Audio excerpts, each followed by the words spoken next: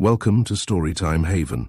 Today we delve into the intriguing tale of The Mystery of the Sea-Lark, a captivating story by Ralph Henry Barbour and H.P. Holt. Join us as we follow a thrilling adventure filled with mystery, suspense, and unexpected twists. A young protagonist embarks on a quest, unraveling secrets and solving puzzles that will keep you on the edge of your seat.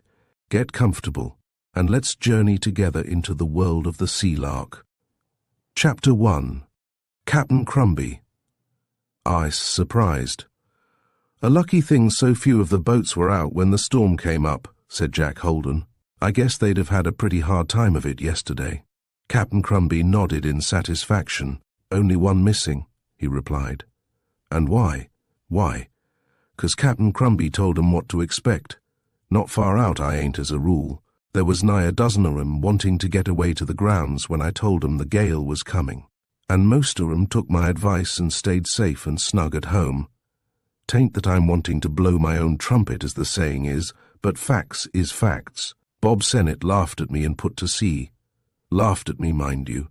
Obstinate as they make 'em, Bob Isor should say was just like his father afore him. If he hadn't been so obstinate he'd have been here today alive and well. And instead of that, see where he is." "Where, Cap'n?" asked the boy gravely. The captain dropped his voice to a sepulchral rumble. "Fathoms deep, son. Fathoms deep somewheres out there. He and the L&E hanks together, I and all hands as well. Fathoms deep. Mark my words."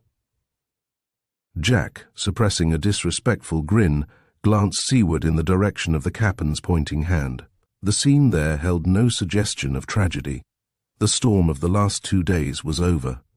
Since early morning the leaden skies had turned to blue, and the fresh, salty breeze that swept in from the broad Atlantic was but the tag-end of the terrific gale that had lashed the waters of the harbour and raced, shrieking, up the quaint, narrow streets of the town. Now, instead of the storm rack, a few white clouds sailed eastward, and in place of the fury of tormented waters, the harbour and the sea beyond the breakwater reflected the blue of the heavens in their dancing, white-capped waves.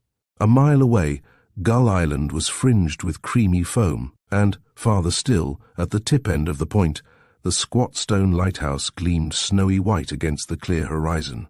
Washed and swept by rain and wind, the little Massachusetts fishing town of Greenport looked bright and clean this May afternoon. The fishing schooners, some at anchor, some lying snug at the wharves, were drying their sails in the warm sunlight.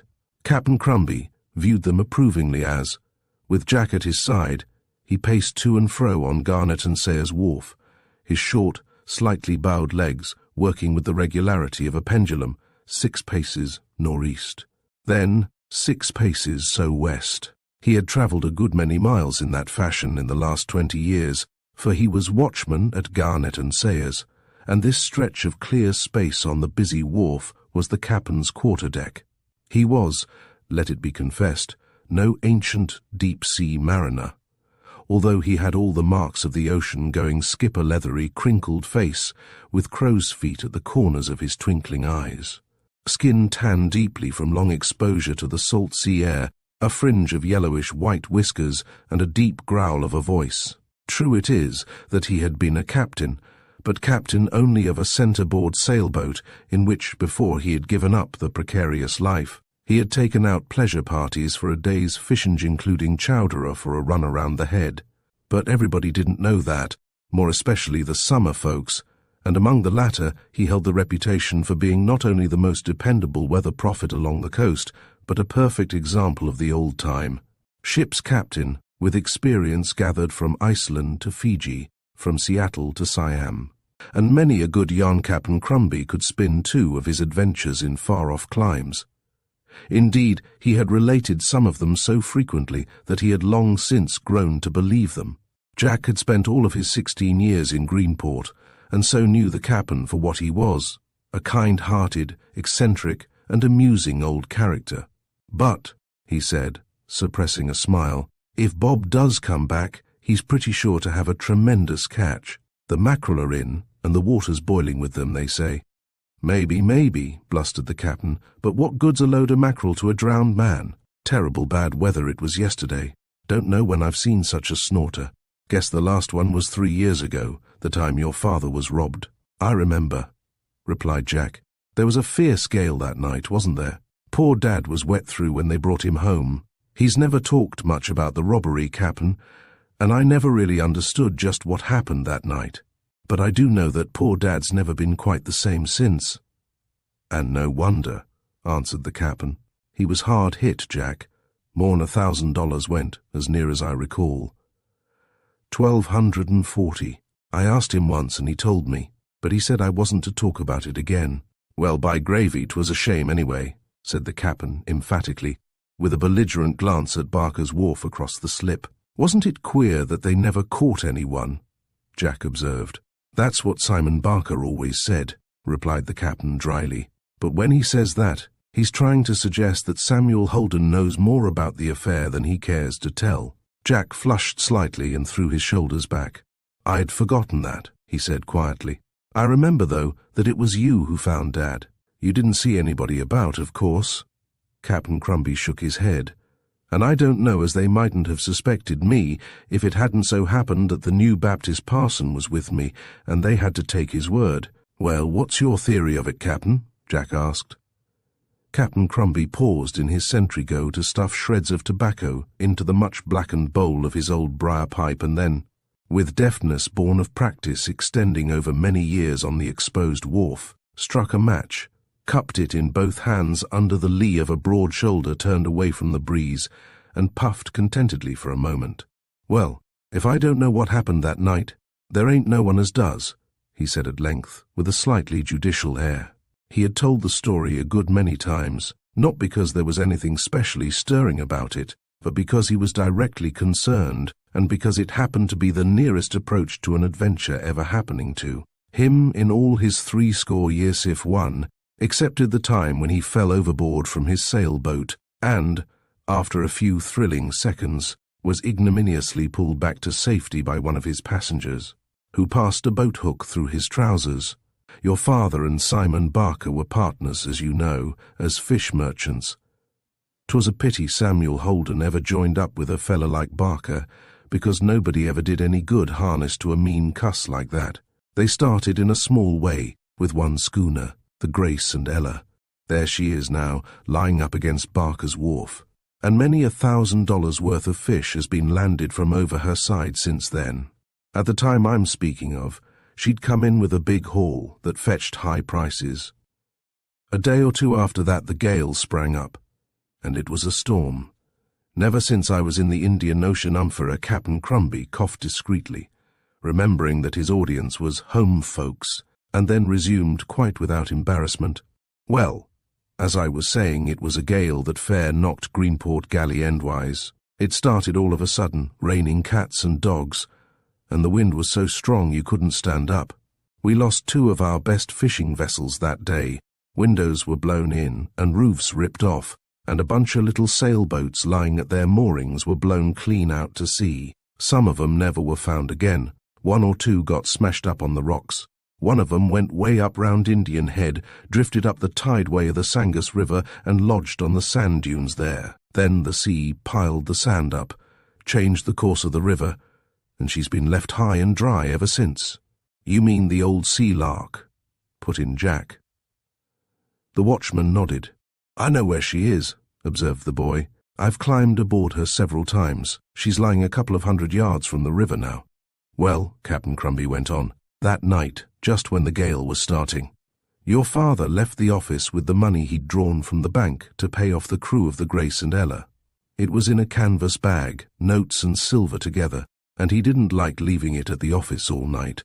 I was coming down High Street when I met the parson, and we walked along together a ways.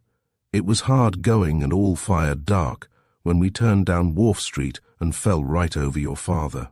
He was lying all in a heap on the sidewalk. I didn't know it was him at first, mind you, because it was so dark.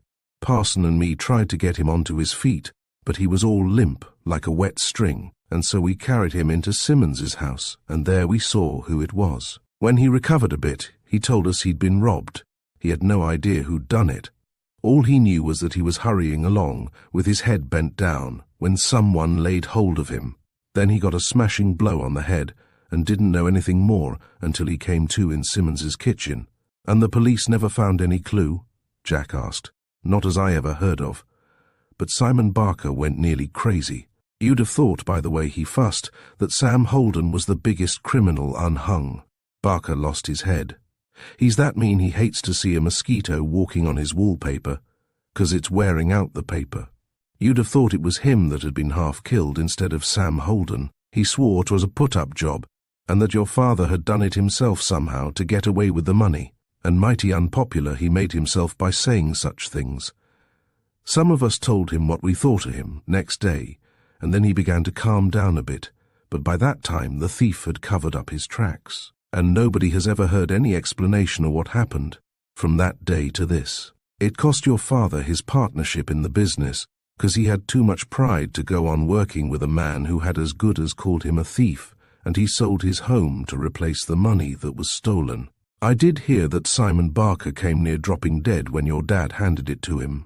You see, if things had been t'other way round, Barker couldn't have brought himself to do such a thing in a month of Sundays, and so he couldn't understand anyone else doing it.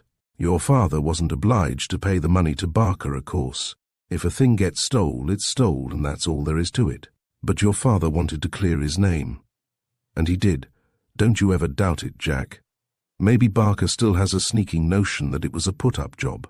But if he does, I can't see how he figures your father made anything by it. How can he? Protested Jack. Captain Crumby shook his head and cast a glance in the direction of the tug Simon P. Barker, which was being coaled noisily at its owner's wharf 30 yards away. I ain't no Sherlock Holmes, son, he said. Maybe he thinks what he says, and maybe he says what he don't think. I shouldn't faint right now if someone told me here and now that Barker knew more than your father did about the robbery. You don't mean, no, Jack, no.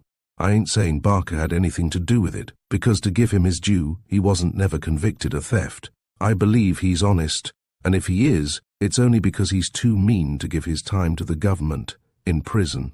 The conversation was interrupted by the approach of a stranger, who, after looking across the harbour, addressed the watchman. Pardon me, he said, but will you tell me where I can find the ferry to East Greenport?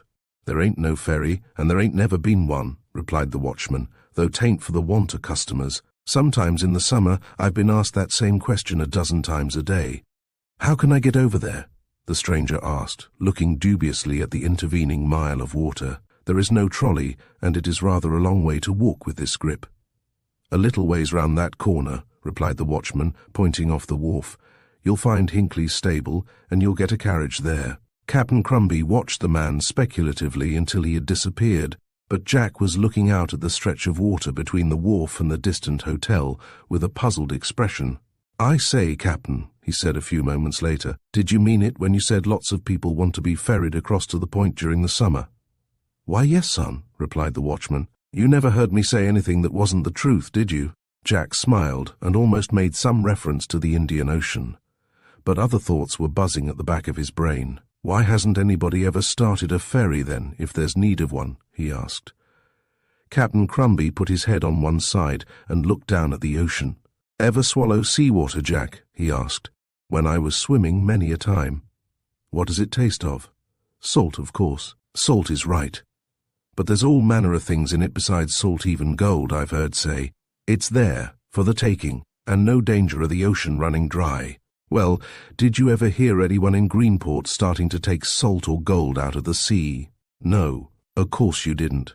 Don't ask me why. I don't know.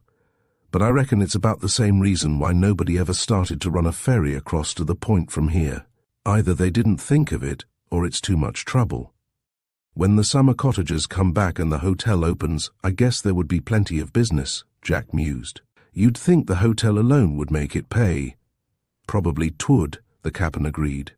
I'm sure of it, said Jack thoughtfully. And then, as his eyes fell on something away out to sea, beyond the breakwater, he suppressed an exclamation and glanced amusedly at Captain Crumby, who was engaged in a contest with his obstinate pipe.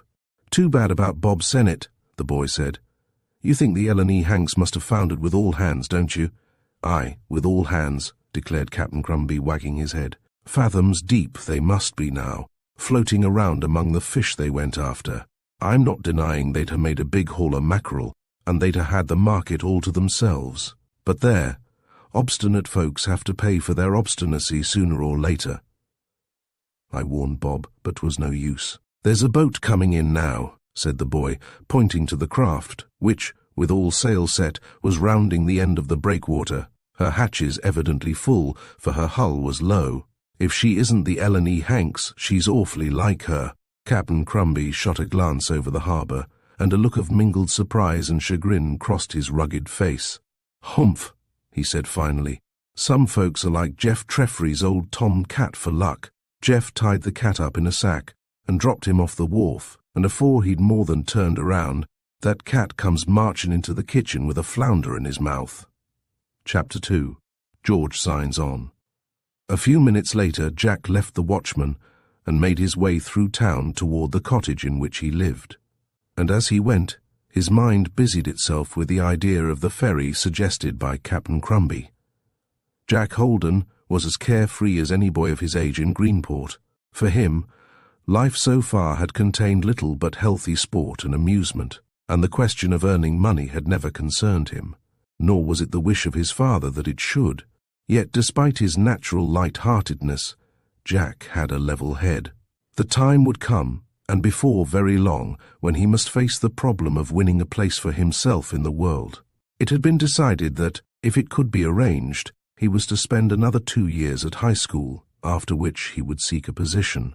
But 2 years is a long time, and Jack was by no means certain that he would not have to turn out and become a wage earner long before his education was completed.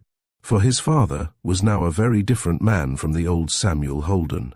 Since the robbery, troubles had piled themselves on his shoulders somewhat seriously. First had come the loss of Jack's mother, from which Mr. Holden had never really recovered. Then had followed that blow on the head inflicted by the thief, which had necessitated numerous visits to a costly eye specialist, in order to preserve his sight. Finally, with his business taken away from under his feet, he had been in financial straits ever since. After selling his home to make good the missing money, he had taken a small cottage on the outskirts of Greenport and gone to work as a bookkeeper for Garnett and Sayer, the fish packers. Had his wife lived, with her indomitable spirit and unending courage characteristics which, fortunately, she had bestowed upon her son, she would have buoyed him up and kept alive his old ambition. But now his worries told on him, and it was that fact which caused Jack to wonder sometimes whether his own education would ever be completed as he would like it to be. If, he reflected, as he walked home, he could only start that ferry, and so bring a little grist to the mill, it would at least help to relieve his father of some of his anxiety. But one cannot make bricks without straw, and he was face to face with the cold fact that he had no boat, nor any chance of acquiring one. At home, he looked over his sum total of worldly possessions.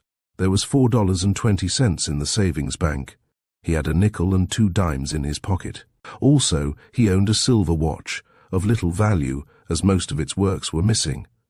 There was a penknife, which he had bought after much careful deliberation, and there was, well, little else save rubbish, worth nothing when it came to a question of raising enough money to buy a boat suitable for Holden's ferry. Holden's ferry, Jack repeated aloud, smiling a little at the sound. The name had an agreeable ring to it. It would be fun, and at the same time it might be fairly profitable fun. In the evening, when his father returned, Jack immediately introduced the subject uppermost in his thoughts. "Dad," he began impulsively, "how can I get a boat 20 feet long, or something like that one that will hold 10 or a dozen people and won't leak more than about 10 buckets of water an hour?" "Eh? What's that?" asked Mr. Holden in surprise. "I've got an idea and I want a boat, Dad," replied Jack. "I thought perhaps somehow—" "I wish I could buy you one, my lad," said Mr. Holden, a trifle dejectedly. "But you'll have to wait till my ship comes in." "I don't want it for pleasure, not altogether, that is," the boy declared. "Not for pleasure? Then what on earth are you thinking of setting up in the shipping business?" Jack chuckled. "I may do a little freight carrying," he said with mock seriousness, "but the passenger trade is what I was thinking of chiefly." "Modest youth! You'll want to go into steam for that, though," said Mr. Holden jokingly. "It is a pretty tall proposition for a youngster of your age." Have you fixed on just what ports you are going to trade at? Only Greenport, Dad, but I'm in earnest. Still slightly amused, Mr. Holden stroked his chin and eyed his son inquiringly. Well, what is this wonderful scheme of yours? He asked. I want to run a ferry between Garnett and Sayers Wharf and the hotel landing on the point, the boy replied. There is no way of getting across except by hiring a boat or walking around, or taking a carriage, and plenty of people would pay a dime to be run across there in a ferry boat. Yes, but wait a minute, Dad. I've had this in my mind all the afternoon. Captain Crumby tells me there are lots of people who inquire for the ferry in the summer.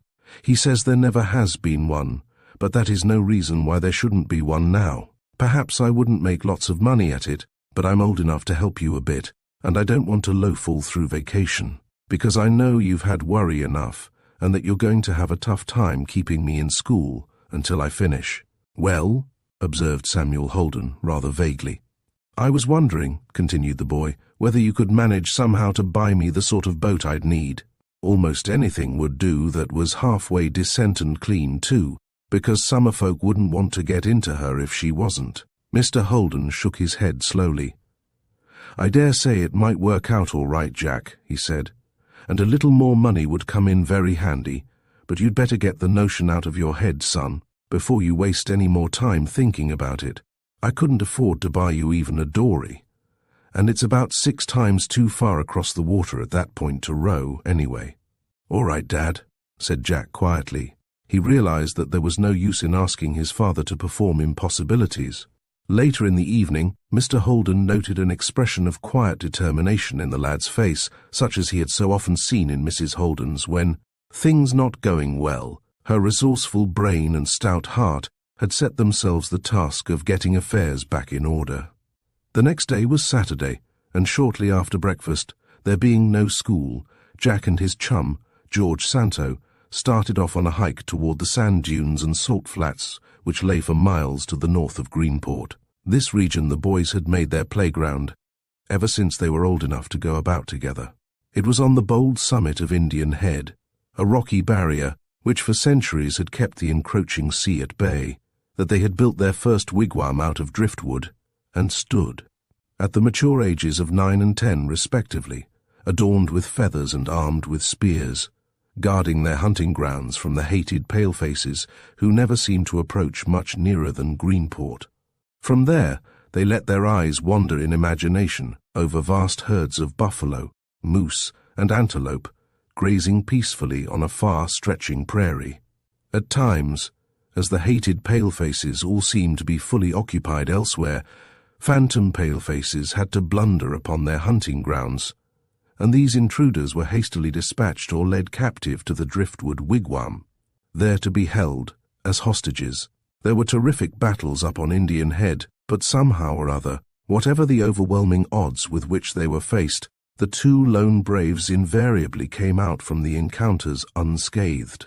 But the wigwam was now scattered to the 4 winds of heaven. The boys had grown too old for that sort of make-believe, yet their love for the region of dunes and marsh endured. On this particular morning, they headed over toward the salt flats above Cow Creek, and then followed the course of the Sangus River toward the sea. They must have trudged 6 miles by this circuitous route, before Jack, standing on the rippled summit of a wind-swept dune, drew his companion's attention to the fact that the Sangus had changed its sandy course. It must have been caused by the flood and the last gale, he said. See, the water has come right across this low bit Andanse, George. The old sloop, the Sea-Lark, was lying nearly buried just along here. I shouldn't wonder if the river has swept her away now. Come on, let's see how the old dear is. 10 minutes tramping brought them to the place, and each gave a cry of joy when they saw that the sloop lay exactly as she had lain for 3 years. But she had escaped the effects of the recent gale by a narrow margin only, for the Sangus had swirled over its banks, eating its way through the sand to a new course, until it now flowed within 20 feet of the Sea-Lark. The boys climbed aboard the derelict, and with their legs dangling over the side, with healthy appetites attacked a parcel of sandwiches. I'm glad she's still here, said Jack. Do you remember when I was a pirate king last summer and made you walk the plank? We've had lots of fun on this sloop. If she'd been lying a mile or so nearer Greenport, crowds of kids would have been swarming all over her. and she'd have been broken up. George nodded and poked the last of the sandwiches into his mouth. Talking of boats, Jack went on, where do you suppose I could get one, George? What do you want her for? There's my dory. You can have that any time you want. Thanks, George, Jack replied. But a dory isn't just what I do want. Then he explained, I don't know. I guess a boat like that, one you could use for a ferry, would cost money, declared the other when Jack had finished. I thought maybe, your father being a boat builder, you might know of some way I could manage it, said Jack. There's plenty of time, because it's early in the season yet, and maybe I'll find what I want somewhere. If you do start the ferry, I want to help. May I? Asked George. Why not? You'll be skipper and I'll be mate, said George, laughing. You mustn't laugh at the captain, it is. Not after you're properly appointed mate, said Jack. Or I'll order you put in irons. That's what they always do. Yes, laugh now if you like, but wait till I'm your captain. But why wait? See here, George Santo, weren't you making an application to me for a job just now? Yes, sir, replied George, meekly touching his cap. How old are you? This brusquely, as befitting a fearsome master mariner. 15, sir. Pretty young for my class of trade. What's your rating? Chief mate, sir. Got your certificate? I left it at home, sir. Very careless of you. Well, you want to sail with me, eh? What about the compass? Can you box it? I'm a pretty fair boxer, sir. Not that sort of boxing, chump. All right, you're engaged. Now, Mr. Mate, laugh at me if you dare. Whereupon the mate promptly laughed, and Jack as promptly hurled him overboard into the raging billows of sand.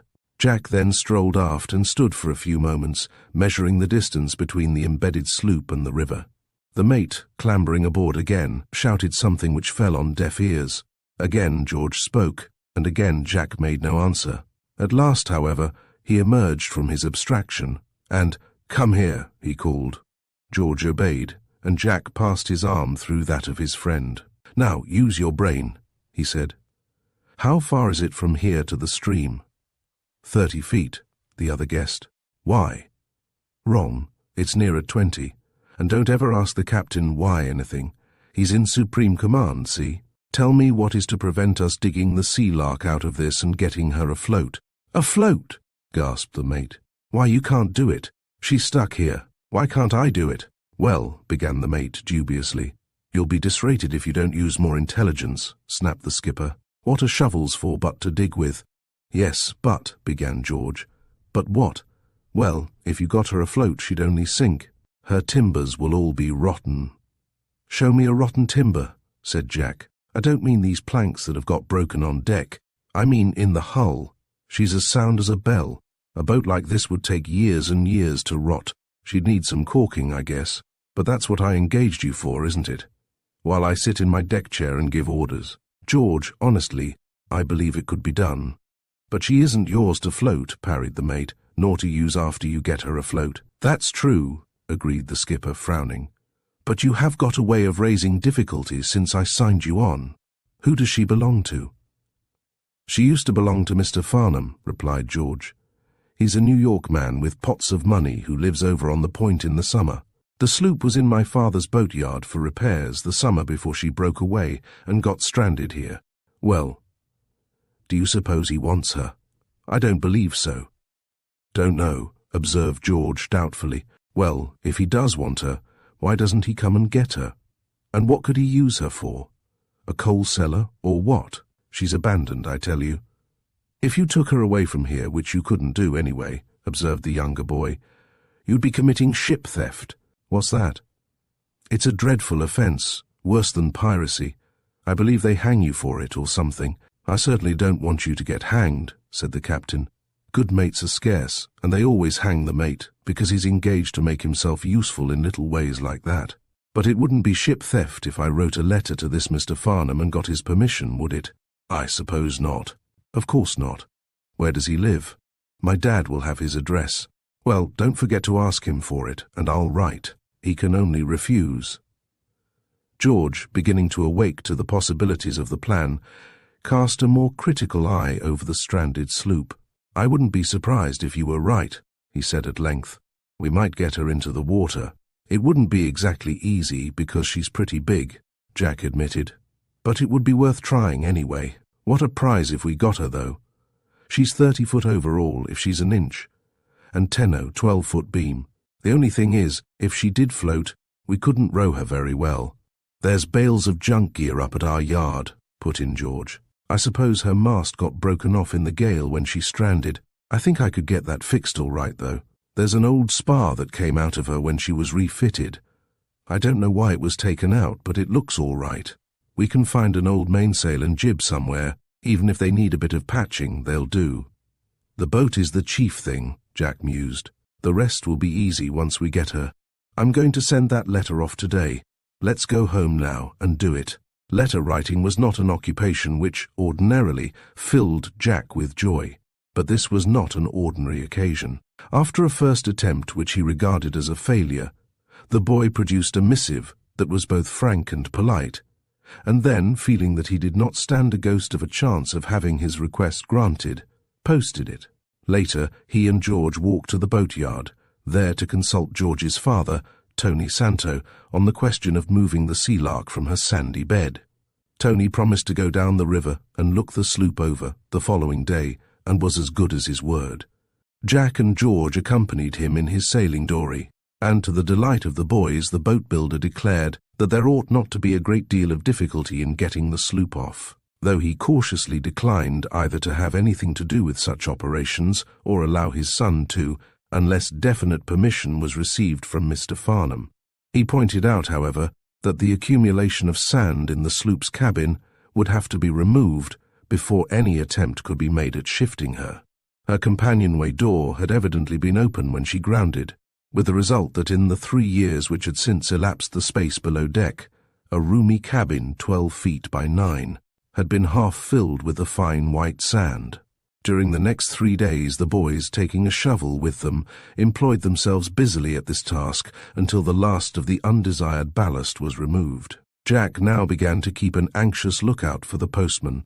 4 days elapsed, and still no reply arrived. Thursday came, and on returning from school he found an envelope bearing his name on the mantel shelf. His fingers unsteady with excitement, he tore it open and read, "Dear Sir, I thought my old sloop must have been broken up by now. Yes, she is still my property, and if you want her you are welcome to her, on one condition. If you get her afloat, you must take me for a sail in her some day. Yours sincerely, Charles Farnham." Chapter 3. Back to the water. Stuffing the letter into a pocket, Jack reached for his cap and hurried out to summon his crew, consisting of George Santo. "All hands on deck," he said. "Mr. Mate, we're going to start work right away.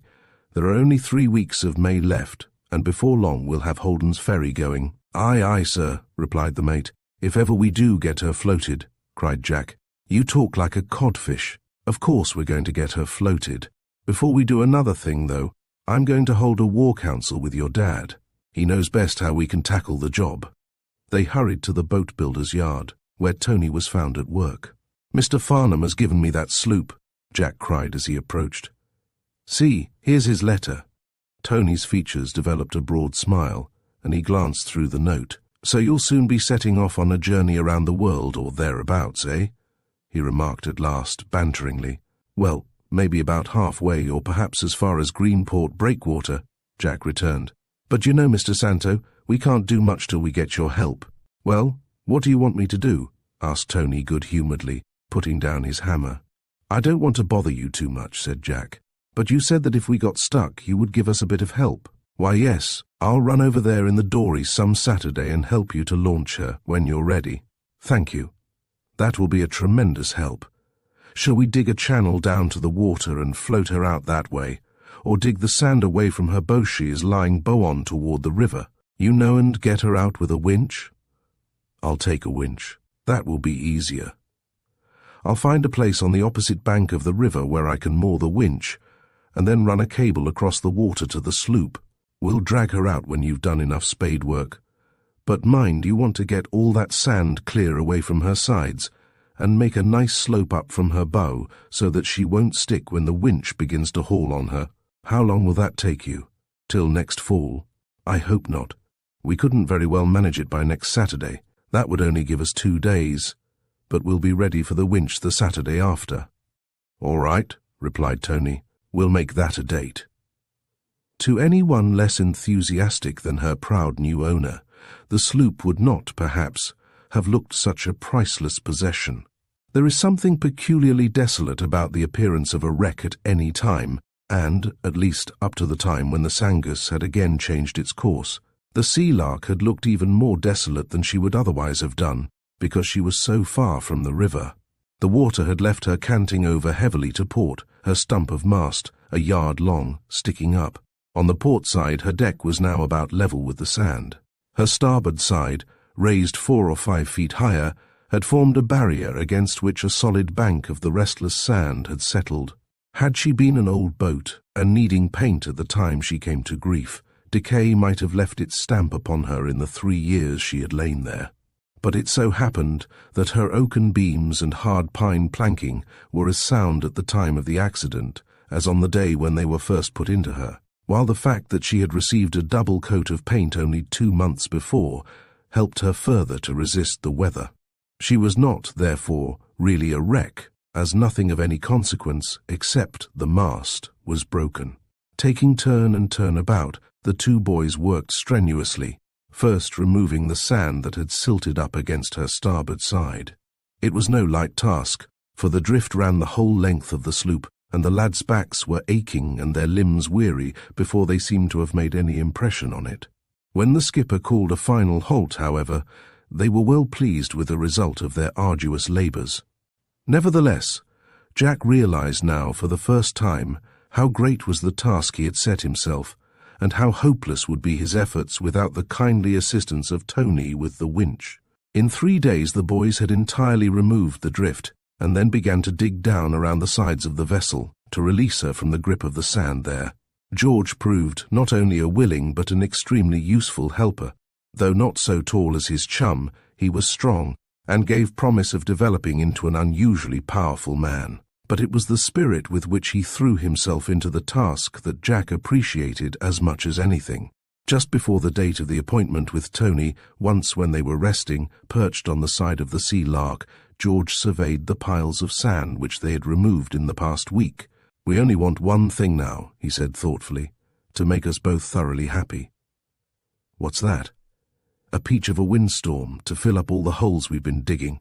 If that happened, I don't believe we'd have the pluck to start all over again." "Don't suggest such an awful thing," cried Jack, "or I'll smite you with a belaying pin. By the way, George, I can't do that." "Oh, I am so sorry," said the other. "Why not?" "Because there doesn't seem to be a belaying pin on board. We'll need 1 or 2, won't we? The skipper always thumps people on the head with a belaying pin, particularly the mate. There's something about a marlinspike too, isn't there? I'm not quite sure what a marlinspike is, but I think I club you with it when there isn't a belaying pin handy." With a deft movement of his body, the mate got behind the skipper and neatly tipped him overboard into the hole they had so painstakingly dug. Nor was the captain allowed to climb on board again until the mate had extracted a promise that he would at all times be treated in a humane manner when they were far out on the bounding ocean. During the last of the preparations for Tony's operations, their spirits rose greatly, for it began to look as though the sloop merely needed a gentle tug to slide her away from the bed in which she had so long lain.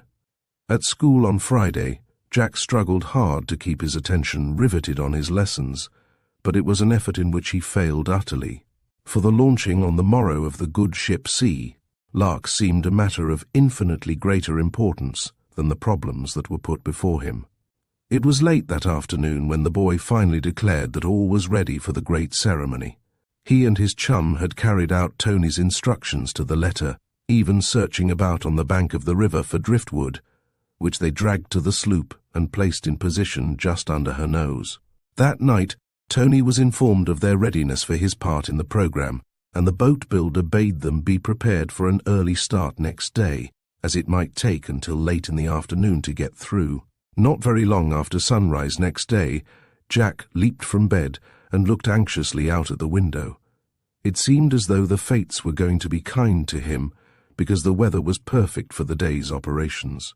The boy was too impatient to eat much breakfast, and after a hurried meal went round to the Santo boatyard. where he found Tony and George already moving the necessary gear into the sailing dory, much strong manila rope with blocks and tackle, a powerful hand winch, several heavy planks, a number of rollers, and a bucket of grease. When these were aboard, the sail was hoisted, and the dory dropped down the creek to the river. There, as the stream was not over wide, the oars had to be used, and the dory was rowed some 4 miles, Tony pulling steadily all the time, and the boys taking turn and turn about at the other oar.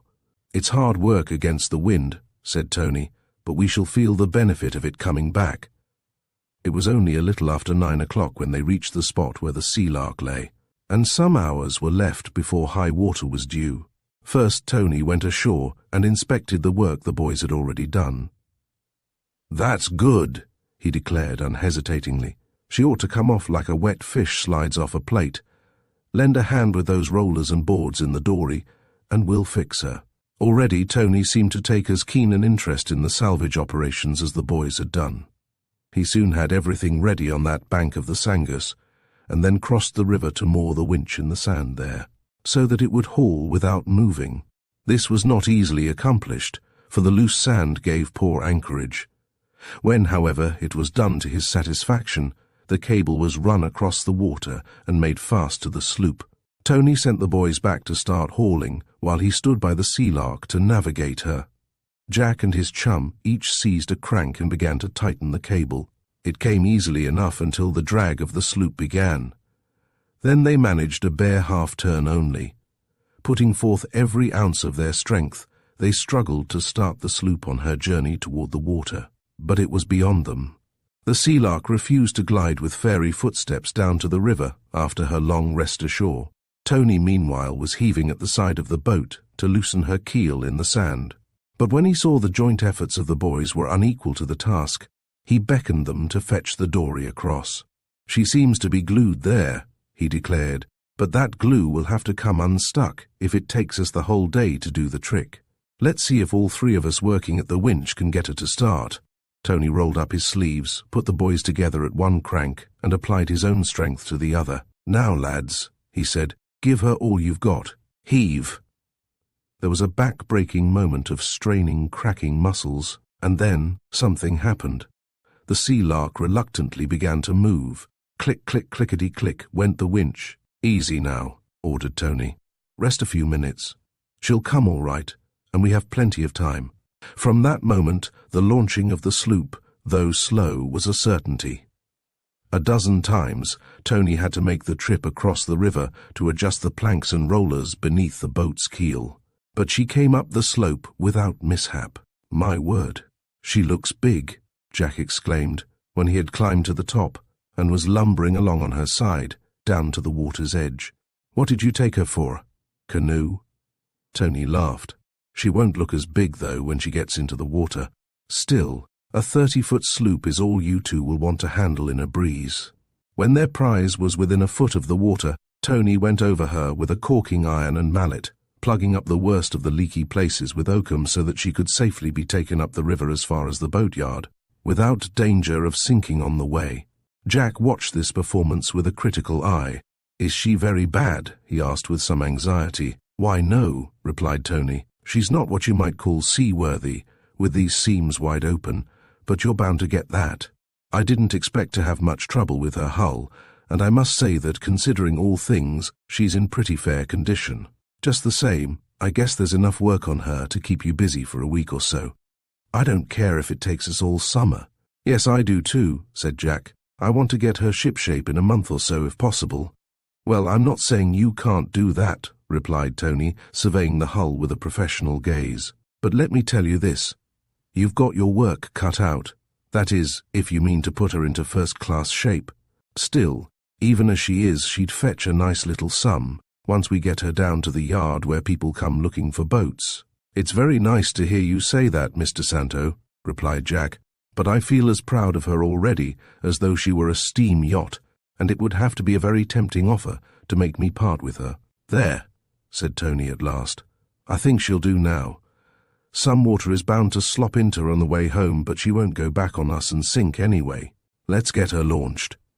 A few more turns on the winch fetched the Sea-Lark down into the river, and Jack could not suppress a shout when he saw her actually afloat. She did not look quite so large as when lying high and dry on the top of the bank, but she was a fair-sized craft.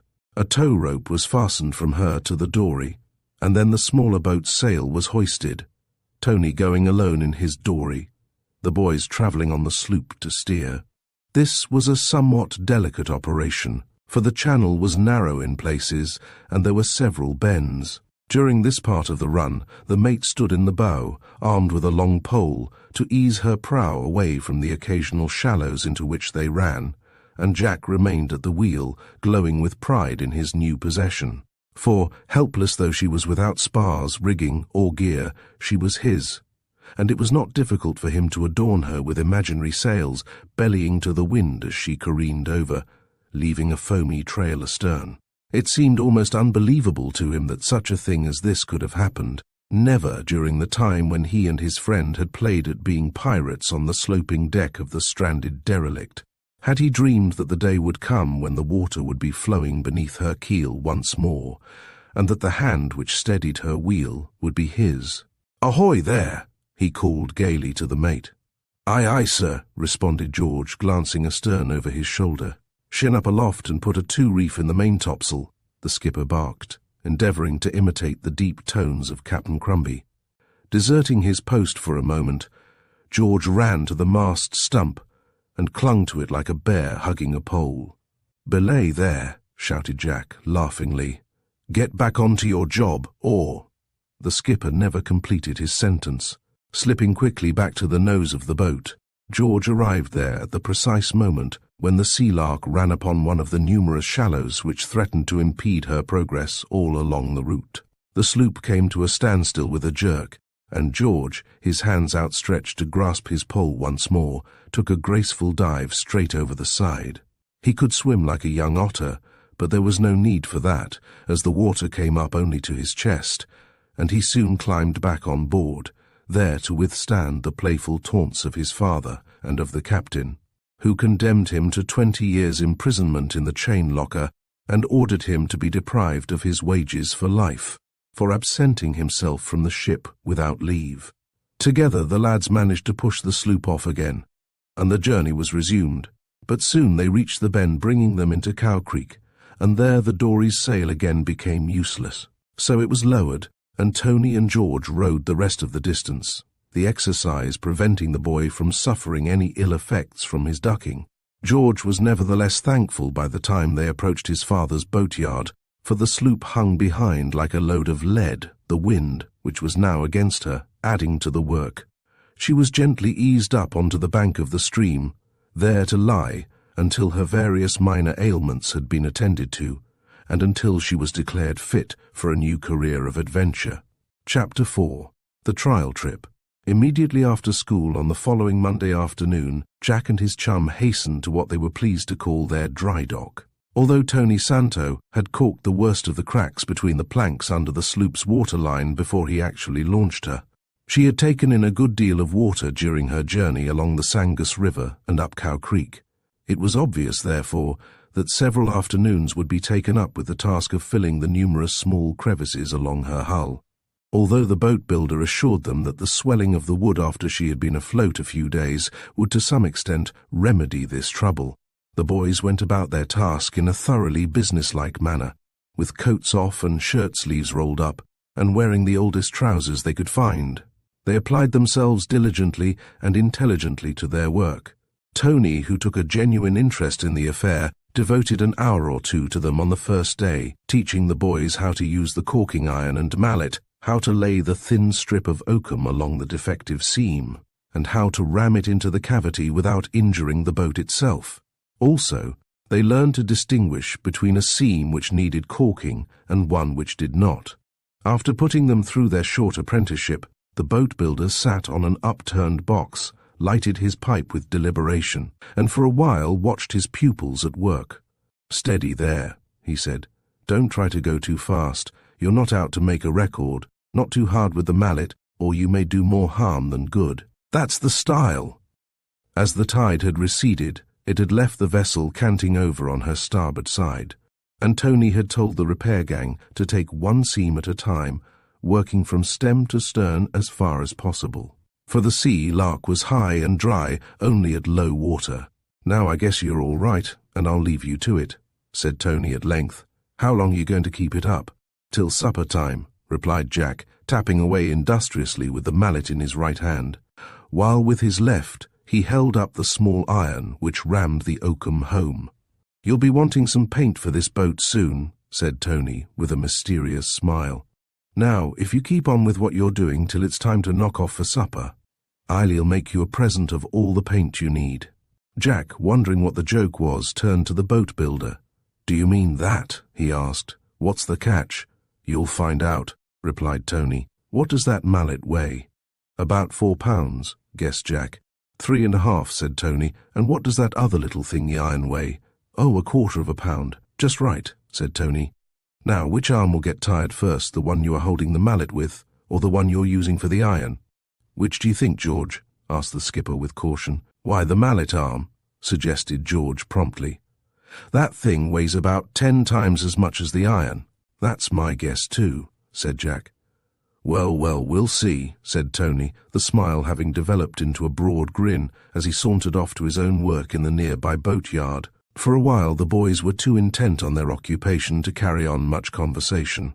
They worked side by side, each taking a separate seam, and each glancing occasionally at the work of the other. "Have you ever done any caulking before?" Jack asked, when they had been plugging at it for some time. "Not a cork," replied the youthful mate. "It's fun, isn't it?" "Lots," replied George. "Which arm are you having most of the fun in, the right or the left?" Jack stole a glance at his companion, who was now standing with both his arms hanging down. "Your dad said this little iron only weighed 4 ounces, observed Jack, lowering the implement and rubbing his shoulder. "What's happened to the thing? It seems to weigh more than the mallet now." Just then Tony strolled back and caught them both resting. "Are you going to buy that paint, or am I?" he asked quizzically. "I'm afraid it'll have to be me," replied Jack. "I could keep on with the hammering, but it's holding up this little iron all the time that bothers me." "It tries anybody, men included, at first," said Tony. "Don't do too much today, and then you won't be too stiff to work tomorrow. You'll soon get used to it, though. There's a lot of scrubbing to be done on the deck, so I'd switch off and get busy with the soap and water for a change." The inside of the cabin was just as the boys had finished scraping it out with a shovel, so here considerable time had to be spent before a coat of paint could be put on the woodwork. Where the paint was coming from, Jack, so far, had not the least notion. He had already discovered, to his dismay, that paint was an extremely expensive article for one whose total capital did not touch the $5 mark, especially when pounds and pounds of the stuff were needed to put even a single coat on sparingly. There were precisely 2 reasons why he would not attempt to get the necessary money by borrowing from George. One was that he had a constitutional dislike to borrowing.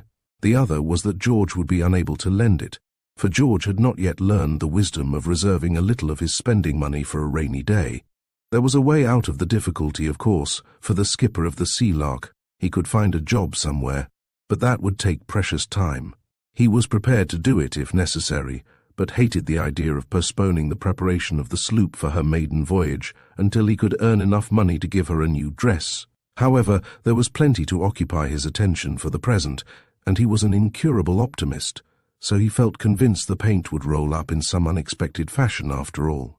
Next day both Jack and the mate were stiff in the shoulder, but they set to work as early as possible in the afternoon, doing an hour's caulking first and then turning to with the scrubbing brushes. There were 2 sleeping bunks besides lockers in the cabin, all of which had to be swabbed down and then scrubbed. In the middle of this performance, while Jack was on his knees working away in a corner, he noticed that the sound of the other scrubbing brush had ceased and turned to ascertain the cause. He discovered his henchman lying, apparently fast asleep, in one of the bunks. "What's the matter? Are you all right, George?" he asked anxiously, springing to his feet. "Eh? What's that?" queried George, as though just awakened from deepest slumber. "Tired?" asked the skipper. "Why, no, not specially," replied his chum. "What's the idea then? Come on." "Well, I've just remembered something," replied George. "I signed on this ship as chief mate, didn't I? Well, the chief mate is the navigating officer, isn't he?" I've got to know all about the currents and the rocks and charts and stars, and nothing was said when I was engaged about me having to scrub the George Santo," the skipper began in his best deep voice. "If you're not out of that in 10 seconds, you'll know more about stars than you've ever seen in your life. I'm going to empty this bucket of water over that bunk when I say 3, 1, 2. With a second to spare, the mate displayed remarkable agility in descending and became desperately busy once more, to avoid the captain's wrath. It was a full week before the last of the caulking was done, and Tony, after a careful inspection, declared it to be perfectly satisfactory. He added a touch here and there where a little more oakum was needed, and then provided a bucket of tar and a brush, telling Jack to daub her hull over completely beneath the waterline. Although still far from being finished, the Sea-Lark began to assume the part of a real boat in Jack's estimation. She was no longer the leaky old sieve which he and George had played on through 2 summers. He was realizing, for the first time in his life, the real satisfaction which comes from conscientious labor. The caulking of those leaks in the seams had been done with infinite care, and at the cost of many an ache and pain. His hands were blistered and calloused from work to which he was not accustomed, but it was with a growing sense of pride in his handiwork that he viewed the sloop.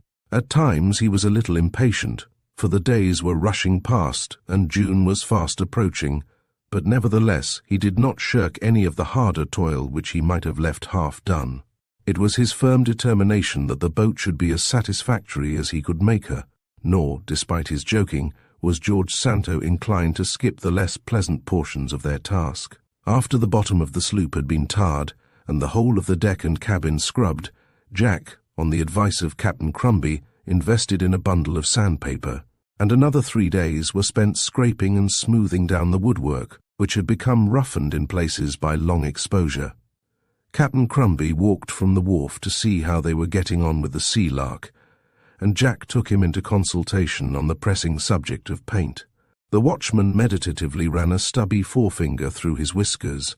"Aye, she's bleached for fair," he said. "She won't sail no better with paint on her woodwork, but she'll look a world different.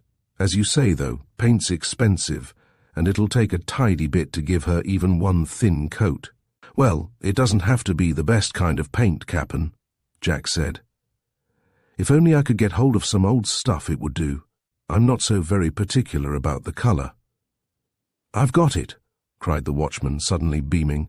"You go up and see Dan Staples, the house painter. Tell him I sent you, and he'll fix you up all right. I remember now they've got a tub up there where they throw all the old dried-up skins and bits of waste paint, same as they do in all paint shops. It won't cost you much. I guess he'll be able to let you have all you want for about $1. It'll be a bit of trouble, but as you ain't too particular about the colour, you couldn't get anything better to suit you. Put it in an old pan and melt it over a fire. Then strain it, and you'll have as good paint as you'd want. Maybe it'll be reddish, or maybe it'll be greyish, and maybe you won't be able to find a name for it, but that won't break your heart, huh?" "That's fine," said Jack. "I'll go up and see him now." The captain of the Sea-Lark found Mr. Staples in his workshop, and when Jack explained his mission, the painter filled a generously sized can with scraps and skins out of the tub, for which Jack paid him 50 cents. The rest of the afternoon was devoted to the task of melting this down over a small stove in the boatyard, and after straining it, the boys found they had many pounds of a brownish-coloured paint, a little nondescript as to hue, perhaps, but nevertheless, as Captain Crumbie had prophesied, perfectly good paint. The tarring along the sides of the sloop below the waterline had been finished off evenly, and the boys now proceeded to slap a coat of the Staples mixture from the top of the black line to the top of the low rail which ran the full length of the Sea-Lark's deck, and by the time this had been accomplished, the sloop was indeed transformed into something of her old glory. Jack would have turned next to the painting of the cabin and the deck itself, but here Tony wisely interfered. "You don't want to do that till the rough work's all finished," he said, "or everything will get scratched up. I've got the mast to put in, and there's a week's carpentering ahead of you yet. You'll want 2 or 3 new cleats. And what about belaying pins? They're all gone. "Oh, yes, we must have at least one belaying pin," exclaimed Jack, with a humorous glance at the mate. "Tell me, Mr. Santo, aren't they the little round sticks that go into the mast rail there to belay the halyards on?" "That's the idea, but they've all got lost. You can easily make them."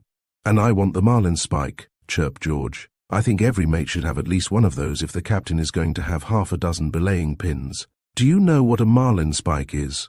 queried Tony, puzzled. "It's something a sailmaker uses, isn't it?" asked George. "Yes, a metal spike about 6 or 7 inches long." "Just what I need," said George.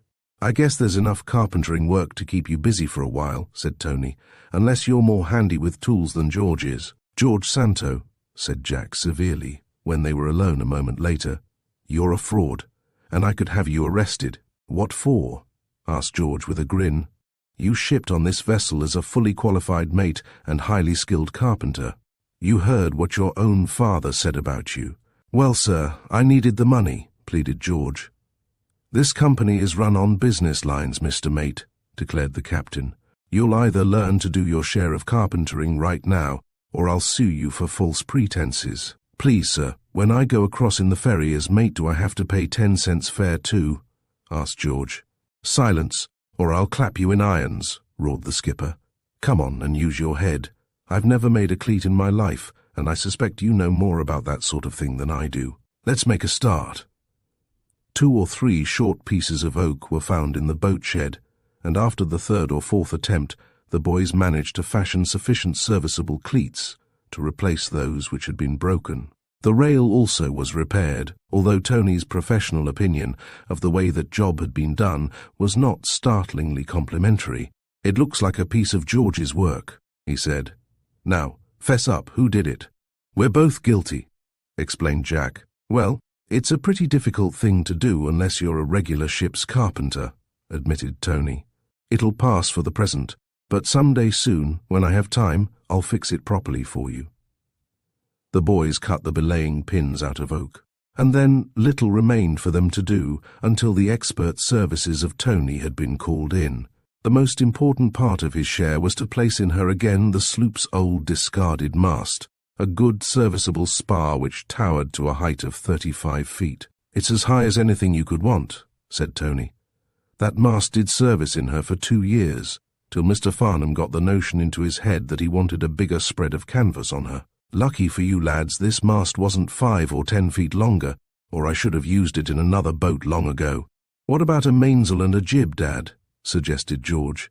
"You've got plenty of junk lying around in the shed. May we use what we need?" "I've been thinking about that, son," replied Tony. "I could have fixed you up, perhaps, with some rags of sails that aren't any particular good. But I don't know that I'm specially anxious to have you two blowing about outside the breakwater, depending on rags. You might be all right with them, but it isn't wise to take any chances in a sailing vessel. Now, I have a couple of sails that would just about fit this sloop after a mite of alteration. They're not new, and they're not junk. I could get about $15 for them this summer, but if you'd like to take them and pay me after you've earned the money with your ferry, you can have them for 10. What do you say?" "Why, that's great," said Jack. "Thank you ever so much." "All right, call it a deal. Now, there's a block or 2 you'll have to scare up, and halyards and mast hoops. You can't go half an inch away from shore on a sailing trip without all these things. Mast hoops you needn't worry about. There are plenty of old ones kicking about here. On a pinch I might even rake out a couple of blocks. They mayn't be just the size you ought to have for elegance, but you'll get by with them. I don't see how you can manage without buying halyards, though. You'll want about 400 feet or so of 15-thread manila. I can't afford to give you good manila rope. It costs money." "I have $3 left," put in Jack. Well, you won't get enough new manila to fit your little ship out with that. But I dare say I can find enough second-hand halyards for $3 to give you a start. If you'll give me a hand, I'll have a peek at those sails now." The jib which Tony produced fitted the Sea-Lark perfectly, but the mainsail had 3 sets of reef points, and it needed to be cut away at the single reef. This operation took the whole of a Saturday to accomplish, for there was a considerable amount of sewing to do, and neither Jack nor his companion proved to be quick with the cumbersome sailmaker's needle. Meanwhile, however, the mast had been stepped, and at last the sloop was really beginning to look like her old self. Halyards were rove, blocks put into position, a new wire jibstay rigged from the top of the mast to the end of the bowsprit, and a bobstay had to be furnished. Then a coat of paint was spread over the deck and the rest of the woodwork. When the last detail in the refitting of the Sea-Lark had been attended to and the paint was dry, Tony Santo, after a final survey which could hardly have been more thorough had the sloop been a government warship about to depart on her speed trials, declared that she was as sound as a bell and fit to weather a young hurricane. It was, without question, the proudest moment in Jack's life when the boat was gently pushed off the sandy bank of Cow Creek. Jack's father was there to see it, having left his bookkeeping for the occasion. "I'd like to go with you on your first trip, lad," he said, "but I'm afraid I can't spare the time." Sailing was an old accomplishment for both the captain and his young mate, but most of their experience in that direction had been gained in dories, which compared with taking the Sea-Lark out on a trip was child's play. The Sea-Lark was not, however, too large for two to handle. Other sloops even larger were wont to flit about the waters of Greenport Harbour in the summer with only 2 persons aboard, and there was one, 50 feet over all, which one man usually handled alone. She, however, was a freak ship, and her owner had to dance around like a pea in a hot frying pan when an emergency arose. Tony Santo accompanied the boys on their experimental trip, partly because there was a long, winding journey for the sloop to make down Cow Creek, through the upper reach of the Sangus River, and finally through the canal. Partly, also, Tony went to make sure that they were all right, and partly he went for the fun of the thing, because Tony was only 20 years older than his son, and there was enough of the boy left in him to appreciate some of the thrill which was stirred in the lads by this their greatest adventure. A westerly breeze was blowing, which necessitated the sloop being towed until she came to within about 4 miles of the sea, and then a clear run lay before them. Their dory trailed behind, and Tony took the spokes of the sloop's wheel in his hands. "Now, lads," he said, "let's shake out a bit of canvas. Mainsail first. Don't get excited. Take it easy. There's plenty of time. Both together. Heave. That's the style. It wasn't so hard after all, was it? Either one of you will be able to do that by himself if necessary, and it may be necessary too some day. Belay there. Make those halyards good and secure. Now, up with the jib. Be smart, or we'll run her aground yet. Trim aft the jib sheet. That's fine. Belay." The breeze filled the sails, and the sloop leaned over slightly as she gathered way. Jack's eyes were dancing with pleasure. The Sea-Lark was not only an accomplished fact and afloat, but actually sailing. And he was her master. "Isn't she a beauty?" he asked Tony. Pretty fair, I'll admit that," replied the boat builder. "You're a lucky lad to have her, but you've earned her. I dare say Mr. Farnham would have given the sloop to anyone else if they had thought of writing to him. Only it was you who happened to think of it. And it's the people who think of things who get on in this world. Now, this good-for-nothing son of mine," and he took George affectionately by the ear, "never thinks of anything except to get up in the morning and go back to bed at night, do you, son? Come along, Jack. I know you're aching to get to this wheel. I guess it's quite safe for you to take her now." The owner of the Sea-Lark exchanged places with Tony, and the sloop ran slowly toward the ocean under his guiding hand. The breeze was light and steady, and she barely made 3 knots an hour. But at that moment, Jack would not have exchanged places with the captain of the finest liner afloat. The gentle swish of water at the stern was as sweetest music to his ears, the occasional lazy flap of the sails, the barely perceptible swaying of the deck, the quick turn of the prow in response to the slightest movement of the spokes in his hands, all were delights which he was now tasting for the first time in his own boat. "Well," said Tony, who had been watching the expression on the captain's face, "what do you think of her? Was she worth the trouble?" "1,000 times," Jack replied devoutly. After negotiating the short canal, the sloop passed into the sea and then, running south past Gull Island, headed for the end of the breakwater and the open ocean beyond. A mile offshore, the breeze freshened sufficiently to send the Sea-Lark bowling along at a fair caper. The swish of water at the stern became more pronounced, the halyards creaked a little, and the bow responded even more readily to a movement of the wheel. The Sea-Lark had come into her own again. She seemed like a living thing. There was joyousness in the way she danced as, going further from shore, she ran into gentle undulating swells, which kissed her as if welcoming her back to her natural element. "Let's see you put her through a few maneuvers," Tony suggested. "Haul her by the wind. I'm going to keep still and watch." "Close haul your mainsail, Mr. Mate," ordered Jack. George sprang to obey, and in came the boom, whereupon Jack headed away to the southwest. "That's right," declared Tony. "You can come closer to the wind yet. Come round till the luff of the mainsail begins to lift. That's the style. Now put your helm down and go on to the other tack." "Mind your head, George," sang out the captain. "Aye, aye," responded the mate, and the Sea-Lark's nose went straight up into the wind. The boom swung across the deck, mainsail and jib flapping in the breeze. "Stick to it. You're all right," cried Tony, pleased with the skill his apprentices were displaying. "She'll make it if you give her time." Farther the sloop came as the wind got to the other side of her sails. Quickly she swung about, and then headed straight as an arrow on the port tack. "Now listen here, boys," said Tony. "The time may come when you'll be compelled to jibe her in an emergency to avoid a collision. But I want you to promise that you'll never do so unless you're compelled to, because though it's all right to do it now.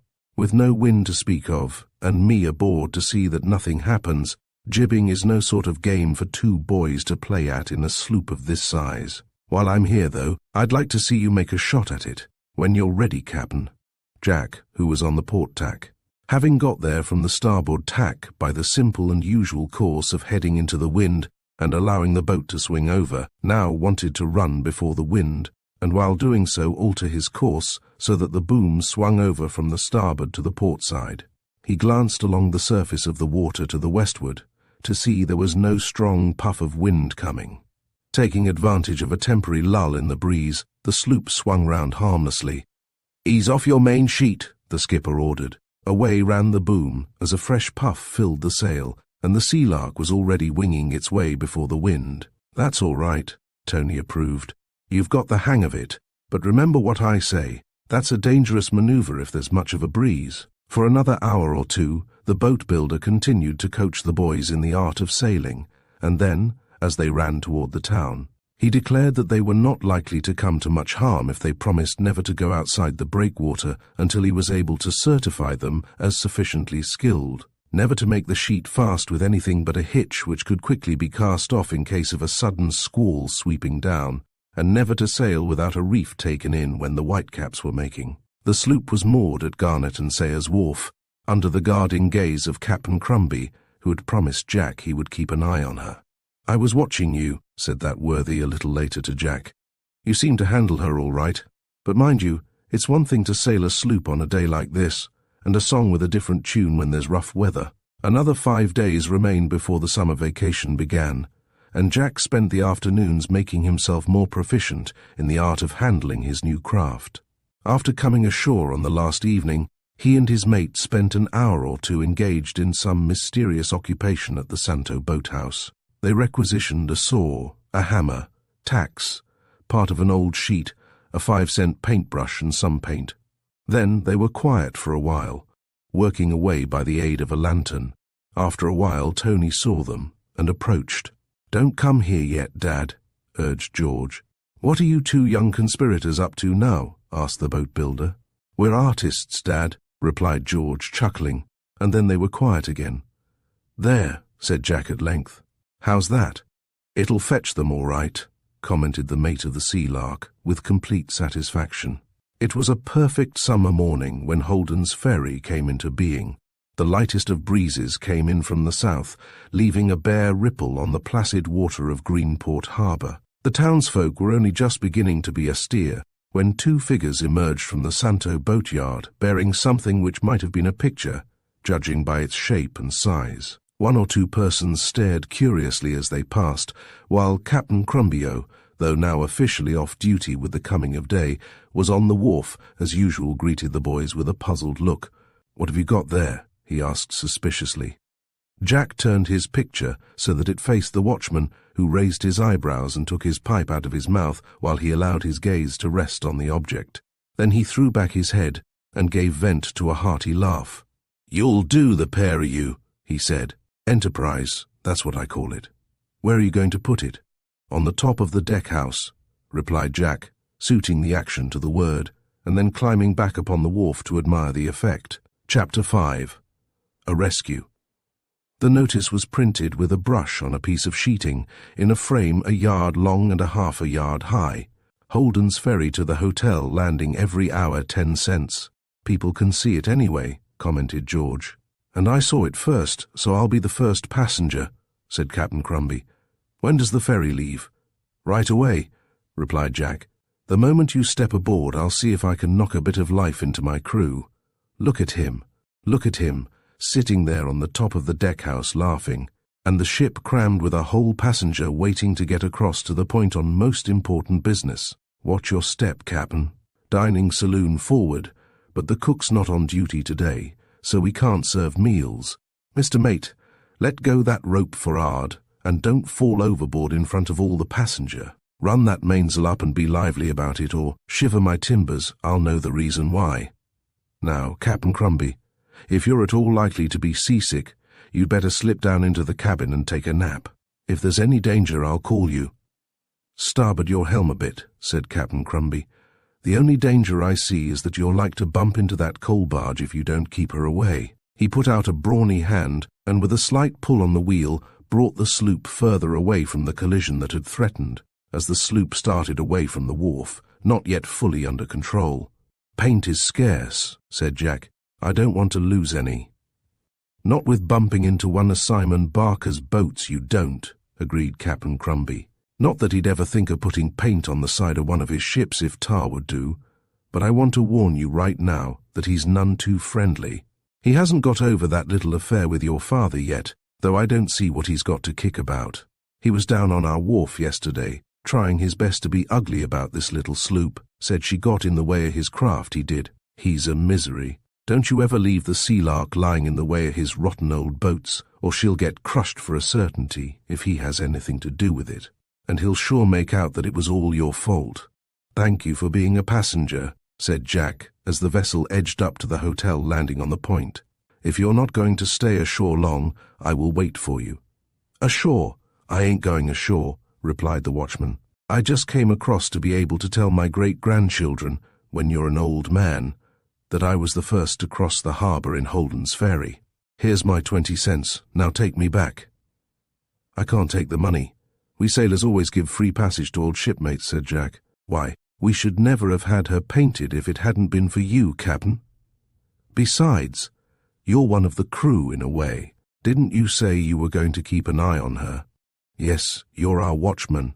Couldn't dream of taking the money. Son, I hired this ship for the trip, replied Captain Crumby. And when you two have gone and drowned yourselves some fine day, I don't want it on my conscience that there's 20 cents I owe you. When you've been at sea as long as I have, you won't so much mind letting people pay their fare. All right, Cap'n, Jack responded. George, half of this goes to you for luck.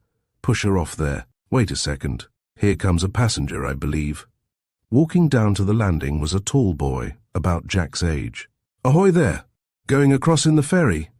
Captain Crumby hailed. The prospective passenger did not reply, but came straight to the landing and, with a puzzled expression, ran his eyes over the Sea-Lark. What have you got there? He asked. There was something about either the question or the way in which it was put that rather irritated the captain of the sloop. However, he did not openly show his resentment. A ferry boat, across to the town, he replied. Are you coming? Queer sort of boat to use for a ferry, isn't she? Asked the stranger. Why? Asked Jack, who saw nothing whatever queer about his beloved craft. Obviously the strange boy was one of the summer folk, and city-bred at that, probably knowing no more about sailing craft than the keeper of a dime museum would. The boy on the wharf began to laugh, and Jack's cheeks flushed. Are you the chap who wrote to Mr. Farnham in New York about the Sea-Lark? The stranger asked. That, replied the skipper with youthful dignity, is my business. Push off, George.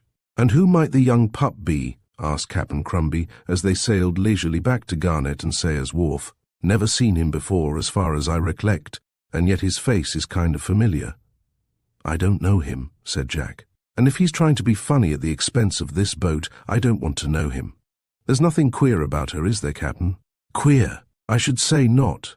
Maybe the color of the paint offends his artistic eye, or then again maybe he's only jealous. Well, summer visitor or not, if he doesn't stop trying to make fun of the sloop, I'll give him a licking, declared Jack. Or let him come on board as a passenger, grinned the watchman, and take his money, and then drop him overboard halfway over. That morning, only 2 other passengers crossed in the ferry, one of them a lady who had a small handbag with her and insisted on paying Jack 50 cents for his services, and the other a portly man who wore 3 diamond rings, and after handing Jack a quarter at the hotel landing, waiting in the boat, apparently as a guarantee of good faith, while the boy hunted for change, and finished up by pocketing the 15 cents and complaining bitterly about the lad running a public ferry and not being able to change a quarter. Business did not improve much during the rest of the day, and the owner of the ferry was a trifle disappointed.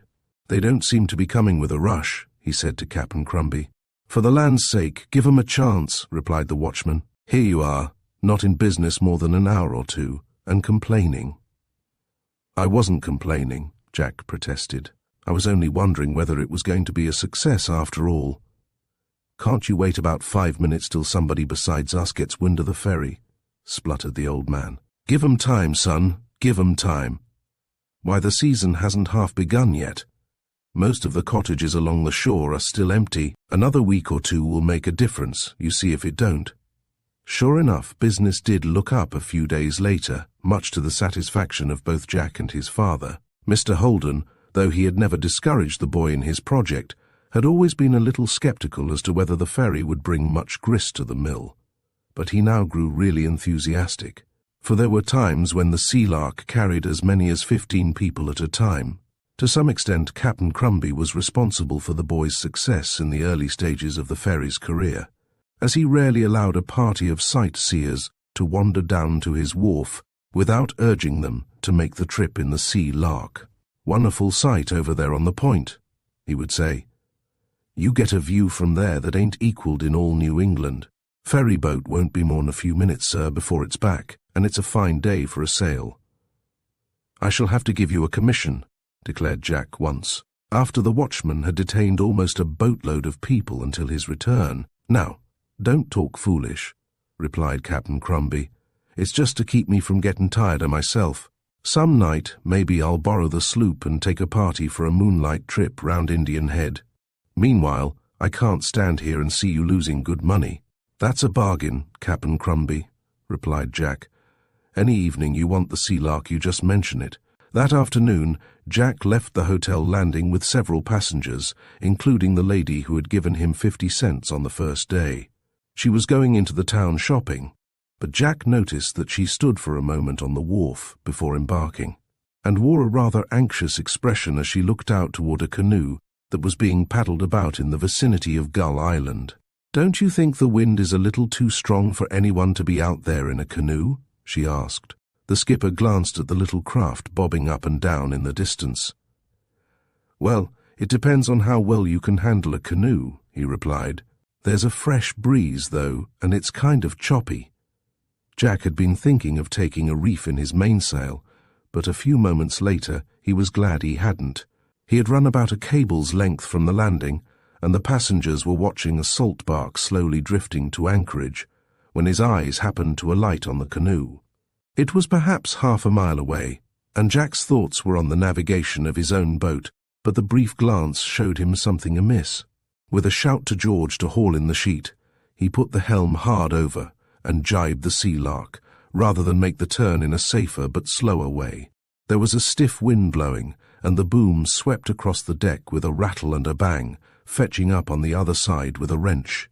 But the gear stood the strain, and the sloop was now racing in the direction of the canoe, which had capsized.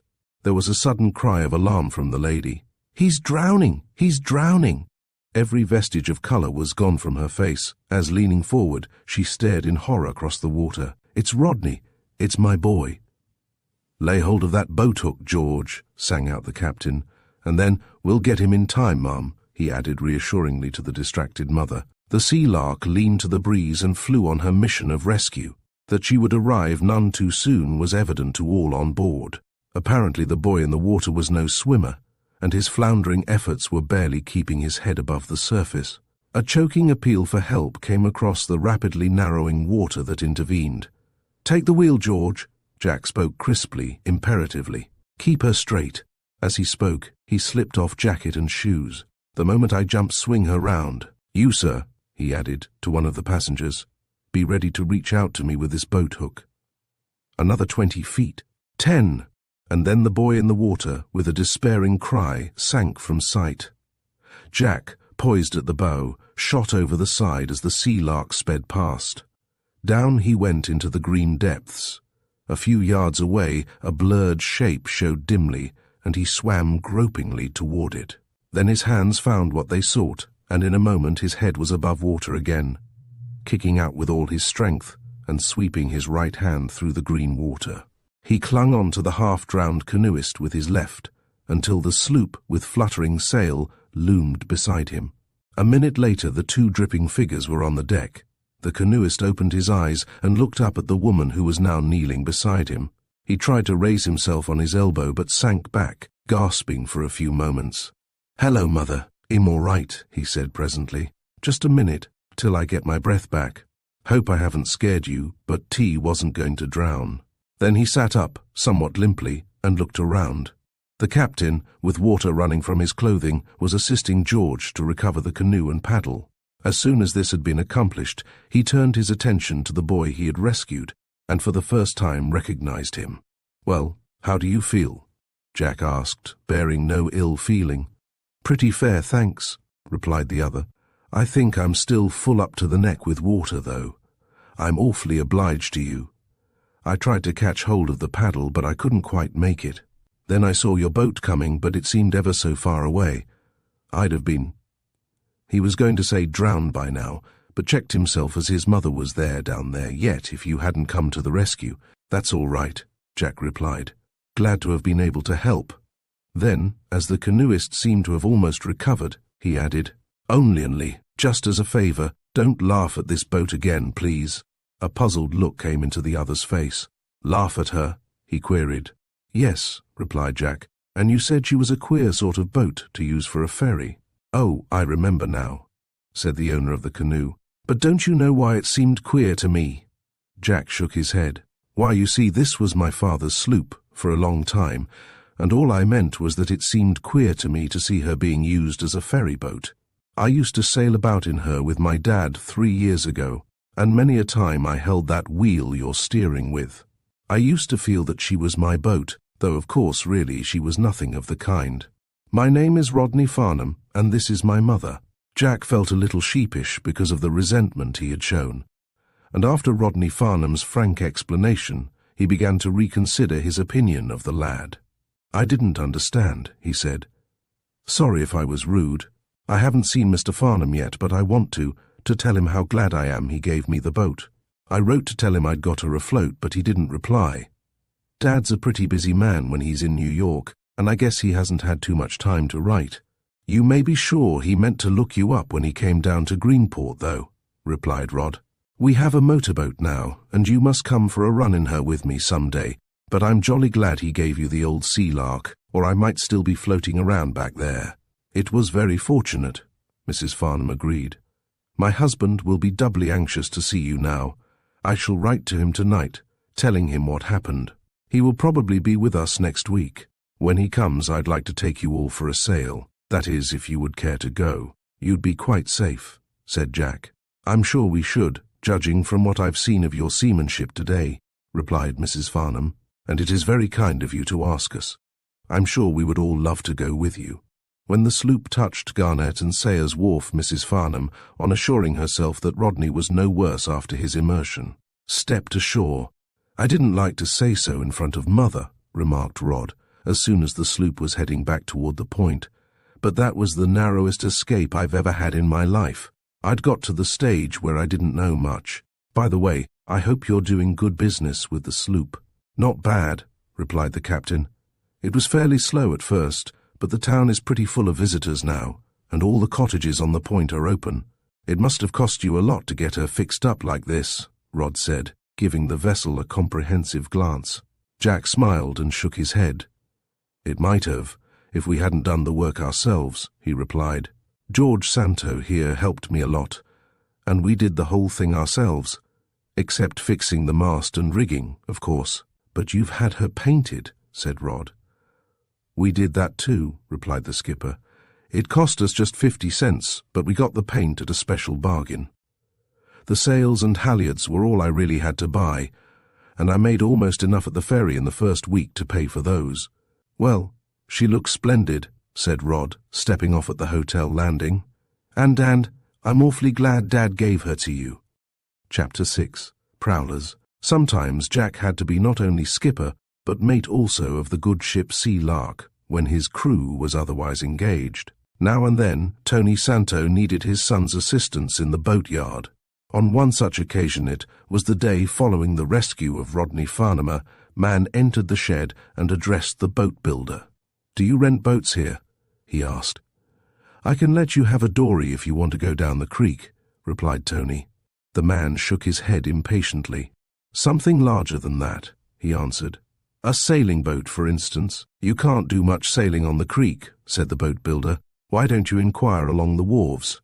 "Why, I was wondering," was the hesitating reply, "whether you happen to have a little sloop something I could handle by myself." George observed the man curiously. He did not look like a person who would go in for sailing, and, by the same token, he was not particularly prepossessing. He was a little above the average height, and his clothes, though new, did not fit him well. His manner seemed nervous, and he fidgeted with one of the buttons on his coat while talking. "Nothing just now," replied Tony. "Do you remember a little sloop called the Sea-Lark?" asked the stranger. George and his father exchanged glances. "Why, yes," replied Tony. "Belonged to Mr. Farnham?" "That's right," said the man. "Whatever became of her? If I could get her, she'd be just the sort I want." "I don't think money would hire her," put in George. "Well, you see," explained Tony, "these boys have her. She ran ashore in the Sangus 3 years ago, and they got her afloat a while ago and fixed her up." "What?" exclaimed the stranger sharply. "Where is she now?" "She's being used as a ferry boat across the harbour." "Who owns her?" was the next query. "Jack Holden. You'll find him down on Garnet and Sayers Wharf with her most any time." "Jack Holden, eh? If he won't hire her, he might be willing to sell her, maybe. It isn't very likely, but you can go and ask him. I guess you'll find him down there now." "Thanks," said the man laconically, and presently went off. But the stranger, though he went to the ferry, was in no apparent hurry to tackle Jack on the question of hiring or buying the sloop. He stood chatting with Captain Crumby on the wharf until the Sea-Lark returned, and then crossed to the point and strolled off. "That's a rum-looking bird you took across just now," commented Captain Crumby as soon as Jack landed back. "I didn't notice him specially," replied Jack. "At least not at first. He didn't seem to be able to keep still for more than a minute. I noticed his hands, though, when he gave me his fare. He must have been doing some pretty hard work for a long time, and yet he wasn't dressed quite like a workman." Captain Crumby grunted. He prided himself on being able to distinguish a day-tripper or a drummer from a regular visitor on sight, and an artist from both. "I couldn't place him. He don't belong here anyway," replied the watchman. "He was cross-eyed or something, wasn't he?" Jack asked. Captain Crumby shook his head. "No," he replied slowly. "I know what you mean, though. It's his eyes that are set too close together. Don't you never lend a quarter to a fella whose eyes come as near each other as that, Jack, 'cause it's all New England to a piece of cheese that you'll be 25 cents short from that moment on. My guess is that if yon fella isn't a crook of some sort, he's a mighty good imitation." The subject of the stranger was then dropped. But an hour later, Jack took especial notice of the man when he came on board the ferry again at the point, to return to town. "Nice little boat you've got here," the man observed. "I like her very well," replied Jack. "She would just about suit me. I've been looking for a craft of this sort. Would you like to rent her?" "By the hour, do you mean?" Jack asked. "Something like that. I only want to potter around." "I can't do that very well," said the captain. "I'm fairly busy in the daytime with the ferry. I could take you out some evening, though." "Oh, I can manage her by myself," replied the man. "You needn't bother to come." "I wouldn't let her go out unless I was in her. I wouldn't trust her to anyone." "Huh. Well, what about selling her?" Not this season, said Jack. I've only just started this ferry and it looks as though I might clean up something by the fall. Best let me hire her, said the man. My name is Martin, and I expect to be around Greenport for a while. Look here, you needn't be afraid of me doing any damage to her.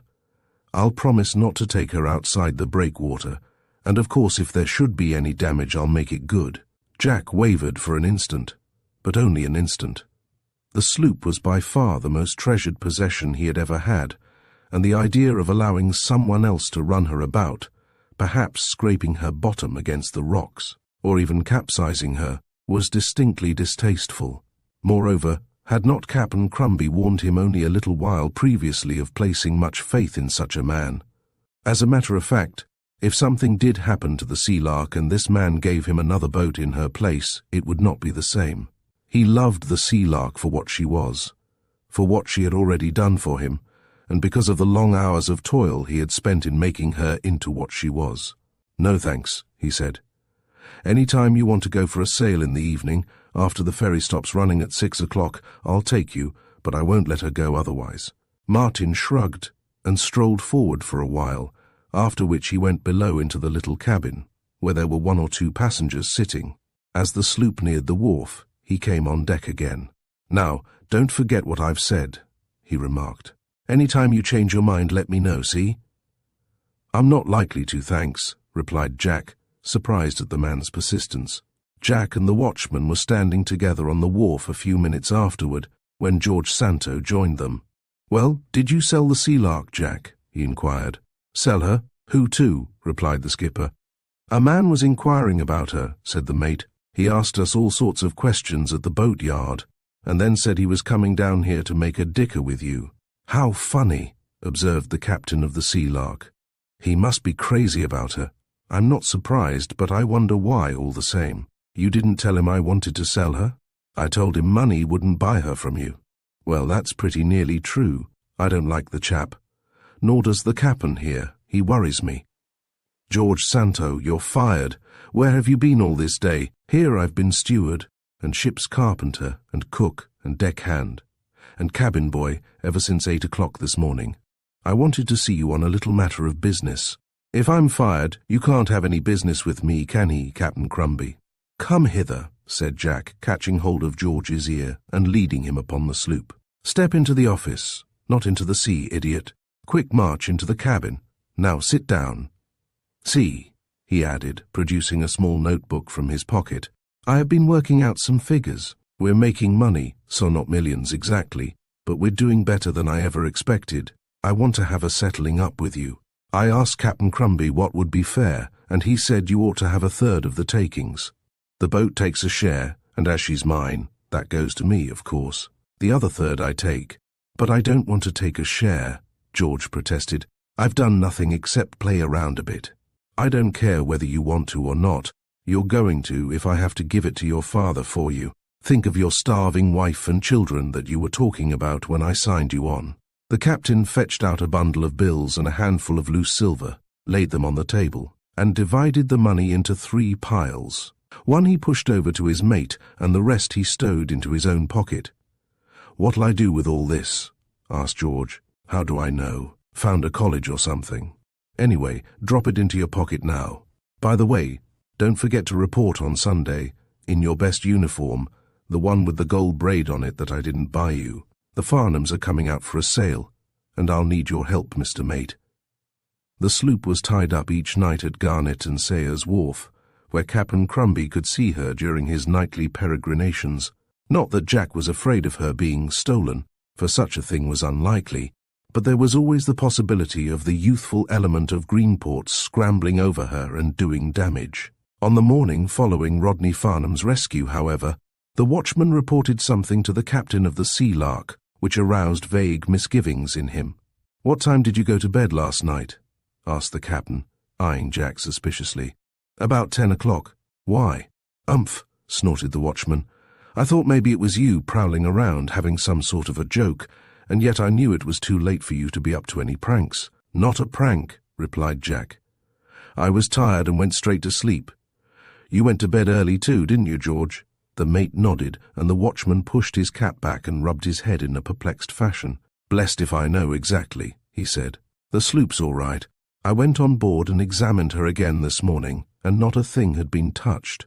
"Examined her again? But what happened in the night?" Jack was now becoming concerned, in spite of the fact that the sloop lay basking in the bright sunshine at his feet. "'Twas about midnight, as near as I can remember," said the captain. "I'd been having a little doze in my cubby, and I walked out here to take a squint round. I'd no idea anything was wrong, mind you. It was mighty dark, 'cause the moon hadn't got up yet, and it was cloudy. I was standing right here, lighting my pipe, when I heard something down yonder at the far side of the Sea-Lark. It wasn't much of a noise, more like the soft bumping of a dory up against her side than anything. Perhaps I wouldn't have taken any special notice of it, only there was no wind, and as far as I could remember, nobody had left any dory near. 'Hello there,' I calls out, not thinking anything special about it. If I'd known then what I knew a minute later, I'd have been down aboard the sloop before you could have said your own name. But I didn't. There was somebody there, right on the deck of your ferry boat, but he didn't say a word. I heard the bumping sound again, as though he'd drawn a dory to the side with a jerk, and he jumped into it. Then he rowed off quick as lightning. I hollered after him, but he took no notice, so I got my lantern and went aboard the sloop. The cabin door was locked, just as you always leave it. Come to think of it, there's nothing special anyone could steal. Anyway, that's all that happened, but you may be sure I didn't take no more dozes till daybreak." "How queer," commented Jack uneasily. "Rode clean away, he did. Mind you, it might have been someone who'd landed there while I was dozing, and he was just putting off again. But why did he land against the side of the Sea-Lark when he could pretty near have walked onto the wharf 10 yards further on?" "And what was he doing there anyway at midnight?" asked Jack. "You don't get people prowling around the wharf very often at that time of night, do you?" "If I catch 'em at it, you may be sure I want to know what they're after," replied the watchman. "The queer thing about it was his sliding off, without saying a word when I hailed him." "I don't like it," said Jack. "There may have been nothing wrong, of course, but, well, you see, I should feel sick if anything happened to that boat." "I wonder who it could have been," said George. "Captain Crumby, I have half a mind to spend tonight on board," said Jack. "I could sleep in one of the bunks in the cabin just as well as in bed at home." The watchman took his pipe out of his mouth and carefully laid it down. When he did that, you knew he was thinking hard. "There's no need to do that, son," he replied, "so long as I'm here. You may depend on it, I'm going to keep my eyes skinned for the next week or so, till we get the moon again. But then again, there wouldn't be any harm done if you do want to sleep aboard." "Yes, Jack, let's," pleaded the mate. "I don't think I've ever slept on a boat." "All right," agreed the skipper. "If we both get murdered, don't blame me. Bring a blanket down after supper, George, and we'll make ourselves comfortable." Captain Crumby lent the boys a lantern, and after wishing them a cheery good night, left them alone. For about an hour they chatted, and then, feeling sleepy, turned out the light and rolled themselves up in their blankets. George dropped off to sleep within a few minutes, but Jack turned about in his bunk for some time before following suit. He did not expect his slumbers to be disturbed, for, the more he thought about it, the more he came to the conclusion that the visitor to the sloop the previous night must have come to the wharf for something which had nothing to do with the Sea-Lark. There was so little on board that could be stolen. Nobody in his senses would do such a clumsy thing as attempt to get away with the old sails, he mused. It was pitch black in the cabin. Up on deck it was not much better, for the thin crescent of a moon was not due for hours yet, and there were clouds in the sky again tonight. Occasionally the sloop rocked gently as the water lapped her side and burbled between her and the wharf. It was a soft, soothing sound. Jack was perfectly comfortable and very happy. It was a good idea to sleep on the boat, he reflected. The novelty of the thing appealed to him greatly. Later, when the weather grew hot, he and George would often do it. He wondered vaguely what Captain Crumby was doing on the wharf, perhaps snatching 40 winks in his own little snuggery. Jack felt he couldn't blame the cap'n if he did snatch 40 winks 50, if he liked, and then he dropped suddenly into healthy slumber. How long he slept he had not the remotest idea, but he awoke with a start. Something had happened, but he did not quite realize what. That he had been awakened by something he was perfectly sure.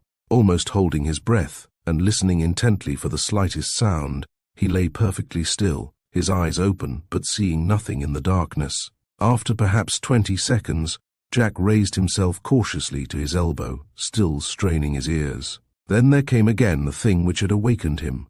The sloop swayed, as though something were being pressed heavily upon her side. Silently as a shadow, Jack slipped from his bunk and extended a hand to awaken his chum. But on second thought he changed his mind. George would be sure to say something if he were awakened, and that would scare the midnight prowler off instantly. Jack was standing in the middle of the cabin, feeling for a stout stick which he had placed at hand before going to sleep.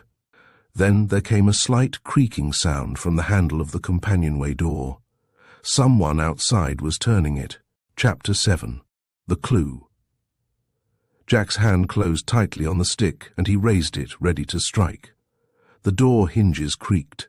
Jack's pulse was thumping as he had never known it to do.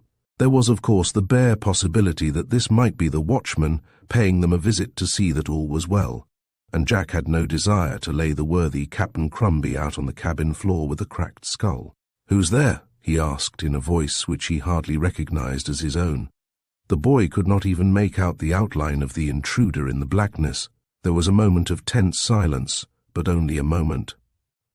As soon as the midnight visitor recovered from the shock of finding someone in the cabin, he closed the door with a bang just as Jack brought down his stick sharply.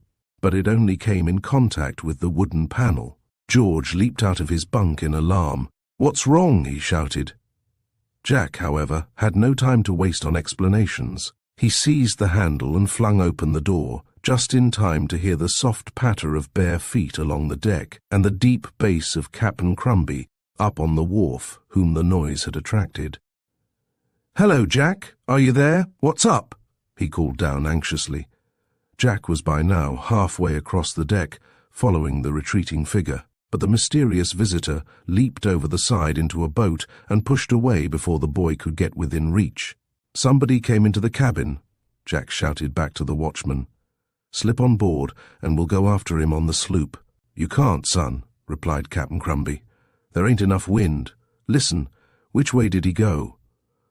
The watchman and the two boys strained their ears, but the fugitive, after pulling a few strokes, had evidently dipped his oars in the water gently. Not a sound was to be heard, save the swish of the tide against the wharf piles and the side of the sloop. "Well, if that don't beat the Dutch," exclaimed Captain Crumby. "You didn't see him, of course?" "No," replied Jack. "I was asleep, and we had no light. If I'd been half a second quicker, I might have winged him with this stick, but I couldn't be sure it wasn't you. He slammed the door in my face and bolted as soon as I spoke." "I heard you call out," said the watchman, "and that fetched me to the side of the wharf at a run, but I'd heard nothing afore that. I got a scare at first, 'cause I thought someone was killing the pair of you." "Nobody touched either of us, thanks," said Jack. "It was queer, though. The fellow never said a word. In fact, it might have been a ghost, only I heard the creak of the doorknob when he turned it, and I could distinctly hear him running along the deck. Ghosts don't patter about the deck in bare feet, do they, Captain Crumby?" "'Tain't no ghost," grunted the watchman. "It must be the same chap who came aboard her last night, and ghosts don't float around in dories, leastwise I never heard of 'em doing it. No, it's something he's after, but what in thunder that might be, I dunno." "I wish to goodness I knew," said Jack. "It sits worse than ghosts. I believe it is someone who wants to steal the sloop. If they knew how to handle her, they could sail miles away before morning. And then, if they painted her name out, it wouldn't be easy to trace her. But if someone wants to steal her, why should he come into the cabin?" asked George. "He never dreamed there might be someone on board, and all he had to do was cast off. Maybe the fella just peeped inside to make sure he wasn't doing any kidnapping," suggested the watchman. "He'd have been in a rare fix if he'd got out to sea, and then found he had the owner aboard with him all the time." "We're only guessing anyway," said Jack, "and there's nothing to tell us whether we're anywhere near the truth or not. All the same, I'm glad I slept on board, or I don't know what might have happened. And here's another thing. I'm going to sleep on board tomorrow night too, and every other night for a while. You can't sit on the deck of the sloop all night, Captain Crumby, and if someone wasn't right on the spot every minute, I believe this mysterious chap would get away with her. I'm going to sleep on board too, said George. All right, agreed the watchman. Tain't such a bad idea at that, only you want to keep your light going all the time. Not that you'll catch anybody that way, but you'll be safest. The lantern in the cabin had now been lighted, and the boys returned to their bunks, as there seemed no likelihood of any further excitement that night. At dawn, the skipper went on deck and looked around as though half expecting to find evidence of the previous night's encounter. Everything on the sloop was just as he had left it the previous afternoon after his last run across the ferry. Not even suddenly the boy came to a standstill and stared down, his brows knit. Then he began to chuckle softly and returned to the cabin. "George, ahoy," he said. "Wake up, lazy, and come out. I've something to show you." The mate opened his eyes and stretched. "What's up now?" he asked, yawning. "I want to offer you my compliments," said Jack. "Something must be wrong with you, Captain. You're too polite to me this morning." "No, it's genuine gratitude," replied the skipper. "Your father was right when he said you couldn't do carpentering work for nuts." "Shoot," replied George with an air of suspicion. "We mended that broken place on the rail together, didn't we?" said Jack. "Well, you sawed the piece and I nailed it on," agreed George. "Yes, and not knowing better, you left the sharp end of a nail sticking up. Come and look at it." George hopped out of the bunk and followed his chum on deck. A fragment of grey cloth was adhering to the sharp point. "It's our ghost trap," said Jack. The mate knelt down and inspected the thing curiously. "This is where he slid over the side and tore his coat or his pants, maybe," the younger lad commented sagely. "All the same, I don't see how that helps us any."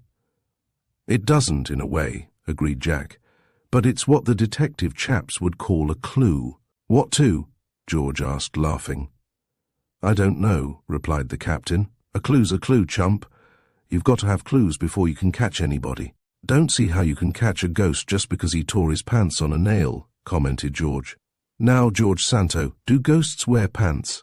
"Not this season," replied George. "Hullo, Captain Crumby," he added, calling to the watchman who had just appeared on the edge of the wharf. "Come and see what our ghost left behind." The watchman scrambled down the rough ladder on one of the piles, and with a judicial air viewed the fragment of cloth. "Aye," he said at length, "that's just about where he slid over the side the night afore, but I reckon we've seen the last of that customer."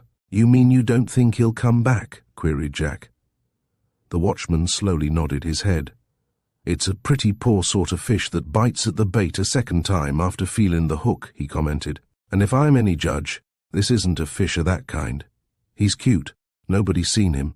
Nobody's heard him speak. There's 100 million people in the United States, and so far as you or I know, it might be any one of 'em. All we got is a bit of his pants to go by, and if you arrested every man in Greenport who has met with a little accident of that kind, we'd have the jail full.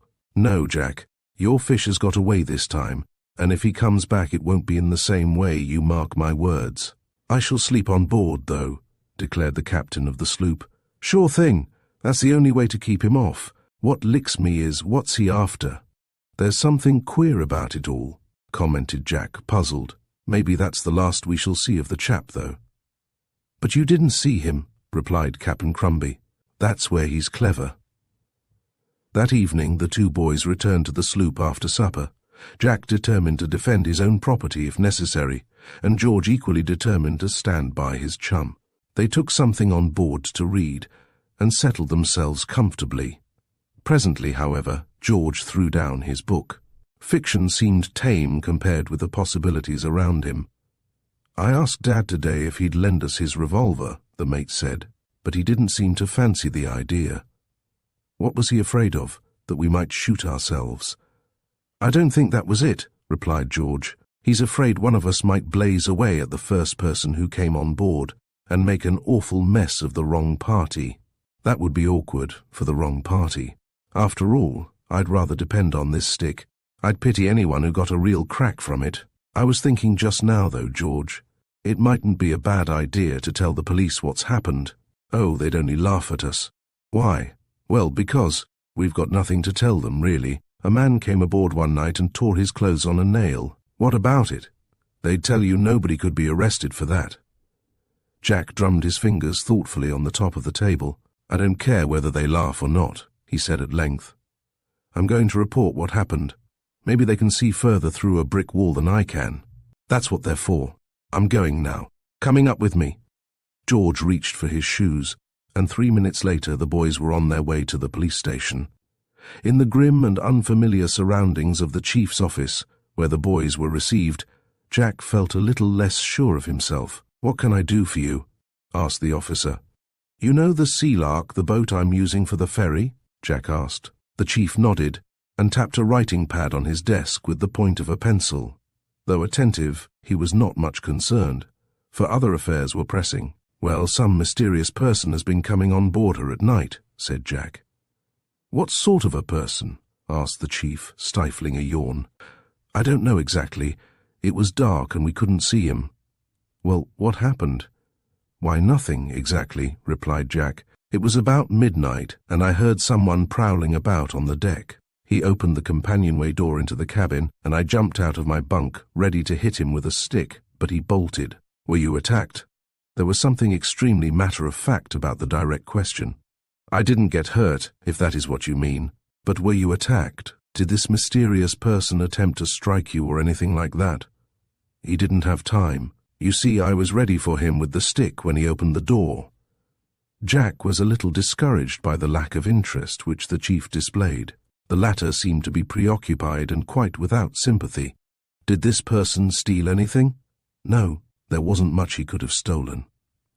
Then all it amounts to is this.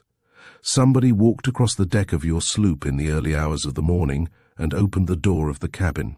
You haven't got much of a case for us to handle, young man. He smiled, but there was something rather ironical about that smile. Even if we found this midnight visitor of yours, which I hardly think is likely, as you don't know what he looks like, and you don't really know whether it's a man or a woman, what would you like us to charge him with? Certainly not theft. And you know as well as I do that there isn't anything so very peculiar about a man walking across the deck of another man's boat, whatever the time of day or night. I've done it myself dozens of times. Sometimes one has to get ashore. But he opened the door of the cabin. The chief shrugged. Well, what of it? He queried. It may have been some sailor or fisherman who was curious to see what it looked like inside. Or, again, it may have been someone who was looking for a place to sleep for an hour or two, and he never dreamed there was anyone aboard. It doesn't sound very much if you look at it like that, does it?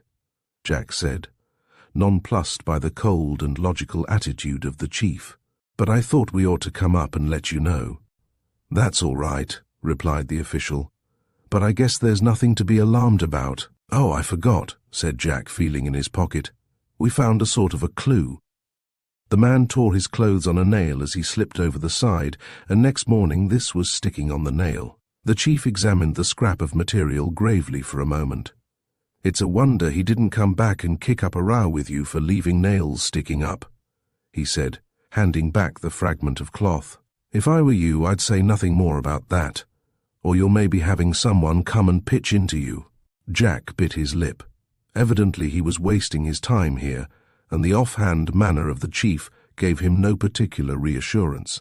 I should be rather pleased if the man who got onto that nail did come and kick up a row, he said.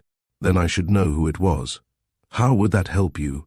He's done nothing unlawful as far as I can make out. I suppose he hasn't really, Jack was compelled to admit. All the same, I'm glad I came up and told you. Don't you worry, son, said the chief, rising from his chair as a signal that the interview was over. If anything more happens, though, you let me know. Thank you, said Jack, dubiously, turning toward the door. When you come to think of it, observed George as they walked in the direction of the boat, we hadn't an awful lot to complain of, had we? I don't know about that, replied Jack. It doesn't sound very serious when you have to admit that no actual crime has been committed. I'm not at all satisfied. I was going to tell the chief about that man, Martin, but I saw it wasn't any use. My guess is as good as anyone else's, and my guess is that Martin was the man who tore something or other on that nail. I've got no real reason for saying so, mind you. And perhaps it isn't fair to Martin to suspect him. but there isn't anyone else to suspect." "I looked as closely as I could today at his coat and pants," said George, "in case there was any sign of a tear." "So did I. I didn't see anything, of course." "No. What did you notice, though?" Jack asked. "I mean something that fitted in with the clue." "Nothing. Well, I could swear he had a different suit on from the one he generally wears," Jack declared. "Unfortunately, I hadn't taken particular notice before. Now you mention it, I believe that's right too," agreed George.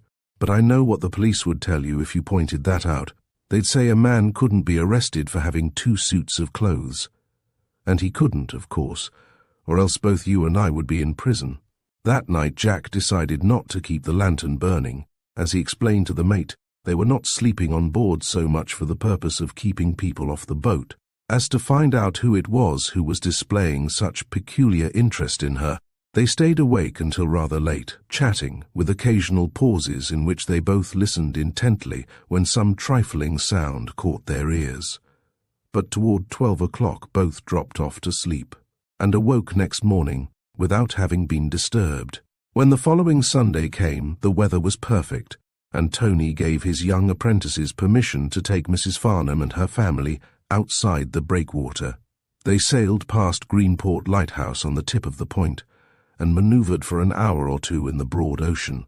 Mrs. Farnham expressed herself as delighted with the trip, and Rodney, who had rarely been in a sailing craft since his father had acquired their motorboat, declared he was as much in love with the old Sea-Lark as ever.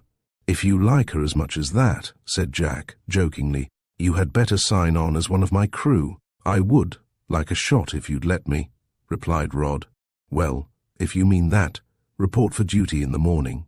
My mate won't be able to help, as he has to do something for his father, and I expect we shall be pretty busy at the ferry." "You don't mind, do you, Mother?" asked Rod. "Not if it amuses you," replied Mrs. Farnham. "I would rather trust you in the Sea-Lark than in that canoe of yours any time." And in this way Rodney Farnham was unofficially signed on. The more Jack knew the city lad, the more he liked him. They were about the same age, and had very similar tastes, and they became excellent companions, despite the fact that one was working hard through the vacation to help his father, and the other attended an expensive New York school, and could have spent most of his time, had he chosen, in rolling about in a luxurious limousine. But the sea had a fascination for Rod. He was never so happy as when, dressed in a flannel shirt, more or less white trousers and sneakers, he stood on the swaying deck of the little sloop, jumping to obey the captain's orders, and feeling the sting of the fresh salt air on his cheeks. He and George also became chums, and the 3 boys spent many a happy hour on the sloop. Their trips in her now were not always limited to the regular run between Garnet and Sayers Wharf and the Point, for Tony considered they were perfectly capable of sailing out beyond the breakwater in favourable weather, so long as they kept within a mile or so of shore, and Captain Crumbie was not long in arranging for them to take out occasional pleasure parties. Sometimes during the evenings and on Sundays they ran down the coast, almost as far as Mackerel Point, and at others, when the wind was more suitable, they chose the direction of Indian Head, there to run within a mile or two of the place where the now dancing Sea-Lark had lain so long in her sandy bed. Once, when the sloop was gliding under Indian Head, Jack looked up at its well-remembered outline, and his fancy drifted back to other days. "Rod, have you ever been an Injun?" he asked. "How do you mean, played at being one?" "Yes, in full war paint and feathers, scalping the enemy and hunting buffalo, and taking hostages, and following the trail of palefaces and tomahawking them." "No," said Rod. "I'd have liked it finely, but we never seemed to get a chance to hunt even that sort of buffalo in New York. I wish I had." "See that headland?" the skipper queried. "That's the place where Sitting Bull and White Fox made their famous stand, with their backs to the edge of the cliff. The Iroquois had attacked them in thousands, and killed all the defenders' braves. But Sitting Bull and White Fox outwitted the enemy.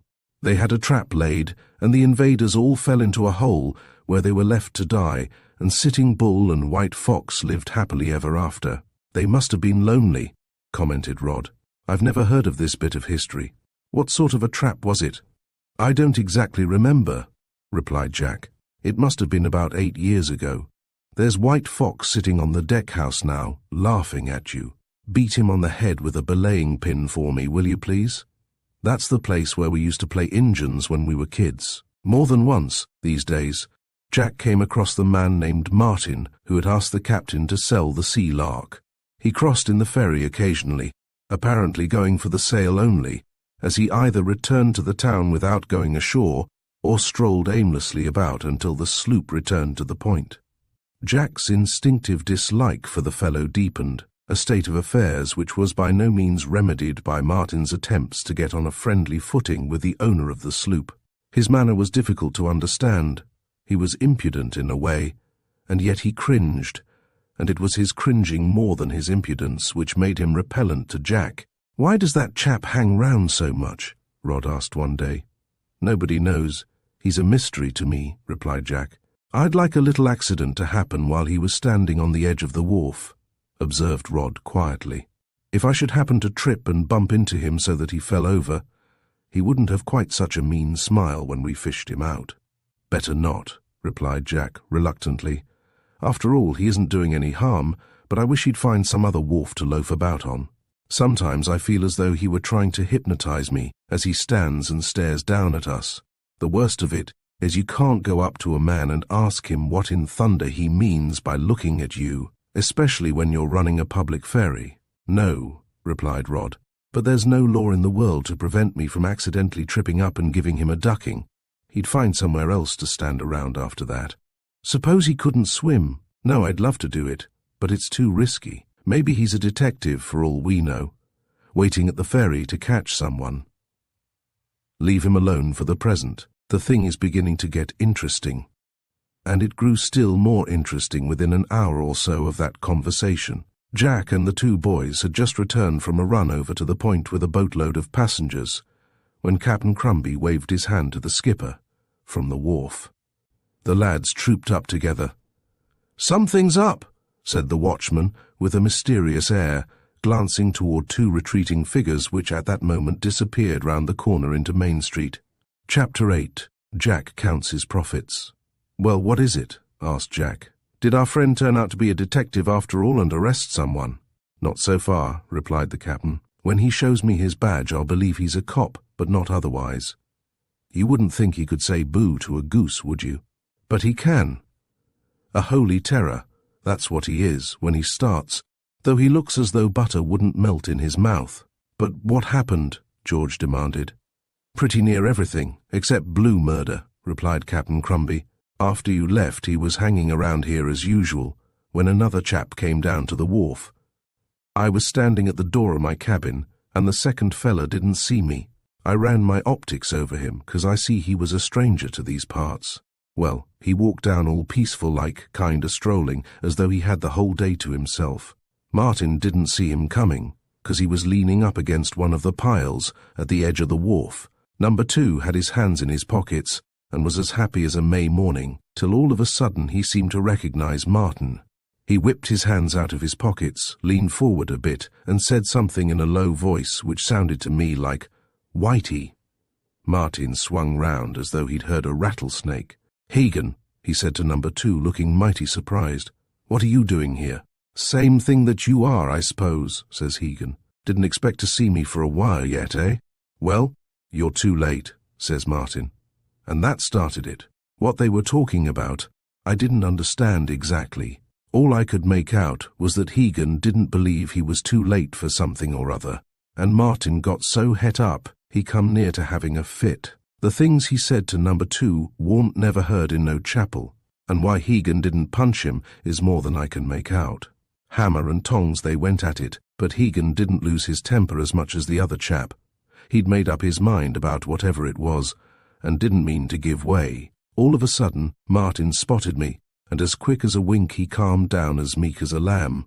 He muttered something to the other fella so low that I couldn't hear, and next thing you know, number 2 produces a cigar case, and they both lights up and walks away as nice and calm as if nothing had ever happened. They hadn't got off the wharf when you landed." "Mysteriouser and mysteriouser," commented Jack. "I've got a feeling that something is going to happen to someone somehow. "Captain Brains, of the good ship Sea-Lark," the mate observed, grinning. "But joking aside," said Rod, "there does seem to be something in the wind, doesn't there? What do you think of it, Mr. Crumby?" "Captain Crumby, at your service," the watchman corrected with a reproving glance. "My mistake, Captain, but you're the only one who saw the two quarrelling. You don't agree with Jack that this Martin may be a detective looking for someone? The other chap, Hagen, may be another detective, and they're both after the same person. That would explain what you overheard." "Son," the watchman replied, "I've been a law-abiding citizen all my life, and the police haven't been much in my line. But I've got two eyes in my head, and I've never seen a police officer yet, in uniform or out of it, who hadn't got his business written all over him. No, if either of 'em has ever seen a badge, it was only when it had to be shown to 'em." "You seem to study human nature a lot," said Rod. "Do you remember Mr. Harmon, who has been staying at our bungalow for the last 10 days? "Course I do," replied the captain. "Hasn't he been coming to Greenport for the last 10 years? "You mean the chap who stood on this very wharf 2 days since and talked to me for over an hour?" "That's Mr. Harmon," Rod agreed. "Now, you're a fairly good judge of people. What would you guess he was?" "Ho! I don't have to make no guess about him," said the watchman scornfully. "I know. But then I've known him so long and I couldn't go wrong." "Well, what is he?" asked Rod. "Why, an artist, of course. You can spot 'em every time. They don't seem to know nothing much outside paint and sketching, but he collects butterflies too. Showed me one he said he'd paid $15 for, and it wasn't much bigger than my 2 thumbnails, so I laughed at him." "You did?" said Rod, smiling. "Why, Captain Crumby?" "I've seen butterflies that were butterflies in my time," replied the watchman. "Sailors get chances of that kind, you know. What with what I've seen, he cast a sidelong glance at Jack and George, knowing he could not stretch the bow too far before them, and heard from shipmates. I was able to tell him all about the big butterflies in the South Pacific Islands. Pretty nigh as big as my hat, some of 'em are, flying all over the place, and to be had for the catching without paying any $15 a time either." Rod roared with laughter. "He took it all in, of course?" the boy asked at last. "Course he did. 'Tain't funny," protested the captain, knocking the ashes out of his pipe with unnecessary violence. "But it is funny," replied Rod. "You see, Mr. Harmon's hobby is butterflies, and he spends half his time and lots of money traveling around places like the South Sea Islands after them." "Well, I'm blessed," commented the watchman, with an inward twinge at the memory of some of the wilder statements he had made to Mr. Harmon. "Didn't know these artist chaps ever made lots of money like that." "That's funnier still," replied Rod, with a broader smile. "He only paints pictures for fun on vacations." "Now, who'd have thought that?" was Captain Crumby's pensive reply. During the next forenoon, Jack, in view of what the watchman had told them, was not surprised to see the man who called himself Martin appear on the dock with a companion, and from the mysterious and yet eloquent signs which Captain Crumby made, both with his index finger and with his left eye, the lid of which drooped in an unmistakable wink, Jack realized that the individual with him was his opponent of the previous day. Hagen was no more like the popular idea of a detective than his companion. He was a short, bull-necked person with red, beefy hands, a bold, determined, and also unshaven face, an insolent air, and bright, beady eyes which darted about restlessly. He smoked cigars incessantly, lighting one from the stub of another. The 2 men were waiting at the end of the wharf when the ferry returned from the point, and stepped on board as soon as the other passengers had disembarked. "Well, how's business?" Martin asked, addressing Jack the moment he got on board. He spoke in a tone which Jack regarded as a shade too free and easy, considering the length of time they had known each other. "Very good, thanks," he replied quietly. "How much is the fare?" asked Hagen, pulling a handful of coins out of his pocket. 10 cents? Here's 50 for you."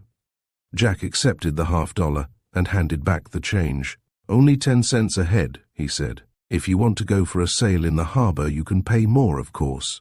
"That's a good idea," declared Hagen. "What do you say, Martin? A little run round the bay, huh? You won't be seasick? Go to it, son," he added, addressing the captain. "We'll have a full dollar's worth." And as the Sea-Lark sped away, Captain Crumby, standing on the edge of the wharf, with his hands jammed down into his pockets, and his eyes on the little craft slipping into the distance, shook his head slowly and soberly. "Now, I wonder where I've seen that chap Hegan afore," he muttered. "Maybe it was a long time ago, and maybe it wasn't such a long time, but I've seen him afore, somewhere." Meanwhile, with exaggerated friendliness, Hegan was endeavouring to gain a friendly footing with the crew of the sloop. "Nothing like a sail on the briny for your health," he declared. "My friend Martin talked about buying a boat sometime since, but he's changed his mind now. Says he might be going back to New York before long, and he couldn't take it along with him. I'd like to see him trying to navigate a sloop of this size up Broadway." "Ha ha, well, well, you boys certainly are 3 good sailors. And a very nice boat you have here too. We must come for a sail in her again. We've nothing to do just now on a vacation, you know.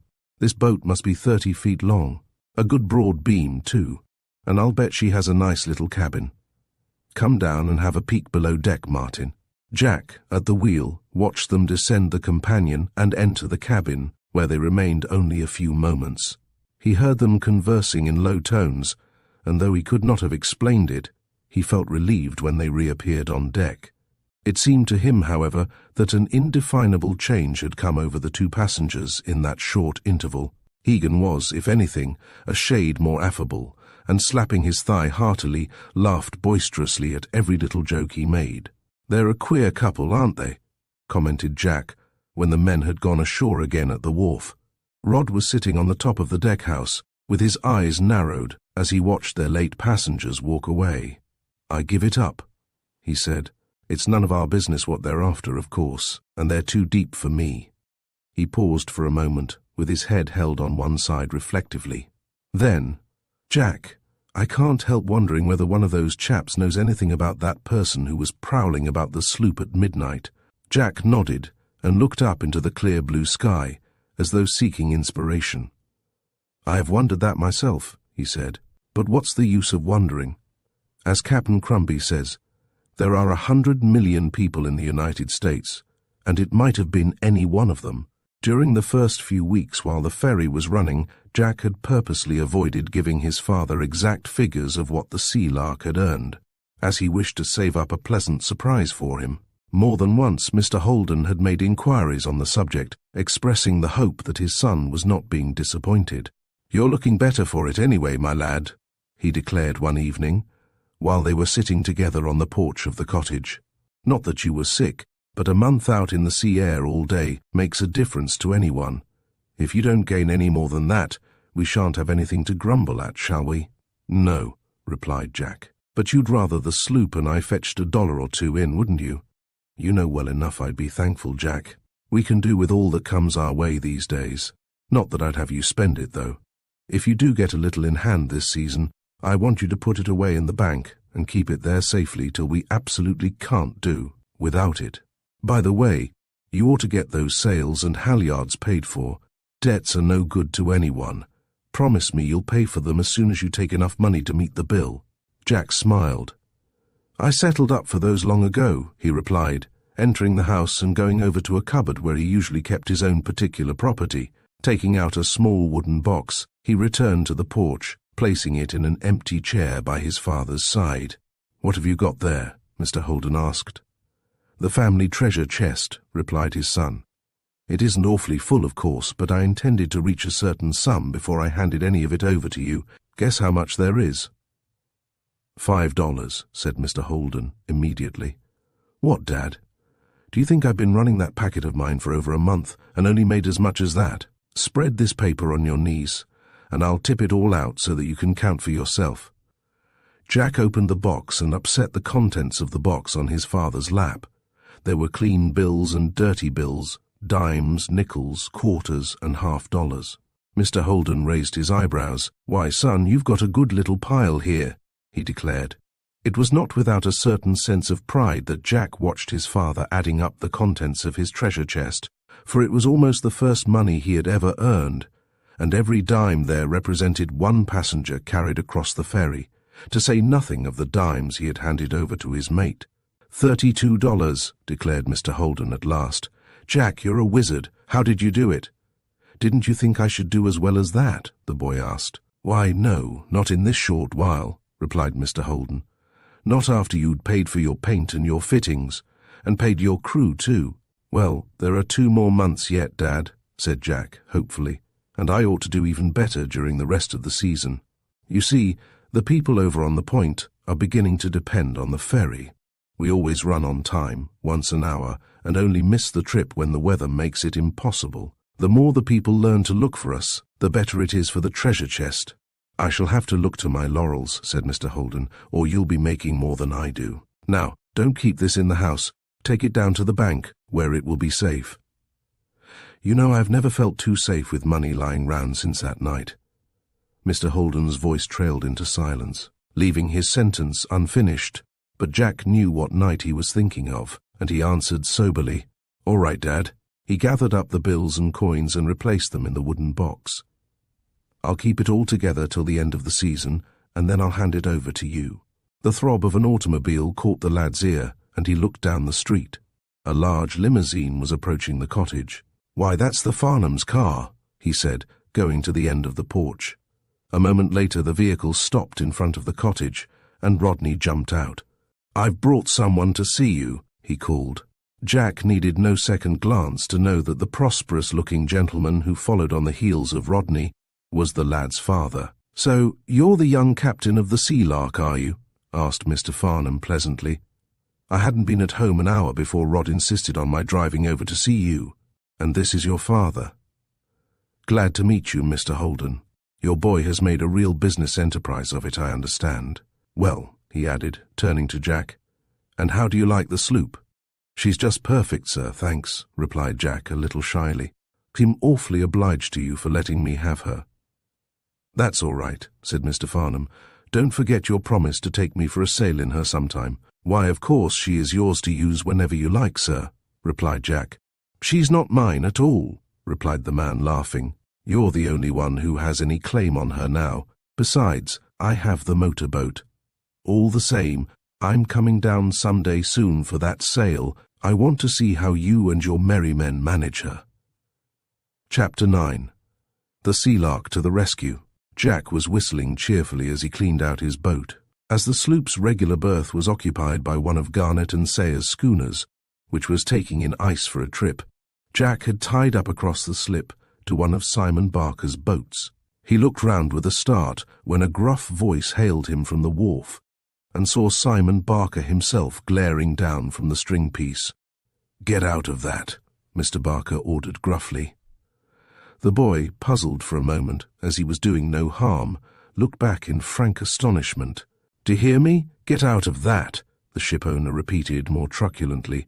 "What do you mean by rubbing the paint off my boat?" Silently Jack cast off and let the Sea-Lark swing back across the slip. "Don't let me catch you over here again," bellowed Mr. Barker, as he made his way back toward his office at the head of the wharf. "Don't you worry about that," muttered Jack, smarting, as he fended the sloop from a spile and tossed her line over it. "You wouldn't have found me there then if I'd realized where I was." He looked disgustedly after the ship-owner, whose back was disappearing through a doorway. "I wouldn't tie up to one of your old tubs if it were the only thing afloat, you old skinflint." But in that, Jack was mistaken, as events soon proved. 2 days later, there came a blustery, rainy Datha sort of weather known to the Down East fishermen as a smoky sou'easter. For a brief spell, summer was in a grumpy mood. Drizzle fell constantly, and sharp gusts of wind swept at intervals across the harbour. Jack, having made one profitless run across to the point, was wondering whether or not there was any chance of the sun taking another peep at Greenport that day. He hoped that for once Captain Crumby was wrong in his assertion that it was going to last till nightfall. George was not on board that morning, as it was one of the days when his father needed assistance, but Rodney had joined the sloop, in no wise discouraged by the weather. Both boys were enveloped in oilskins, while the Sea-Lark was lying at her berth cap, and Crumby strolled to the edge of the wharf, casting a glance far out to sea for some sign of a break. "There's a schooner in trouble down near 4 Fathom Shoal," he announced. "They've just telephoned from the light about her." "A Greenport schooner?" Jack asked. "Don't know," replied the watchman. The lightkeeper said he could only just make her out in the haze. Is she ashore on the shoal? Don't seem to be. As far as he can see, she's a bit to the south of the shoal, but she's had her sticks blown out of her or something. I haven't seen the tug go off, observed Jack. She ain't here, but Barker's on the job all right. He's scared stiff lest the schooner is one of his boats. Shouldn't wonder if she is. The Grace and Ella ought to have got in last night, but she didn't. The Grace and Ella, repeated Jack. The name had a peculiar significance for him. That was the schooner which his own father had owned in partnership with Simon Barker when the robbery had led to the severing of their business relations. I hope it isn't the Grace and Ella, said the boy anxiously. Somehow he don't know well. She isn't in the family now, of course, but all the same I hate the idea of anything happening to her. So does Barker, grinned the watchman, whose sympathies lay more with the men on the schooner than with the owner's pocket. His tug went up to Rockmore this morning with a tow, and he's hanging onto the telephone and nearly having a fit, trying to get hold of Burke, the captain. Rockmore is a tidy distance off, commented Jack. Anything might happen to the schooner by the time the tug reaches her from there. But the schooner isn't ashore, you say? Not as far as the lightkeeper could make out. And the tide is making the other way, so she'll be all right for a while, so long as she ain't leaking bad. Jack looked up sideways at the gloomy sky. Though the wind was coming in puffs, it by no means had the force of a gale. What do you say to a run out there, Rod? He asked suddenly, turning to his friend. Out where? To 4 Fathom Shoal? His face lighted up at the prospect of such an adventure. I'm game, if you are. Why not? Said Jack. I don't know that we could do much when we got there, but the sloop can make it easily enough, and you never know. They might be jolly glad to let us bring them ashore. Well, I ain't saying you wouldn't get there safe, observed Captain Crumby, though you'd have to tack all the way against this sou'easter. But the tug may get there afore you can. According to you, though, the tug hasn't started from Rockmore yet, protested Jack. There isn't a soul wants to go across the ferry at present, so why shouldn't we make the run? Go to it, said the watchman. Nobody's stopping you.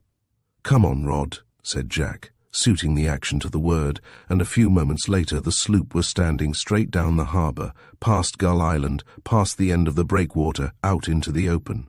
Jack found the sea was rougher than he had anticipated when they came abreast of Greenport Light, but the wind was nothing to cause alarm. The Sea-Lark danced and cavorted, heeling well over as she raced up one side of a green sea and dived down the other. The water boiled in her wake, for Jack was carrying every stitch of canvas he could spread to the breeze. Thump, thumpety, thump, went the curling crests of waves as they slapped her bow. Always she rose before the onrushing swirl like a bird in fact, as well as in name, but sometimes the crest curled a little higher, swished up at her prow, and shot over the deck, drenching everything on board. Several times her cockpit was awash, and some of the water went down the companionway into the cabin, but the rest gushed back through the scuppers into the sea. This rain must have got worse since the lightkeeper telephoned, Jack said, when they had run a mile south of the breakwater, and he was thinking of swinging over onto the other tack. The shoal is 4 miles away from the point, and you can't make anything out more than half a mile away now. It may let up again soon, though. Keep your eyes skinned, Rod. Jack came about as soon as he had room to run clear of the point's eastern shore. The loom of the shore was hazy, and as soon as he went about once more and bore away almost due south, the mist swallowed up the coastline entirely. The wind sang shrilly in the rigging, and the boys' faces smarted with the salt spume which whipped their cheeks and at times half blinded them. "Want to go back?" Jack shouted to his chum, jokingly, when the Sea-Lark, in a particularly playful moment, had kicked up her heels and dived with somewhat alarming suddenness down a steep green mountainside, fetching up at the bottom with a splash and burying her nose. "Not likely," replied Rod, revelling in the spice of danger which flavoured the adventure. "It's just beginning to be interesting. She'll fairly skate home straight before this wind," replied Jack, laughingly. "Here comes a whopper. Look out. Isn't she a daisy? See the way she rose to it? We must be about halfway out to the 4-fathom bell buoy now. I thought I heard it ringing just then. Listen." Ding-ding-a-ding. The sound was faintly audible. "It's safe enough to keep on till we work our way to that buoy," said Rod. "Dad and I have been as far as that several times in the motorboat, but of course only in fine weather. "I know the shallow water is all to the north of that buoy," replied Jack. "What I'm worrying about now is, where is the schooner? There doesn't seem to be any sign of her. Maybe she's close up to the shoal." For another 20 minutes the sloop ran on, tacking occasionally, and ever approaching nearer the sound of the bell buoy, the melancholy note of which now came clearly enough across the water. "Hark!" cried Rod suddenly. Swish! Came the waves against the prow of the sloop. Overhead there was the constant song of the wind in the halyards. The only other thing Jack could hear for a while was the bell buoy. "What was it?" he asked after a while. Just then a gust of wind brought across the water the squawk of a boat's foghorn. "Conch, conch! There she goes! That's the schooner, all right!" cried Jack, swinging the wheel over and heading in the direction of the sound. Conch, conch! It was more distinct now, the wind bringing it directly toward them. "The tug hasn't arrived, evidently," Jack shouted to his companion. "Didn't I see something away across there just now?" he added, pointing over to the starboard bow and peering into the haze. "Yes, there she is," he cried a few moments later, as a vague blur became visible through the rain. "And she's the Grace and Ella, too. But what's happened to her? There isn't a spar standing." Another 5 minutes' manoeuvring brought the Sea-Lark within hail of the distressed vessel, and soon she was under her lee. "Ahoy, Captain Jordan," Jack called. "The tug is coming off for you." "Hello, youngster, where is she?" "Don't know. They telephoned up to Rockmore for her. She'd gone up there with a tow." "Well, if she ain't quick she won't be a powerful lot of use to us," replied Captain Jordan. "We could drift home in another month or two with this wind. What are you doing out here? This ain't your beat with the ferry." "Why, I didn't know how bad a fix you might be in," replied Jack. "We could have carried you ashore if the schooner had been sinking. What happened to your masts?" Only a few yards separated the two craft. The little boat was rising and falling on each wave. Jack, keeping her clear, headed up into the wind. A squall struck us about 4 o'clock this morning and made a clean sweep. The dories went, and everything, and before we knew it the schooner was bumping her bottom out on the shoal. If the tide hadn't turned just then, we'd have been all broken up by now. "Well, there's nothing I can do for you, is there?" asked Jack. Apart from the natural desire to serve those on another craft in trouble, the boy would have been pleased to be of service to Captain Jordan, for he had been on particularly friendly terms with that stalwart fisherman ever since he himself first began to potter about the harbour. Indeed, many a time he had paddled about in one of the Grace and Ella's dories, and despite Mr. Barker's enmity, the lad had received more than one invitation from Captain Jordan to make a trip in the schooner to the fishing grounds, though he had declined to do so at the desire of his father. "You say the tug ain't coming straight out of Greenport?" the skipper asked. "No telling when she will be here," replied Jack. "I don't think she can be long, though." "Well, I'll have to drop my anchor soon as the tide turns again," replied the fisherman. "Unless you like to give us a tow, we can't do a thing now, except wait. We've got a big tripper fish aboard, too, and she sprang a leak when she hit the sand. We've had to keep on pumping." "I can tow you all right," replied Jack, "if you'll pass me a hawser. You won't move so very fast, but I can get you there." "Well, that'll be a salvage job, won't it?" said Captain Jordan. "You'd better put a price on it before we start." Jack, who had not thought of turning his adventure into a business affair up to that moment, hardly knew what to reply. "What's a fair price, Captain?" he asked. "You'd better settle that with the owners after we get ashore." Jack laughed outright. "No, thank you," he replied. "Mr. Barker and I are not what you'd call particularly good friends. What's it worth to you to be taken into the harbour?" "If the tug comes along," replied the captain, "it won't cost the owner anything. But there's no sign of her yet, and if we keep on drifting the way we're headed, we're due to land up on the big Popple Beach before long. I'll take the first tow I can find, and I guess I wouldn't kick at $500 for the job." There was a gasp from Rodney. Jack blinked once or twice, and the smile vanished from his face. Then, "Let me have that hawser," he said in a businesslike tone. "Only, Captain, if I start towing you, I want to finish the job." "Glad to have you," replied Captain Jordan, who, though he did not say so, was by no means heartbroken at the idea of running up a bill against his employer. In the circumstances, for, like everybody else with whom Simon Barker had had any dealings, the captain of the Grace and Ella had been a victim of Barker's meanness. Most of the gear on the schooner was little better than junk. To wring a new set of sails out of her owner was one of the hardest tasks in the world. It was just the same with halyards, spars, and everything else aboard that needed to be renewed from time to time after hard wear and tear. Captain Jordan was convinced that the loss of the 2 masts was due to Barker's stinginess. 12 months previously, the skipper had pointed out a defect in the mainmast and suggested that it would be safer to have the spar replaced, but Barker would not hear of it. It was that mast which gave way first when the squall hit them, and the foremast, unable to bear the additional strain, followed suit. Barker, therefore, was only paying for his own niggardliness. Chapter 10. Salvage. The task which Jack had undertaken was not so formidable as it might have been, for everything was in his favour. The end of a manila hawser was cast to him. This he made fast to the quarter bitts, and then he headed due east to clear the end of Greenport breakwater. When once she felt the strain of the hawser holding her back, the little Sea-Lark tugged and fretted like a greyhound puppy at its leash, for she had a dead weight of several 100 tons dragging at her heels. And for a few minutes that dead weight almost seemed to be anchored securely to the bottom of the ocean. But the steady pull of the sloop presently began to tell.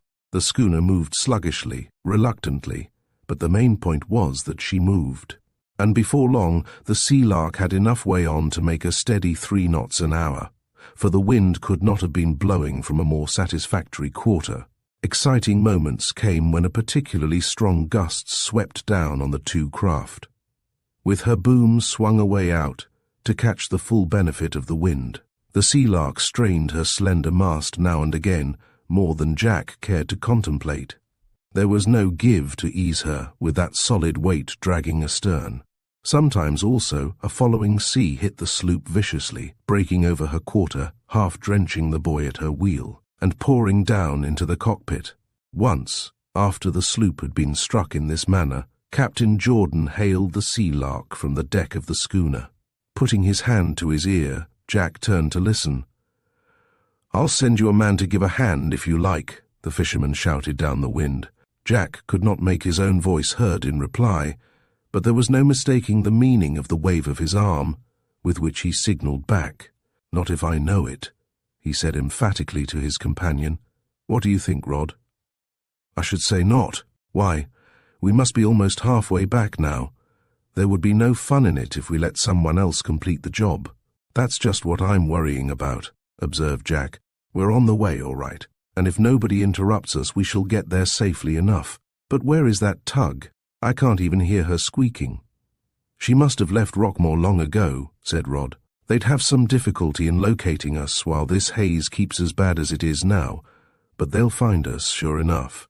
"I wonder what will happen when the tug does bob up," Jack said. "If it arrived just now, I don't think I'd have the cheek to refuse to give up the tow." "Why not?" So far as Rod could see, they were doing perfectly satisfactorily. "Well," replied Jack with a laugh, "you've got to remember that we aren't under steam power, and they are for one thing. Also, the tug is Barker's boat, and perhaps rubbish," declared Rod. "If you take my advice, you'll hang on as long as the sloop holds together and as long as you're doing what you contracted to do. Didn't the captain say he was glad to have you give him a tow? And didn't he agree that if you began to tow you could finish it?" "Well, we'll see," replied Jack. "I've got no complaints at present. Never heard of such luck." $500 seems an awful lot of money for doing a little bit of a thing like this, though, doesn't it?" asked Rodney. "Yes, it sounds a lot to us. But you must remember that the Grace and Ella is worth thousands of dollars and has a full catch of ground fish under her hatches. It isn't exactly the idea of losing the salvage money that makes me hope the tug will miss us somehow, though," he added with a grim smile. "It's quite enough reason," observed Rod. "Yes, but I want to keep this tow till we get right into the harbour," said Jack. "I can't very well be in 2 places at the same time, but I'd give a month's earnings at the ferry to be standing near Mr. Simon Barker and watch his face when he sees this schooner of his being towed in by the Sea-Lark. It won't take him more than about a minute to realize that I'm getting a very nice revenge for something he said to me only a couple of days ago. Slip up for it there, Rod, will you? I believe I spotted the point then, and I want to make sure of my bearings. The haze seems to be clearing off a bit. Then something happened which he had been dreading.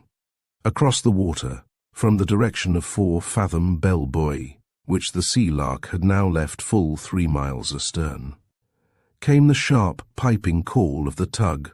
4 short squeaks, a long one, and finally a short one. No mistaking was Rod's only comment. Much to Jack's delight, the captain of the Grace and Ella did not attempt to signal back. Such a proceeding would, however, have been difficult anyway, against the wind. "There's the point!"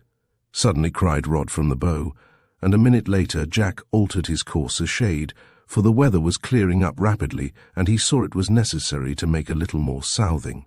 At the same time, he glanced back over his shoulder. The squawk of the tug was now insistent. "I believe we shall manage it yet," he said delightedly. "Another 20 minutes or so will take us round the end of the breakwater, and the tug hasn't spotted us yet." But as he spoke, the rain ceased, and presently the ocean was visible for miles. "Here she comes," Jack cried as his eyes fell on the distant shape of the fussy little Simon P. Barker, tearing along like a snail, and I guess her skipper's roaring mad now that he can see what happened. Keep going," urged Rod, almost dancing with delight. "You bet I'm going to keep going," replied Jack, with the light of battle in his eyes. He'd bust his boilers in catching up with us now, before we're round the breakwater. "Did you ever hear Steve Burke talk when he's real mad, Rod?" "I don't remember ever even seeing him." "Well, you will in a while, and it's no Quaker meeting he's coming to either. He knows what to expect from Mr. Barker as soon as he lands ashore for missing the schooner. Rod, I'm not going to let go now. Burke wouldn't dare to run us down. Of course, if Captain Jordan cuts us adrift, that settles it. But my guess is that he won't." "It's a pretty race, isn't it?" said Jack a moment later. 2 tortoises and one of them hobbled. Thank goodness Burke daren't drive his old tug any faster, or her rotten engines would shake themselves to pieces. Meanwhile, the irate skipper of the tug was protesting loudly with his squeaky siren. The Simon P. Barker wallowed and rolled nearer and nearer, but the Sea-Lark was fast approaching the safe refuge of the harbour. Soon the tug was only about 1,000 yards astern, but by then Jack was negotiating the end of the breakwater, and there only remained the straight run up the harbour to the wharf. The tug, however, evidently had no intention of relinquishing her claim, for she fussed up to the heels of the sloop and hailed. "Let go that hawser," Burke shouted angrily to Jack. "Can't do it. I'm under contract," replied Jack steadily. "Well, I'll bust your contract, and you too, if you don't hand me that hawser mighty quick," Burke snapped back. His practiced hand was at the wheel, and the tug was now gliding through the water within a few feet of the Sea-Lark's side. Jack, however, did not give way an inch. He was by no means sure that Burke would not bump into him and secure the tow by main force. But the tug's skipper knew just a little too much of sea law to carry his tactics as far as that. At this stage Captain Jordan put in a word. "Let the lad alone," he shouted. "He came first, and I had to give him the job." "And what's your owner going to say to you?" Burke yelled back to the captain of the schooner. "He can say what he likes," returned Captain Jordan. "I've got a word or two to put into his ear for sending me to sea with rotten spars, and I've a right to arrange for a tow whenever I think it prudent. Now beat it, or you'll be having a smash-up yet, and then there'll be real money to pay out." With no alternative, Burke sidled away from the 2 vessels, muttering savagely, but realizing that he could put in no just claim to complete the tow. By that time Gull Island had been reached, and Jack could make out figures on the wharves ahead. "Jordan is a brick for standing up for you like that," Rod said. "I thought he would," replied Jack. "But you know, a bargain is a bargain, and we had the law on our side after all. Our friend Burke looked as though he would like to bite your head off. He wasn't very polite about it, was he? But you just wait a few minutes till we draw up alongside Barker's wharf. That's when the fun will begin." They plodded slowly on, until Captain Jordan hailed them from the schooner. "Stand by to cast that hawser off," he directed. "Aye, aye," replied Jack. "Rod, lay hold of that line and be ready to slack away." "Let go!" shouted Captain Jordan at last. The hawser fell with a splash into the water, and Jack brought the sloop round into the wind, leaving the Grace and Ella with enough way on to sidle to her berth. An angry face appeared at the edge of the wharf. "What do you mean by meddling in my affairs?" demanded Mr. Barker, scowling down on the boys. "Meddling," said Jack, unruffled. "I was giving her a little tow. Doesn't she look as though she needed it? It was quite a salvage job." "Salvage?" Mr. Barker's surprise and consternation were ludicrous. "You get no salvage out of me, young man. No one asked you to interfere. What do you suppose I sent my tug out for?" "Tug didn't come in time," put in Captain Jordan.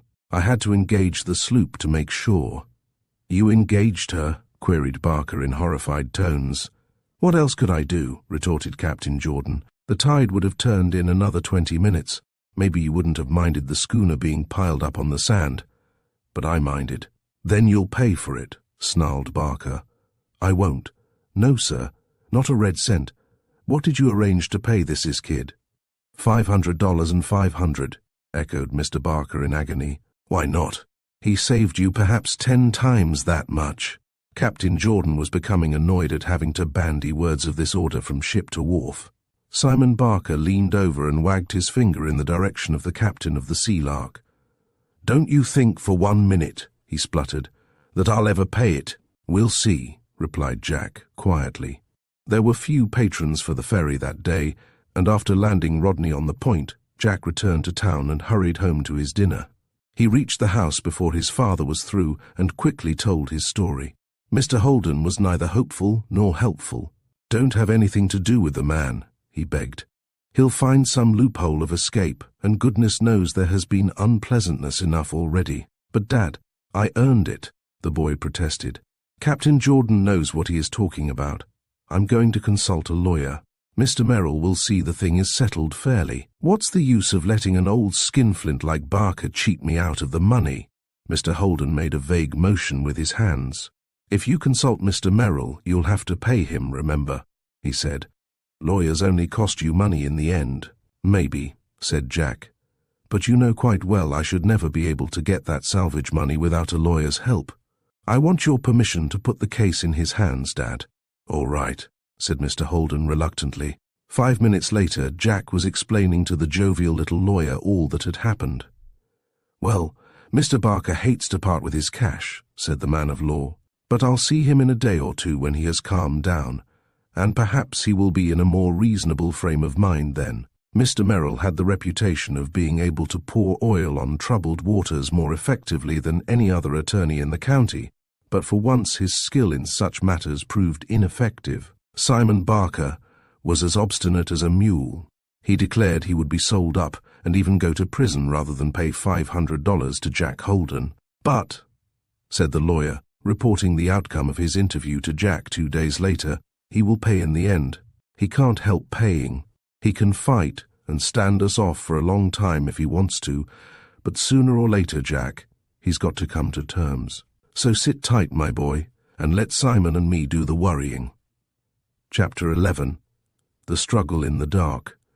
Jack was by now becoming accustomed to sleeping aboard the Sea-Lark. The slight motion of the sloop as she lay at her moorings, and the gentle lapping of water against the side of the craft, instead of keeping him awake, lulled him to sleep. There was a delightful novelty also in sleeping on his boat, and the sense of impending danger which, during the first night or two, had kept his ears straining was beginning to vanish. Both he and George now dropped off to sleep within a few minutes of the light being extinguished. There was one night, however, when George was not able to keep his chum company, as his father required his assistance very early in the morning to get a launch into the water on the top of the tide. Jack, therefore, had to spend the night alone. For an hour or so after darkness came, he chatted with Captain Crumby in the latter's cubby on the wharf, and then climbed down to the sloop with no thought of impending danger. In the cabin he lighted his lantern, read the last 2 chapters of a book, stuck his head out of the companionway to see what the weather was like, and then slipped off his shoes, preparatory to turning in. As he placed the shoes under the bunk, he began to chuckle. "It isn't necessary," he muttered, going over to a locker and taking from it certain articles, including a hammer. But what a joke if he seemed to find considerable amusement in his thoughts, and once or twice his chuckle developed into a hearty laugh. As for several minutes, he busied himself at an occupation rarely indulged in by skippers. "There," he said, apparently to the hammer when the task was finished. "It can't do any harm, and it may do some good." 5 minutes later, he was in the strange world of dreamland, where pirates and indigenous warriors became entangled inextricably in adventures more absorbing than any ever found between the covers of a book. Up on the wharf, Captain Crumby smoked his pipe in his cubby and dozed over an old magazine until his head nodded. For a few minutes he too dropped off to sleep, and then, when his pipe fell on the floor, he sat up with a start. He stretched his arms, yawned, and arose to pace northeast and so west on his favourite beat. There was but a faint light, for the moon was not due for several hours yet, and the sky was somewhat cloudy. Due south, 3 miles away, the red beacon at the sea end of the long breakwater shone steadily, while farther east, the white glare of Greenport light came at intervals. Captain Crumby screwed up his eyes as he peered into the darkness away to the south for signs of an incoming vessel, but saw nothing, and presently returned to his comfortable chair and the magazine. He stuffed more tobacco into the bowl of his pipe, sent up prodigious wreaths of smoke, and fixed his spectacles. For half an hour he browsed over the printed pages, and then, it being a warm, close night, his eyelids drooped once more. Somewhere a bell clanged. It was 1 o'clock in the morning, and all was well. Captain Crumby dozed, and his pipe fell to the floor with a rattle again, but he did not move. The watchman was in the midst of 40 winks, and they were very sound winks too. The dark form of a dory came skulking along the wharves. There was something suspicious in the behaviour of its occupant. He dipped his oars into the water so silently that the splash could not have been heard more than a few yards away. He took a couple of furtive strokes, and then rested, looking over his shoulder, while the dory drifted slowly along. Another 2 strokes. A voice came from the distance. It was some sailor calling good night to a belated visitor, but the man in the dory gave a start. Again he peered over his shoulder in the direction of Garnet and Sayer's Wharf, now close by, and after assuring himself that no eye was on him, dipped the oars cautiously and sidled toward the Sea-Lark. There was no sound when he stepped with his bare feet over a thwart to fend the dory from the sloop. This was done with infinite care, and the small craft lay still. The man ran his fingers along the rail until they encountered a projecting nail, and then he nodded silently. With cat-like movements, he pushed the dory along to the stern of the sloop, and stood up, ready to hoist himself aboard. No sound greeted his ears save the lap of water against the side of the vessel. At last he tightened his grip on the rail, pulled his body cautiously over it, and crouched for an instant at the companionway. His fingers closed on the doorknob, and with stealthy tread he disappeared into the cabin. 1 step he took in the blackness, and then something tripped him up. It was a strong cord stretched across the bottom of the steps, a foot from the ground. The man had fallen into a booby trap of the simplest possible kind, which Jack had set in the event of any unauthorized callers disturbing his slumbers. With a startled cry quickly suppressed, the intruder sprawled forward, clutching wildly, and measured his length on the floor. As he fell, his head came in violent contact with the edge of the table. In a flash, Jack was sitting bolt upright, collecting his wits. Then he remembered the booby trap, but he did not laugh now. The thing had evidently done its work. With a bound he leaped from his berth, grasped his stick, and landed on the intruder, who was already scrambling to his knees. It was now the boy's turn to stumble, but they both recovered at the same moment. Neither could see the other, although not more than 3 feet separated them, as they instinctively sprang apart. "Stand still, or I'll shoot," called Jack. At the same moment he moved toward the door, but before he could reach it, the man was on him and had borne him to the floor. Jack struggled frantically, but his opponent was stronger than he. A hand was thrust over his mouth, and a knee pressed heavily on his chest. "Keep still, or I'll crush the life out of you," a voice hissed. But Jack had no intention of keeping still in the circumstances. One of his legs was free, and with it he kicked out lustily, making as much noise as possible, but doing no harm to his assailant. The hand on Jack's mouth pressed still more firmly. Acting on an inspiration, the boy opened his mouth, and his firm teeth closed on a finger. There was a sharp cry of pain, and the hand was withdrawn, whereupon Jack instantly shouted at the top of his lungs. Down came the hand again across his face. His half-raised head was thrust savagely back against the floor of the cabin, and Jack was momentarily dazed. "Now will you keep still?" the voice demanded in a hoarse whisper. While one hand was being held across his mouth, the boy felt another close remorselessly over his throat. His left arm was doubled under him, and although his right hand remained free, he could do nothing with it save clutch ineffectually at the arm of his assailant. The pressure on his throat was terrible, and he could no longer breathe. Even then, however, he did not cease to squirm, and his hand encountered the leg of the cabin table. Desperately he closed his fingers over this, and using the last ounce of his now fast-dwindling strength, dragged the thing over. Exactly what happened the boy could not tell, but a moment later he found himself mixed up in a nightmare of table legs and clutching hands. His mouth and throat were freed, and he uttered another loud cry for help, but was immediately silenced by a savage blow on the head. Those powerful hands gripped him afresh, and he felt his senses going. He was choking again, and there was a painful buzzing in his ears. Vaguely, as though it were miles away, he thought he heard a shout, and then a ton weight seemed to be lifted from his chest. His assailant had gone, and Jack could hear someone shouting distinctly now. "Hello, hello there." It was Captain Crumby, outside on the wharf. The boy tried to call back, but for the moment he was too exhausted. Then the watchman burst into the cabin. "Hello, Jack. What in thunder's up?" "After him, quick," Jack answered huskily. "He's nearly choked me to death." "Are you all right, lad?" Captain Crumby lifted him to his feet. "Yes, I think so, but—" Jack broke off to scramble out on deck and peer into the darkness. The sound of oars could be heard not far away. There was another dory lying near, and into this the watchman and Jack hustled and pulled desperately after the retreating craft. It had a considerable lead, and in the black shadows of the wharves was not visible at first. Finally, though, "I can see him now," Jack cried. "Pull hard." The man in the other dory was evidently not an expert with the oars, for he was splashing badly as he urged his boat forward. "We've got him," said Captain Crumby. "He can't get away now." At that instant the splashing ceased, and the pursuers began to gain on their quarry more rapidly. They were overhauling the dory at top speed. Captain Crumby stopped rowing. "Easy there, lad," he cautioned breathlessly. "Maybe that fella has a gun, and there's no need for us to get shot." Only a dozen yards of still water separated the two craft now, but there was no sound or movement in the other dory, and the pursuers were drifting nearer all the time. Why, it's empty!" cried Jack disgustedly as the boat became more distinct.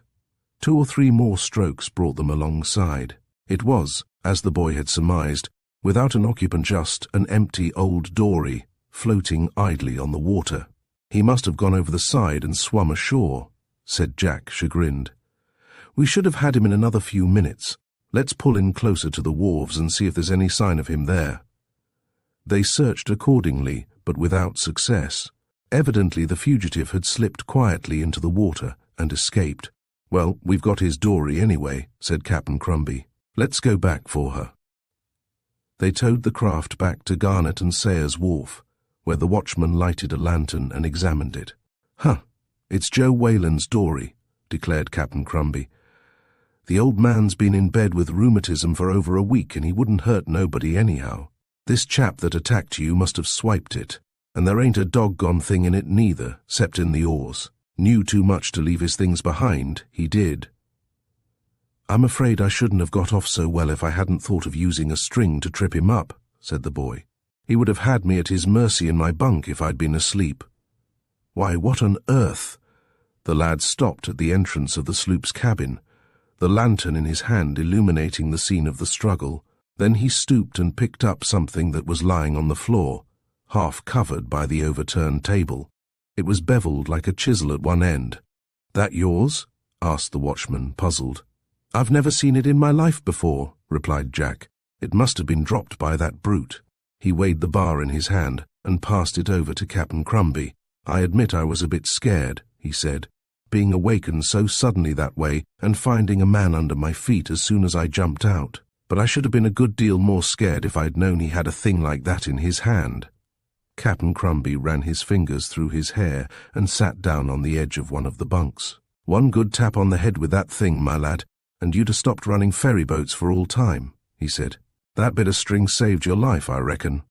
"It looks like it," the boy admitted.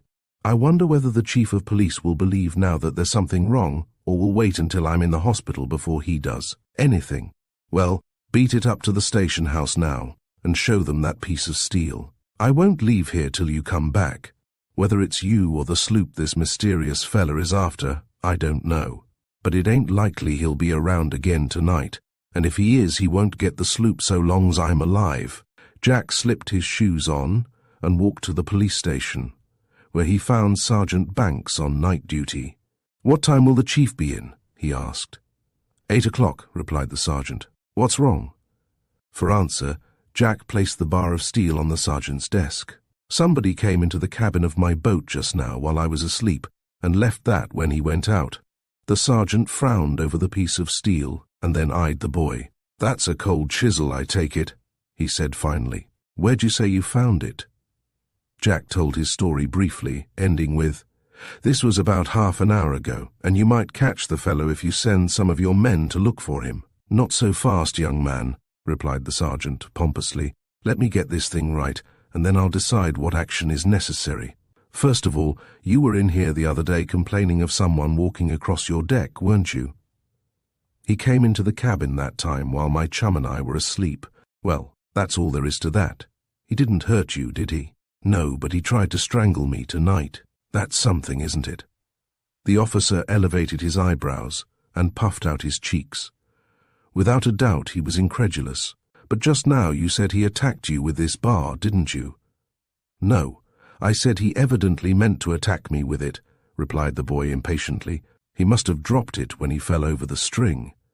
And then when Captain Crumby heard me shouting and answered, the man ran off without it. Then someone besides you saw the fellow, eh? That might make a difference if it's true. It was too dark for Captain Crumby to see the man. He only heard me yelling." "Well, what happened then?"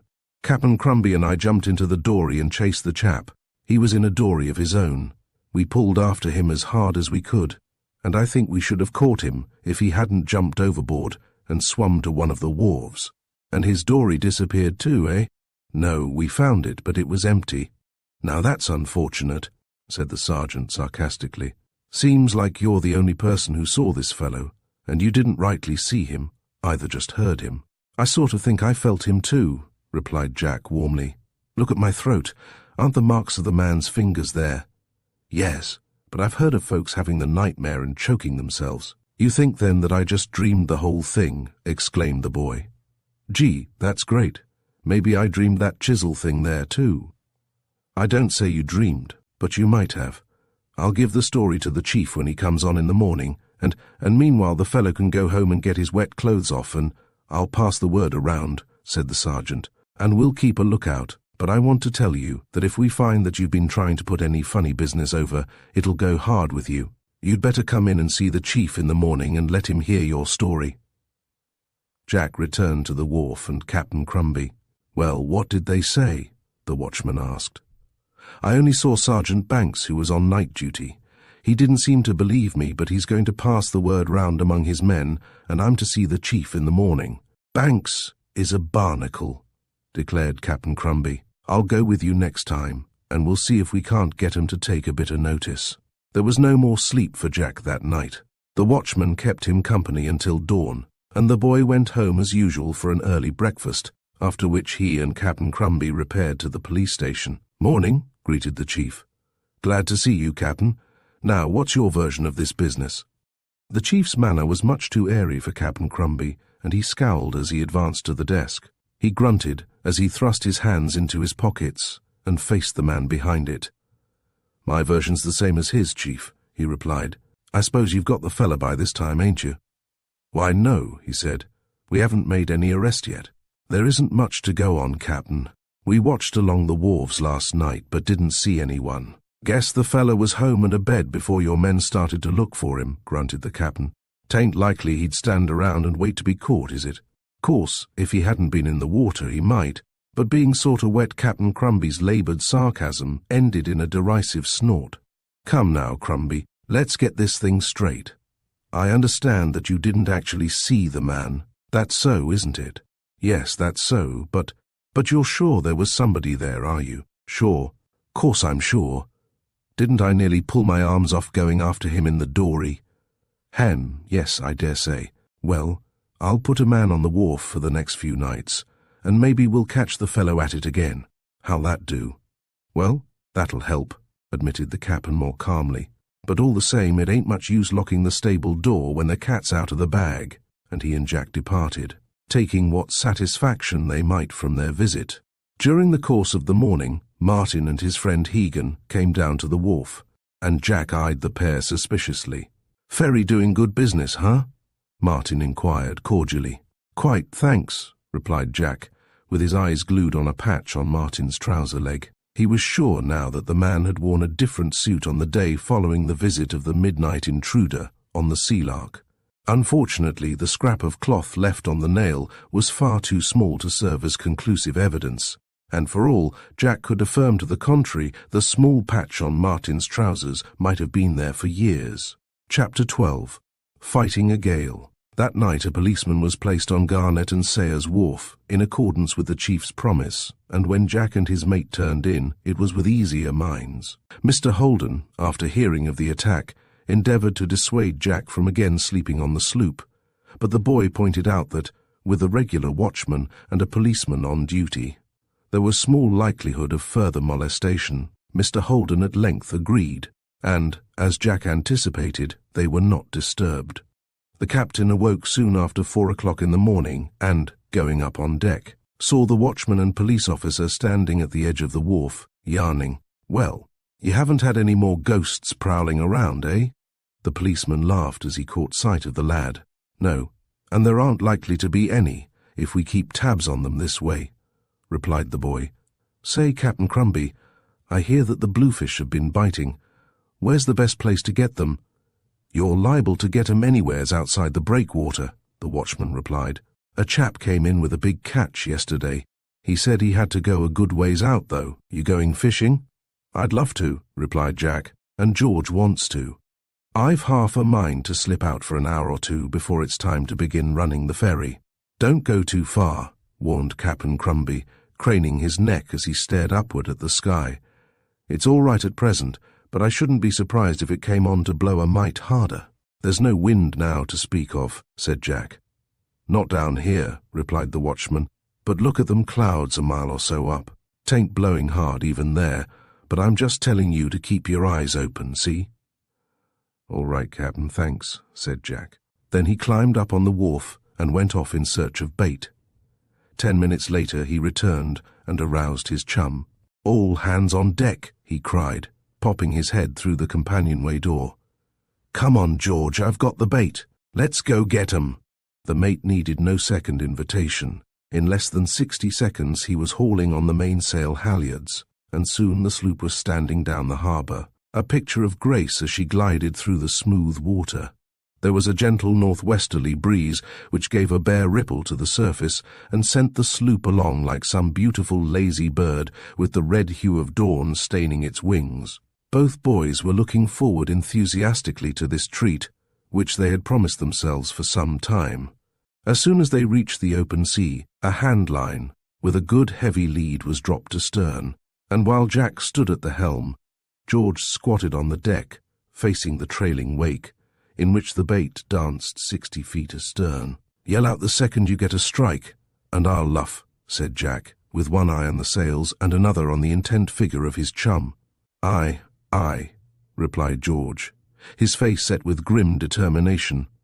For fishing, and especially bluefishing, was the particular joy of his life. Straight to the south they ran for a couple of miles, without getting a bite. Then Jack headed in the direction of 4 Fathoms Shoal, with similar results. Round came the sloop once more, the captain taking her over all the most likely fishing grounds, and both the lads were beginning to think that the fish among which the Greenport man had had such excellent sport the previous day must be miles away by now. "Luff!" George cried unexpectedly at the top of his voice, as, with both hands, he steadied the trailing line. Up into the wind came the Sea-Lark, shaking her sails as though indignant at being thus checked in the midst of her career, and George, with his teeth clenched, hung on but was unable to draw in a foot of line. "What is it? A whale?" Jack exclaimed with delight, watching the straining line. "No, a sardine," replied George jerkily, his eyes aflame with excitement. "Get that boat-hook ready. We'll need a crane to lift this fellow out of the water." "Don't hurry him," Jack urged as his chum began impatiently to try to haul in. Suddenly the line began to slip through George's wet hands. The gamey fish had made a prodigious rush, but its captor soon managed to check the runaway, and then the real battle began. Foot by foot, the mate drew his prey toward him, and foot by foot the prey contested the struggle, until its strength gave out. Then, for a while, as George brought the line in more quickly, he half feared the fish must have got off the hook. He had hauled it within 4 or 5 yards of the sloop when the captive began to show fight afresh, and made a mad dash down into the depths. There was less punch in it now, however, and the final effort did not last long. Soon its bright silvery belly showed clearly in the water as George drew it nearer. Jack leaned over the side with the boat-hook, ready to hoist it by the gills. "It's a pretty good size for a sardine," he commented dryly. "Keep that line tight, chump. There." The boat-hook was firmly caught in the fish's gills, and with a comical expression of wonderment, the mate saw his prize drawn inboard. Why, it is a bluefish, I suppose," he said, surveying the beautiful creature now flopping about in the bottom of the cockpit. "I've never seen one quite so big as that." "It's 12 or 13 pounds of bluefish, all in one piece," replied Jack, admiringly. "They don't run to that size very often round about here. You're a hero. I don't believe that when Cap'n Crumby starts stuffing the summer visitors with his yarns, he ever pretends to have hauled in a bluefish any larger than that. Bait up and have another go." But George's catch had evidently been a solitary straggler, or the shoal had gone off the feed, for though the sloop sailed to and fro for 3/4 of an hour longer, the bait danced astern unmolested. "Let's try for cod," Jack suggested at length, when it became apparent that they were wasting their time. Away went the anchor, in 15 fathoms of water, and the lads dangled hook and line over the side patiently for another 15 minutes. "Mr. Codfish isn't at home either," Jack declared, beginning to wind up his line. "We'll try a little farther off. Up with the mud hook, George." Half a mile farther to the south they again tried, and not even a sculpin rewarded their efforts. Jack looked up at the blue sky and glanced further out to sea. "We'll have one more shot at it," he said. "The weather is holding good. I'm going to tempt 'em off Knife Rock." Again the sloop glided away from the land. The buildings on the point became a blur. The squat stone lighthouse stuck up less plainly. "This is somewhere about the right spot," Jack said at length. "If we don't make a haul inside half an hour or so, though, we shall have to go, because it's a good way from here to the harbour, and we shall have to beat our way back." 2 minutes later he gave a movement of the wrist, and his face lighted up. "Bite?" George inquired. "Yes, the right kind, too," replied the captain.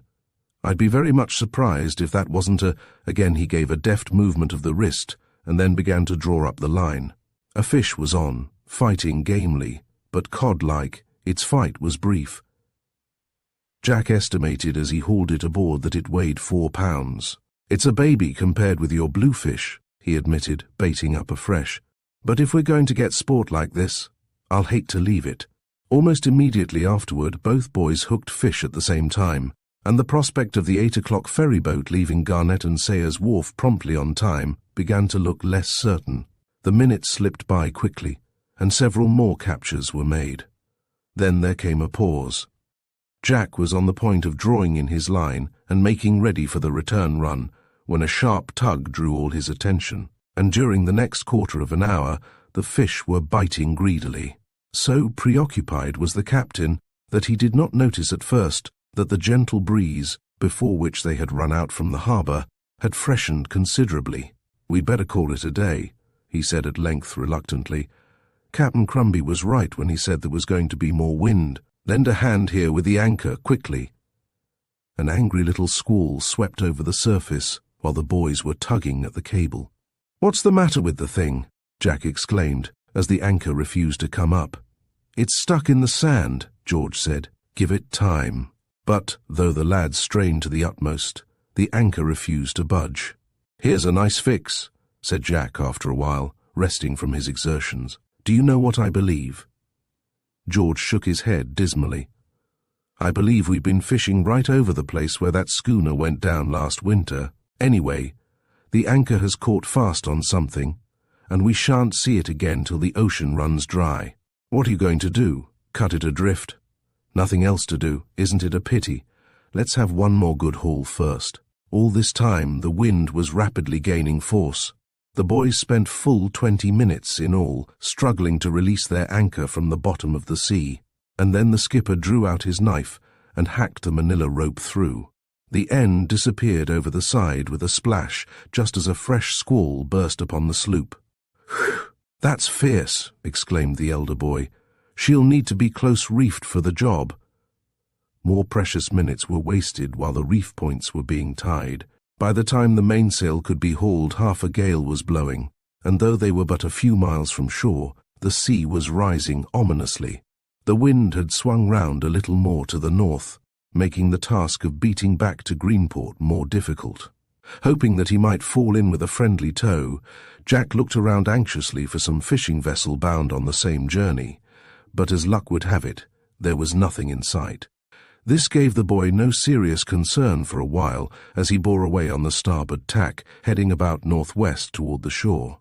But before long, he found the sloop needed delicate handling to avoid being capsized in the squalls, which now came in rapid succession. Even with only 2/3 of her usual spread of canvas, the Sea-Lark listed over dangerously under the pressure of the wind, her lee rail often being under water while her bow was pounded continually by the rising sea. The worst, however, Jack knew still lay ahead, for he must soon go about and make a wide sweep to the northeast, this taking them farther out to sea, where a much rougher time had to be anticipated. He consulted George on the problem. "We can either turn round and run down the coast to Penly," he said, "or we can take a chance and try to work our way back to the harbour. What do you think? It's pretty rough, and as soon as we find ourselves out there, we shall get a drenching for certain." "Well, she'll make it," replied George pluckily, though he was wet through with spume already, and this was his first experience of such weather out in the open sea. "We don't want to funk it now, surely." "That's what I think," replied the captain. "Only if you'd rather, I'm willing to make for Penly." "I'm game to try for Greenport if you are," the younger boy declared. "All right, here goes." And the plunging sloop swung on the port tack, heading northeast and out to the open sea. She struggled along for 15 minutes or so, but it then became apparent that all was not going well. To carry more sail was an impossibility, and the sloop's manoeuvres were not taking her a foot nearer harbour against wind and sea. Though awkward, the position was not alarming, for it was still possible to swing on the starboard tack again and reach the lee of the land away to the southwest of Greenport, where they would have to remain until the gale eased. "It's no good," Jack declared. "Guess it'll have to be Penly after all. I'm getting hungry, aren't you?" "Don't mention breakfast to me," protested George. "I could eat the side of a house." As Jack put the helm over, the canvas flapped and slashed madly, and then, as the sails bellied, a terrific gust of wind swept down on the Sea-Lark.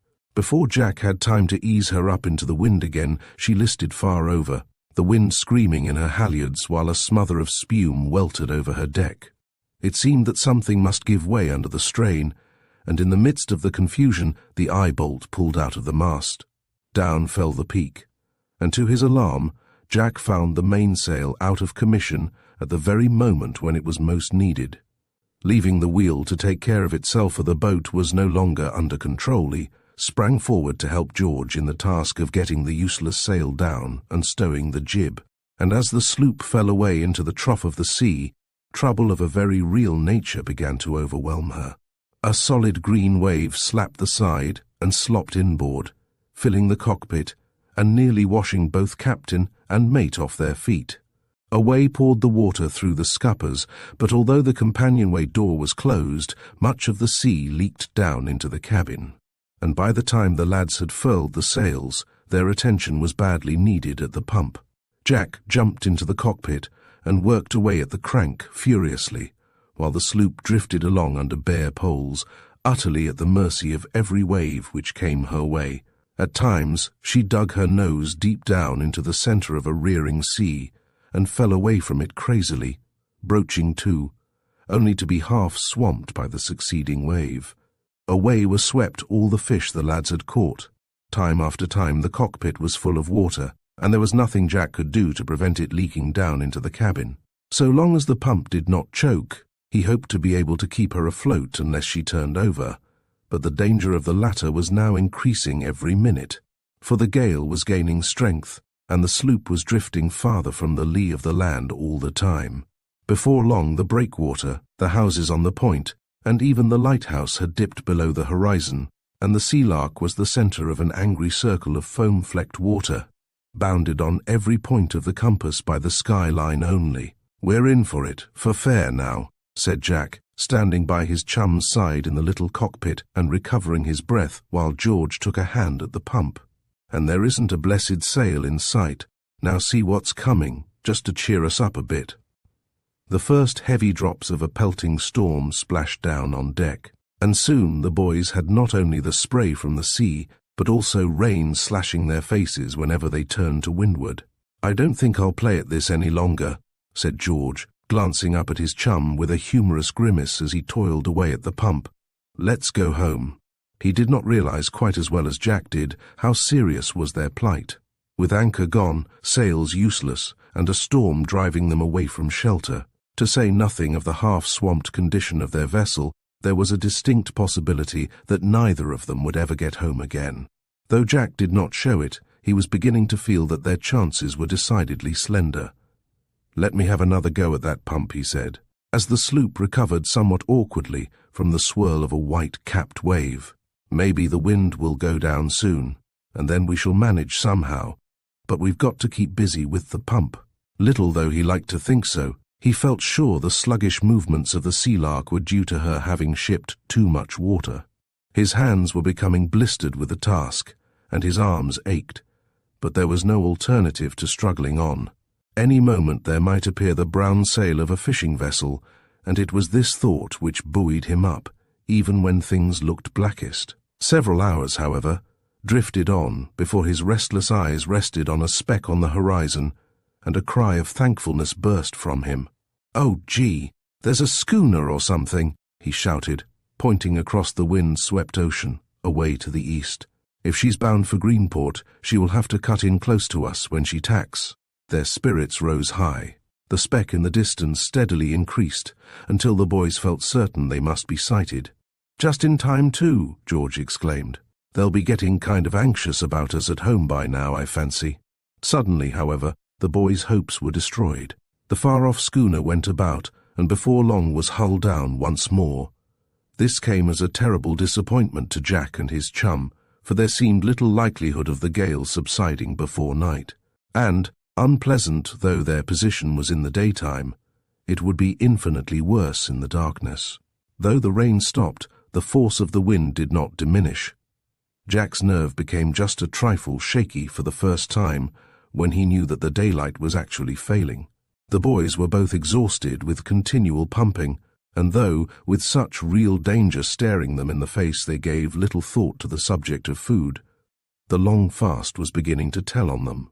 George's face was haggard, and the captain would not have allowed him to take more than an occasional brief trick at the pump, but there was no alternative to both lads sharing the work. Their hands were raw, and every muscle in their bodies seemed to be crying aloud in protest. "We'll stick it as long as we can," said Jack, labouring painfully at the pump as darkness enveloped the stricken sloop. "We've drifted miles and miles away from Greenport by now, but there's always a chance, so long as we keep afloat." "I don't believe the wind is blowing quite so hard," replied George, who felt decidedly limp, and clung to the side of the cockpit while the other lad worked with waning strength. "It seems to be easing off a bit," replied Jack encouragingly, though he saw not the remotest sign of any such thing happening. "Anyway, I'd rather keep on pumping for the present than swim, wouldn't you?" The seas were running mountain high, their curling crescents frequently falling inboard with an alarming swish, A great wave, rushing through the blackness, towered high near them for an instant, as though contemplating its prey hungrily. Then it came on, while the Sea-Lark lay broadside to. There was a roar of rushing waters. Jack gave a warning cry, and then both the lads were gasping for breath under the torrent. A smother of sea and foam swept about over them, filling the cockpit and pouring over the other side of the deck. Jack felt that this must be the finish. Chapter 13. The Simon P. Barker Goes Out. An hour after the two boys left Garnet and Sayers Wharf in the Sea-Lark to go fishing, Captain Crumby went into town. It was for him a momentous occasion, for he intended to have his hair cut. On the way he met a crony and chatted for 20 minutes. Then, at the barber's shop, he had to wait half an hour for a chair. Also, the cap'n had a shave, and when, finally, he might have taken his departure, he met another crony, and there was an interminable argument on the question of fishermen's wages, so that, by the time the guardian of Garnet and Sayers Wharf took it into his head to stroll back to his accustomed haunts, a distinct change had taken place in the weather. The wind was singing in the rigging of the various craft around the wharves.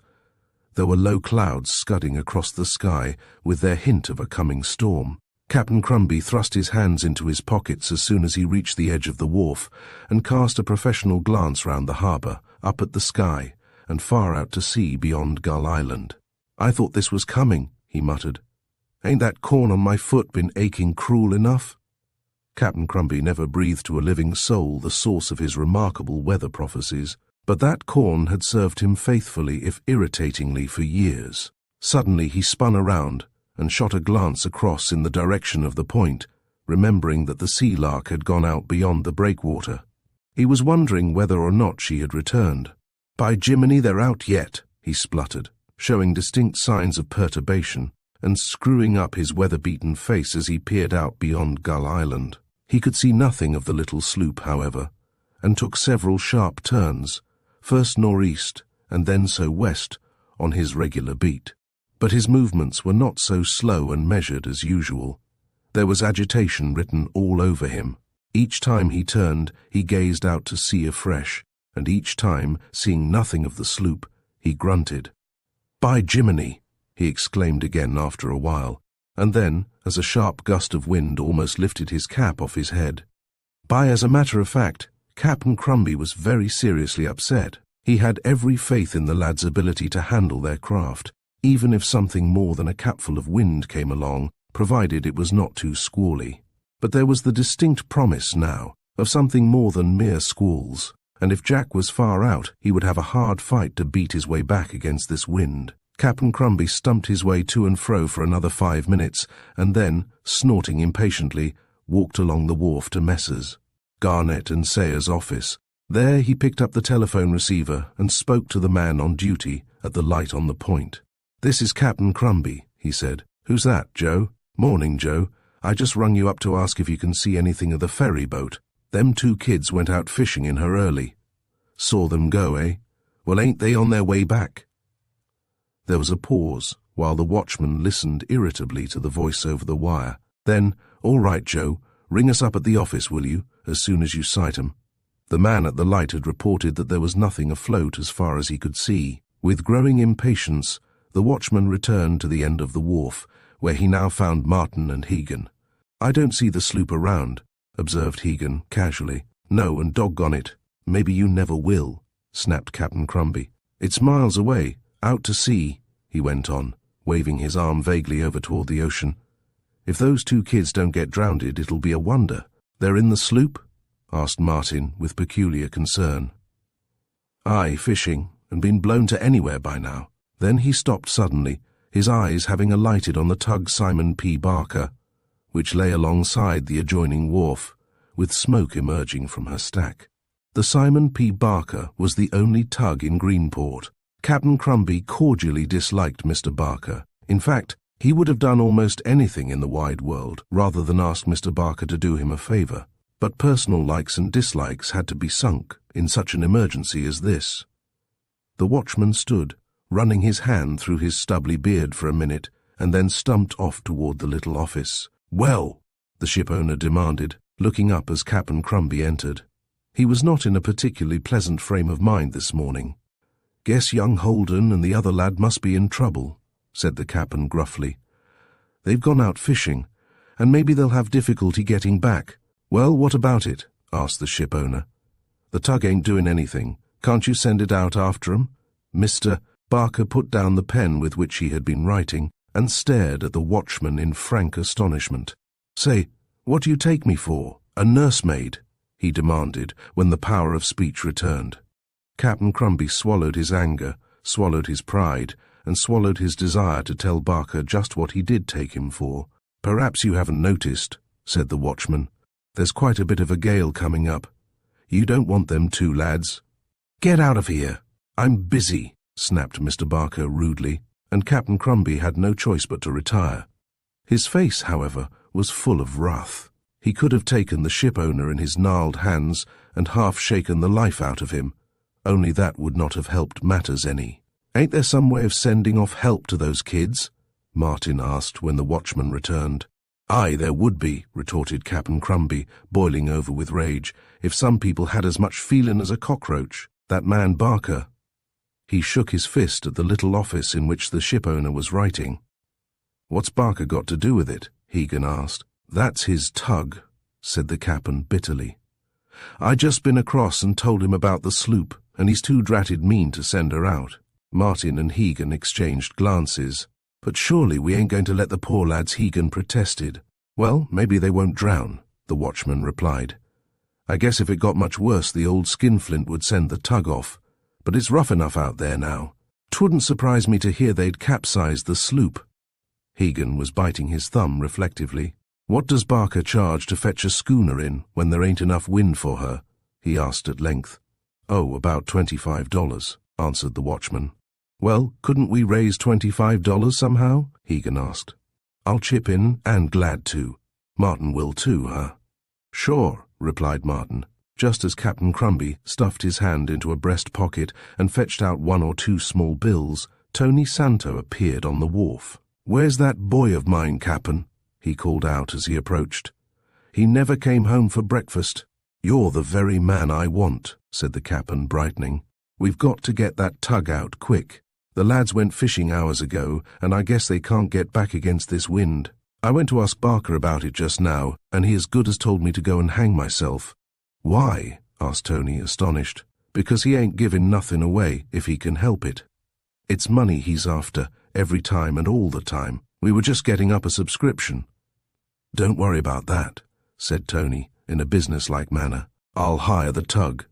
2 minutes later, Tony was in the shipowner's office, demanding that the Simon P. Barker should put to sea without any delay, in search of the Sea-Lark.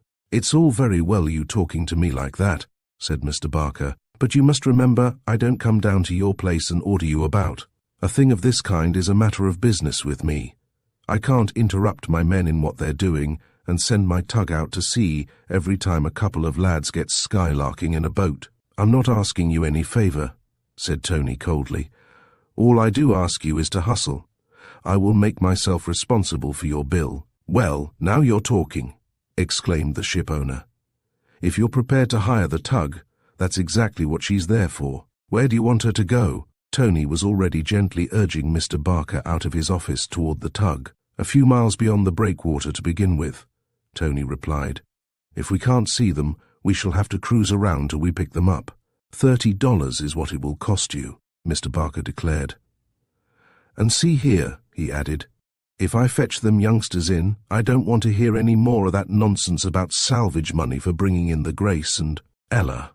They've been to a lawyer about it, and he's pestering me for $500 and threatening suit. If my tug gives their sloop a tow back now, I shall reckon we're quits, understand? But if the tug don't pick 'em up, it'll cost you $30. See?" Yes, said Tony, willing to agree to almost anything, reasonable or unreasonable, so long as the Simon P. Barker put off without further delay. Mr. Barker instructed Burke, the tug's skipper, to consider himself under Tony's orders. Tony slipped on board, with Captain Crumbie at his heels, and the moorings were cast off. "Glad you're coming along, Cap'n," said Tony. "Another pair of eyes may be useful." "By gravy," the watchman exclaimed. I'd have been rowing out soon if I couldn't have found any other way of getting there. Rain had begun to fall by the time the tug got beyond the breakwater. Burke steered in the direction of Knife Rock Buoy, where by now even the tug felt the choppiness of the sea. Nothing could be seen of the sloop, however. "Maybe they've run for shelter to some place down the coast," Tony suggested.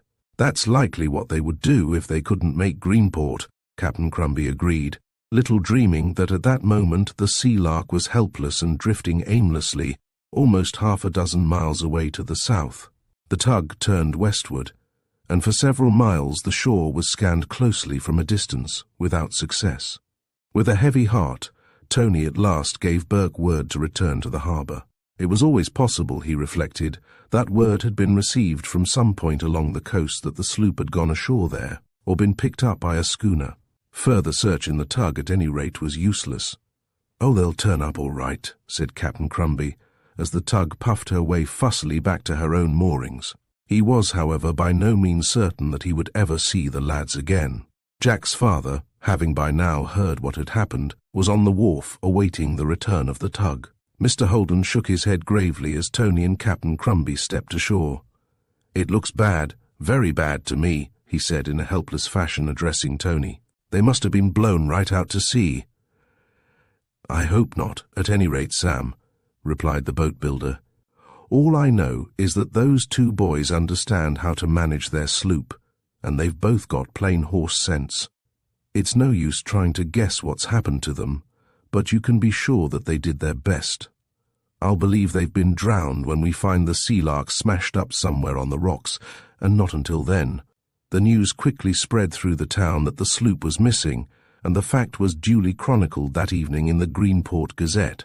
The reporter who had written the account had few enough facts to go upon, for there were none except the bare statement that the Sea-Lark had put off on a fishing trip and failed to return. But that did not deter the reporter from writing half a column, in which he told the story of how the Sea-Lark had come into Jack's possession, how the boy had started the ferry and actually made money with it, and how sincere was the wish expressed by everybody that Jack Holden and George Santo would soon be back plying to and fro on their regular trade in the harbour. A photograph of Jack and also one of his mate appeared on the front page, together with a snapshot of the sloop which someone had taken in the summer as she lay at the hotel landing on the point.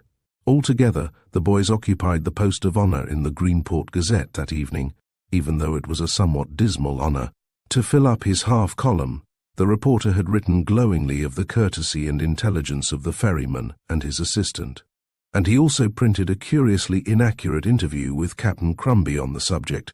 Inaccurate because Captain Crumby, far too worried by the lad's disappearance to bother about being interviewed, had merely glared at the man with a notebook and consigned him to oblivion. One or two of the more venturesome Greenport skippers, including Bob Sennett, who never stayed in harbour on account of bad weather if it was humanly possible to get to the fishing grounds, put off to sea, keeping a sharp lookout for any sign of the Sea-Lark. Captain Jordan, of the Grace and Ella, even went a dozen or more miles out of his way in the hope of being able to rescue the boys, but though the lads actually saw the sails of the schooner in the distance, and had high hope of being rescued until the Grace and Ella went about and disappeared, the sloop was not seen by any of the fishermen. Meanwhile, even Tony was becoming terribly depressed. He had at first resolutely declined to admit even to himself the possibility that his son had been lost at sea.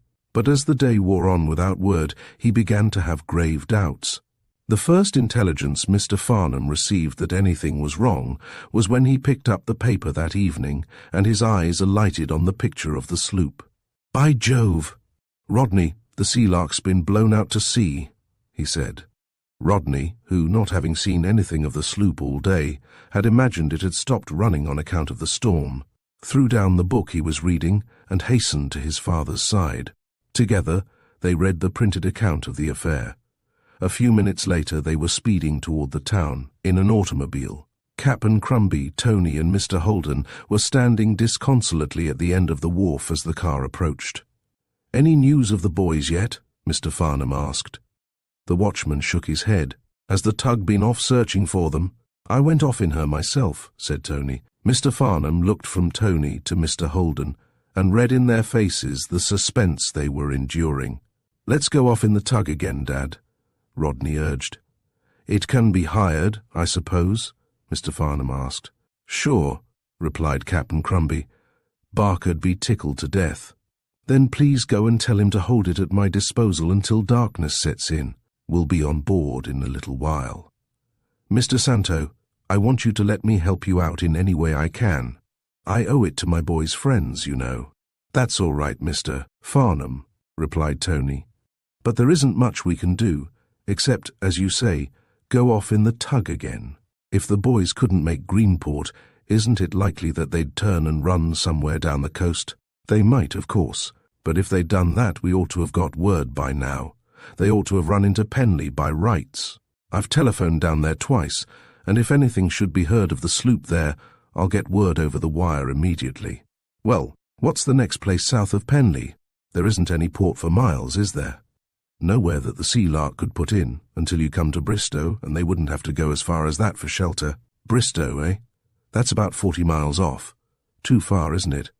Anyway, I'll telegraph to the authorities there and at the other places up and down the coast, so that if any news is heard we shall be advised." Mr. Farnham drove off to attend to this matter, and immediately on his return, the Simon P. Barker put off to sea once more, Tony joining Rodney and his father on board. The tug travelled south almost as far as Penly, and then, bearing off to the east, zigzagged her course northward again. 2 incoming schooners were sighted, and Mr. Farnham ordered Burke to head these off. But in neither case had the men on the vessel seen anything of the sloop. "It's been blowing hard all day," said one weather-beaten skipper in reply to their inquiry. "And if the sloop ain't been picked up, and it ain't run into Penly, it's long odds she's been swamped afore now." Not until darkness made it difficult to pursue their search further did those on the tug return to Greenport, by which time a crowd of anxious watchers had assembled on the wharf, hoping against hope that the Simon P. Barker might bring in the eagerly anticipated news. Neither Tony nor Mr. Holden slept a wink that night, for there was always a chance that some vessel might come towing the Sea-Lark back to port. Chapter 14. Castaways. As the wild swirl of water rushed over Jack, he clung desperately to the handle of the sloop's pump. The vessel staggered under her load, but righted herself bravely. "Are you there?" the boy spluttered, as soon as he could breathe once more. It was too dark to see anything. "I think so," came back the mate's voice. "I didn't expect to be, though. We don't want much more of that stuff." The hours dragged along with leaden heels. Twice again during the night the sloop almost foundered beneath a terrible blow, but each time managed to right herself. It seemed to the distressed lads almost a week of darkness must have passed before a faint blur of light appeared in the eastern sky. When dawn began to approach, Jack had arrived at that state of physical exhaustion when further effort was almost intolerable, but the sight of returning daylight, with the possibilities it brought of being sighted, filled him anew with life. Then, a little later, his eyes opened wide with blank surprise. Why, where are we?" he exclaimed. The boys stared into the half-gloom away to the west. The roar of surf was distinct above the rushing wind, and as the light increased, it was possible for the lads to make out a line of broken water less than half a mile away. "That isn't the mainland," George declared presently. "It's only a little bit of a place. It surely can't be Lobster Island. That's 40 miles or more away from Greenport." "Well, how far do you think we've drifted in the last 20 hours or so?" asked the other. "I haven't the least notion where this place is, but I shouldn't be surprised if we had gone as far as Lobster Island. It's a mercy we didn't bump up against it during the night. We'd have been broken to splinters in that surf." "I guess it is Lobster Island," said George. "There isn't any other place it could be. Does anybody live on it?" "I don't believe so," replied the captain. "But even so, I'm going to dump this packet on the shore." "You can't, Jack, without wrecking her." "Maybe, and maybe not. Anyway, it's about the only chance I see sticking up at present. Wait till we drift more to leeward of the island, then I'm going to make it or bust." This sudden appearance of land was the most welcome sight Jack could have imagined, but there remained a good deal of deep water between them and it, and he was by no means certain that, in the sloop's badly crippled condition, she could be urged under the lee shore. Meanwhile, as the Sea-Lark drifted, the boy made ready to hoist the throat of the mainsail, and when the sloop was slowly going past, he hauled up part of the jib. The sloop shipped a heavy sea during this operation, and when the canvas bellied, she was almost awash. But, on reaching the comparatively smooth water under the lee of the little island, she became more tractable, and by dint of delicate handling, the boy was able to run her ashore on a sheltered sandy beach. The moment the keel grounded the two lads, dripping wet though they were worn out with the hardest and longest spell of toil they had ever known, and hungry as hunters looked at each other and laughed. "Gee, but that was what I call a narrow squeak," commented George. "If you'd told me an hour ago that we should be safely ashore by now, I should have thought you'd gone crazy. It didn't look much like it." "Have you cut yourself?" the mate asked, seeing something dark drop from his chum's hand. "That's nothing," replied Jack, dipping his hand over the side in the water. "Just a bit of a blister that burst. Let's look at your hands. Mine hurt, I don't mind admitting now." George displayed the palms of his hands, which were in no better condition than those of his friend. Suddenly Jack sprang from his seat and, opening the door of the companionway, dived into the cabin. A moment later he emerged with a dry package of crackers and a bottle of water. "You think I've had my mind fixed on saving the sloop all the night, don't you?" he asked, proffering the package to the mate, and stuffing a cracker into his own mouth. "But you're wrong. I kept remembering those crackers, but we'd both have been drowned as sure as eggs are eggs if we'd opened that door and shipped to sea. This stuff has been in a locker for almost a week, and I'd forgotten about it. If ever you see me turn up my nose at a cracker after this," said George, munching away, "I give you full permission to kick me from one end of Greenport to another." "We're not in Greenport yet," replied Jack. "Oh, my back's nearly broken. I don't think I could have gone on pumping for another hour if my life had depended on it." Though their position was dismal enough, stranded as they were on a barren beach, with their boat half full of water, the lads were now strangely happy. The strain of their recent unnerving experience had been greater than they realized, and now it was over. The sheer joy of being alive, and of knowing that death was not likely to overtake them any minute, was more than enough to compensate for the fact that they were still far from being out of the wood. The sloop was resting firmly enough on the sand, the receding tide leaving her high and dry. There remained a great deal of water to be pumped out of her bilge, but that could stay where it was for the present. No sign of any human habitation was visible on the island, but after resting a few minutes longer, the boys went ashore and explored. They found nothing much to reward them. The island was little more than a barren rock, with sparse, coarse grass growing in places, and also a few low, straggling bushes. It was less than 1,000 feet long, and only about 200 feet across at its widest point. Possibly no human foot had stepped ashore there for years. Still, it offered a secure haven, and on that account the boys were thankful enough. By eating very sparingly of their slender supply of crackers, they would at least be able to keep alive for the present. "I don't remember the geography of this part of the coast awfully well," said Jack, after they had made a cursory examination of the place. "But if this is Lobster Island, it can't be so far off the mainland. The wind certainly isn't quite so strong now. I believe the worst of the gale is over. I'm going to climb up to the top of that rock and see if I can spot the coast."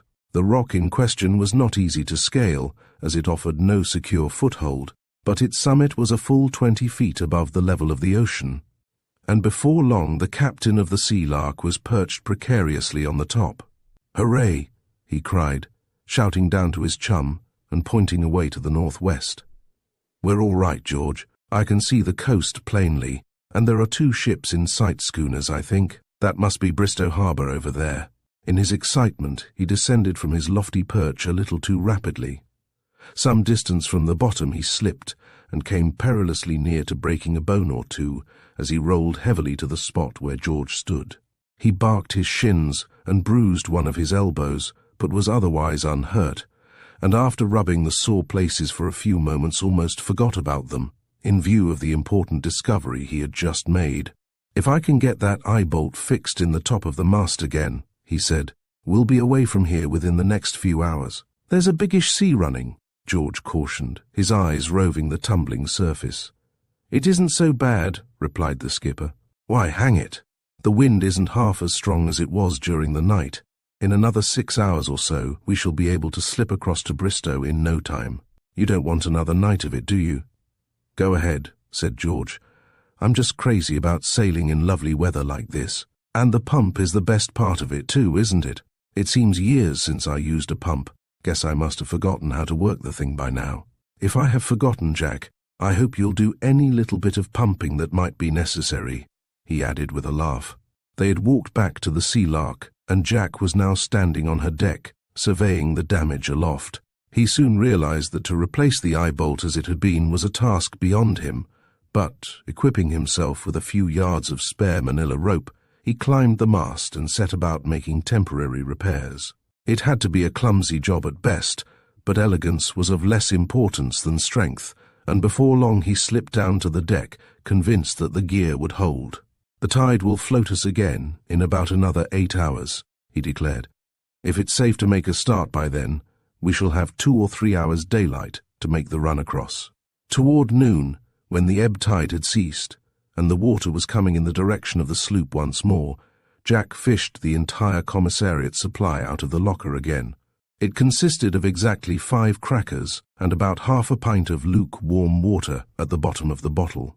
The wind had by now dropped considerably, and there was every prospect of the lads being able to start on the journey to Bristow as soon as the Sea-Lark floated. "2 crackers and a piece of one for you," said the captain, dividing them out equally. "After we've eaten this, we've got to starve to death or eat sand. Gee, it's funny how small a cracker is when you've only got 2½ of them for dinner. If we'd only thought to lash down that bluefish of yours." George, having eaten his share of the lunch, yawned. It was more than 30 hours since he had been asleep. "It'll be hours before the sloop's afloat again," he said. "I'm going to turn in and have a snooze." He went into the cabin, and stretching in his bunk just as he was, fell asleep instantly. Jack sat on the deck, with his back against the deck house. He did not remember ever having been so sleepy and tired. Presently his head nodded. He raised it with a jerk, and then lowered his chin to his chest once more, while leaden weights seemed to be dragging his eyelids down. Just a short nap, he reflected lazily, would make him feel much fresher. A moment later he too was sound asleep, and when he awoke a puzzled expression swept over his face. The water was lapping the side of the sloop. It must have been that which awoke him. He had been asleep for hours. "Come on, George," he shouted, leaping to his feet. "We'll be afloat soon." Rubbing his eyes, the mate emerged from the cabin. "Why, the wind's gone right down," he said. "That's fine." The sloop, which had been canting over on her side while ashore, now lay almost on an even keel. Jack, armed with the boat-hook, and George with a pole which had been picked up from the beach in anticipation of this moment, leaned over the side when the Sea-Lark began to rock slightly, and without much difficulty they got her afloat once more. Up went the mainsail and jib, and away the sloop ran, in the direction of the shore which Jack had observed from the top of the rock.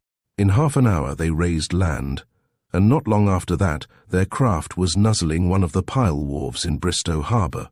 "I've got just $1.15, said Jack, turning out his pockets. "How much have you?" "A dime. We'll manage all right. First of all, we ought to telephone to Greenport. You'd better speak to your mother." They found a telephone booth near the harbour, and presently, with Jack standing by his side, George was talking over the wire. "Hello," he said. "Is that you, Mother? We're at Bristow." "No, we haven't got drowned yet." "Yes, we're all right. You might tell Mr. Holden. I'm jolly hungry, that's all. Well, it was a bit rough, but you needn't have worried. No, everything's all right, really. We're going to sleep on the boat here tonight, and if the weather holds good, we'll sail back in the morning." "Yes, thanks. $1.25 between us, and we shan't need any more." "In the paper? Our pictures?" "Oh, all right, Mother. See you in the morning.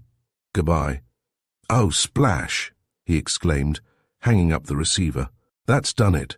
Jack, we're dead and drowned and given up for lost, and in the Greenport Gazette as corpses, and half the town's almost in mourning for us already." "2 eggs," Jack was saying, already hurrying his chum away by the arm.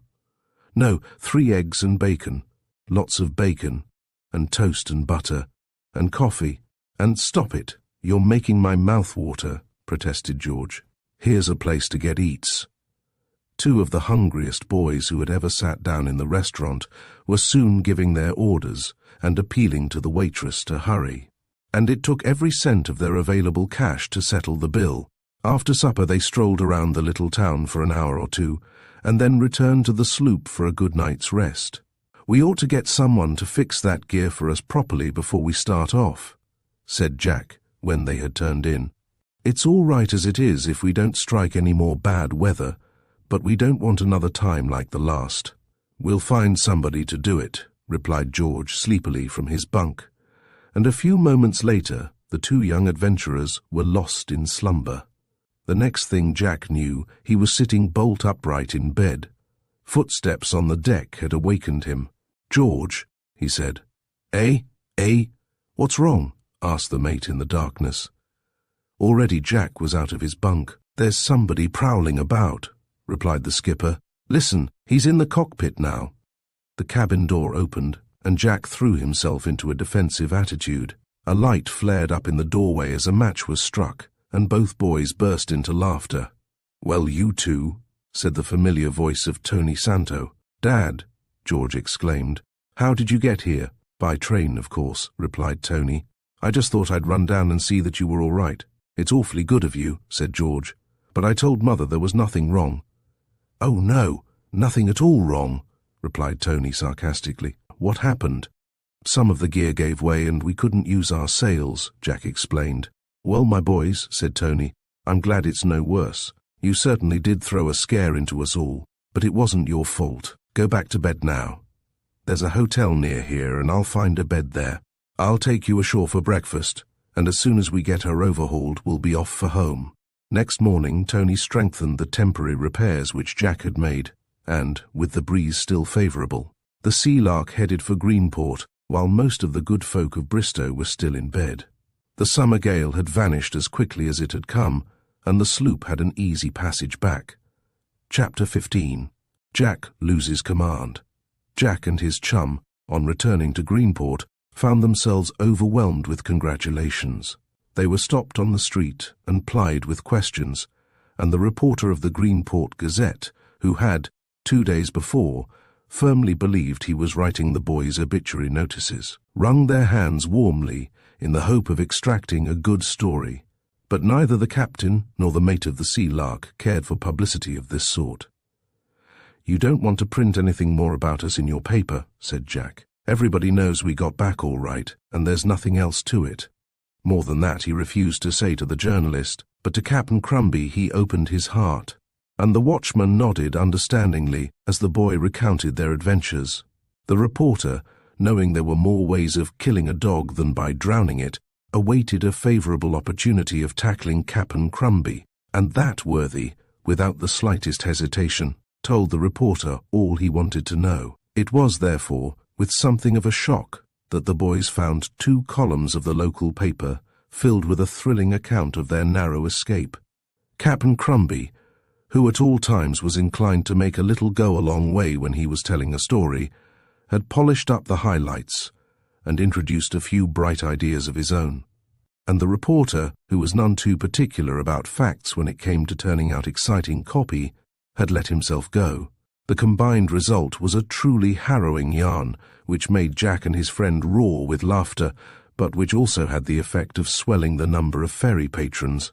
Mr. Farnham, who was a businessman to his fingertips, stood on the hotel landing with his wife, watching the Sea-Lark discharging an unusually large load, and he laughed softly. "Sweet are the uses of advertisement," he misquoted with a glance at his wife. "You mean their adversity has proved an advertisement," replied Mrs. Farnham. "Yes, but I should be sorry if they had another advertisement of the same kind." "Surely," replied the man of business, "but give Jack due credit. Lots of chaps would have taken a day or 2 off to rest after going through all that. His hands were so sore at first that he could hardly hold the wheel, but instead of lying back and listening to congratulations, he got on the job while the rush lasted. He certainly has worked hard this summer." "He has," replied Mr. Farnham thoughtfully, "and fellows with as much grit as that aren't any too plenty. He ought to go a good long way in this world, but it won't be as a ferryman." "It won't?" "No," and Mr. Farnham smiled. "I have a notion that by the time he gets through high school he'll be the sort of chap I shall find very useful in my office in New York. But there's time enough to think about that." "By the way," he said to Jack, stepping down onto the landing as soon as the last of the passengers had gone, "I have just got a new dinghy in place of the one I've been using as a tender to the power boat. I have no use for the old dinghy now, so if you'd like to hitch it up behind the Sea-Lark, you can have it as a tender." Why, began Jack, who knew the dinghy well enough, and would have liked nothing better than to own her, but felt that Mr. Farnham had given him quite enough as it was. "That would be splendid, only, wait a minute," put in Mr. Farnham, quickly discerning what was in the lad's mind. "I'm not going to make a gift of her to you exactly. Let's put the thing on a proper business footing, eh?" Jack smiled. "I'd be glad to," he said. "But how?" "You can take her on condition that whenever I want to use your ferry during the rest of my vacation this year, I'm allowed to travel without paying my fare." "But you hardly ever come across," protested Jack. Well, I'll have to make a few special journeys to work off the price of the dinghy. Not another word now. She's yours. Rod will hand her over to you today." "Thank you ever so much," Jack called after Mr. Farnham, who had already turned and was walking away toward his bungalow. The proprietor of Holden's Ferry had but little time for gossip with his friend the watchman for several days after his return from Bristow. But early one morning, while Jack was preparing the sloop for the day's work, Captain Crumby descended from the wharf and sat on the deckhouse watching the lad use the swab. "There's one thing I forgot to tell you," said the watchman. "I've got a notion that perhaps we've been misjudging those two fellas, Hegan and Martin." "Misjudging them?" "Well, I dunno," replied the captain. "Perhaps it was only me that did the misjudging, but I surely did think it was either one or the other of them that tried to brain you with a bar of steel that night." "Well?" said Jack curiously. "Well, 'tain't reasonable to think so now. If they'd wanted to do you an injury, they wouldn't have acted like they did when we all thought you was getting drowned out there." Jack put down the swab. "How do you mean?" he asked. "I watched 'em close too when they heard you'd been blown out to sea," said Captain Crumby.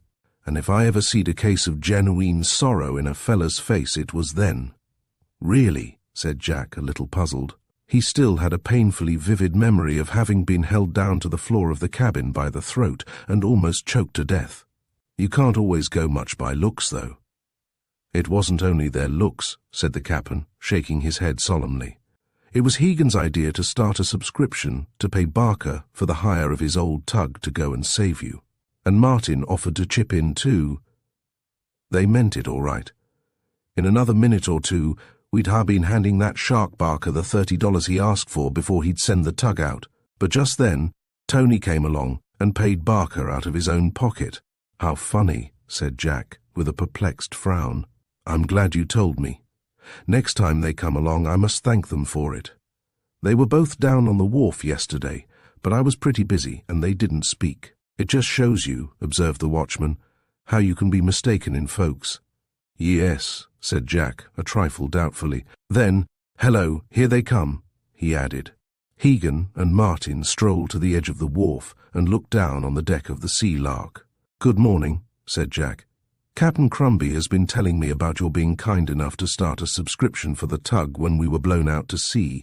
It was awfully kind of you." "Subscription?" said Hegan. "Oh yes, I'd forgotten. That's nothing. Forget it. You can't stand by and see a friend drown, can you?" "I'm glad it didn't cost you anything after all," said Jack lightly. "I don't mind admitting we should have been mighty glad to see that tug, and I'm much obliged to you all the same. Say tomorrow's Sunday. You don't run the ferry Sundays, do you?" "No. I was just saying to my friend Martin that perhaps we might persuade you to take us for a sail. We're both going back to New York tomorrow night, and I'd like one good run in the sloop before I go. What do you say?" "Why, I'll be glad to," said the boy graciously, feeling that was the least he could do to repay them for their generous offer of assistance. "As early as you like. What about 7 o'clock?" "Fine," replied Hegan. "We'll be here." As George had promised to visit some friends with his mother next day, Jack arranged with Rod to accompany him on the trip in the sloop, promising to pick him up at the hotel landing as they sailed. The men kept their appointment punctually enough. As a matter of fact, They arrived at the wharf immediately after Jack and George left the vessel to go home for breakfast, and, finding the cabin door locked, they asked Captain Crumby where they could get the key. "I guess Jack must have it," replied the captain, and he remained there, chatting with them, until the skipper of the Sea-Lark returned. Sailing across to the landing, they found Rod awaiting them, and then the sloop's bow was turned toward the sea. "Now, which way do you want to go?" asked Jack. "The water is dead calm." "How about a run down the coast as far as Penley?" Martin suggested, glancing sideways at Hegan. "It's all the same to me," replied Hegan, airily. "So long as I'm afloat with a good cigar in my mouth, it don't make any odds whether we go north, south, east or west." "All right," said Jack. Soon after they got clear of the harbour and round the end of the breakwater, however, Hegan, for some unaccountable reason, changed his mind. "Let's run up the coast as far as Indian Head," he said. "I thought you didn't care where you were so long as you were afloat," replied Jack, laughing.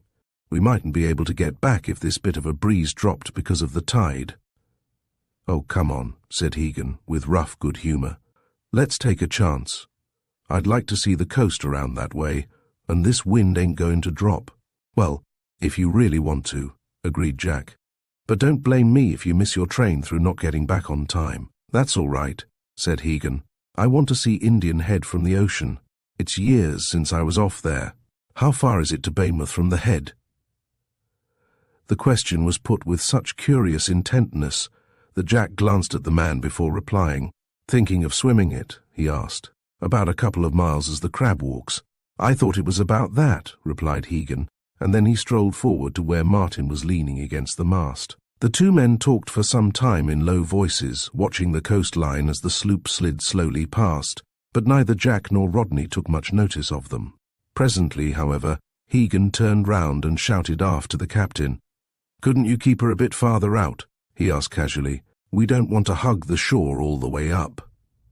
Jack waved a hand in reply and gave a slight turn to the wheel, in response to which the Sea-Lark headed farther east. And before long, a considerable distance separated the sloop from the shore.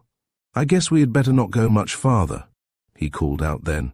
"It looks kind of hazy over there. Why, we can't be so far off Indian Head now, are we?" Martin queried. "Both of us wanted to have a look at it."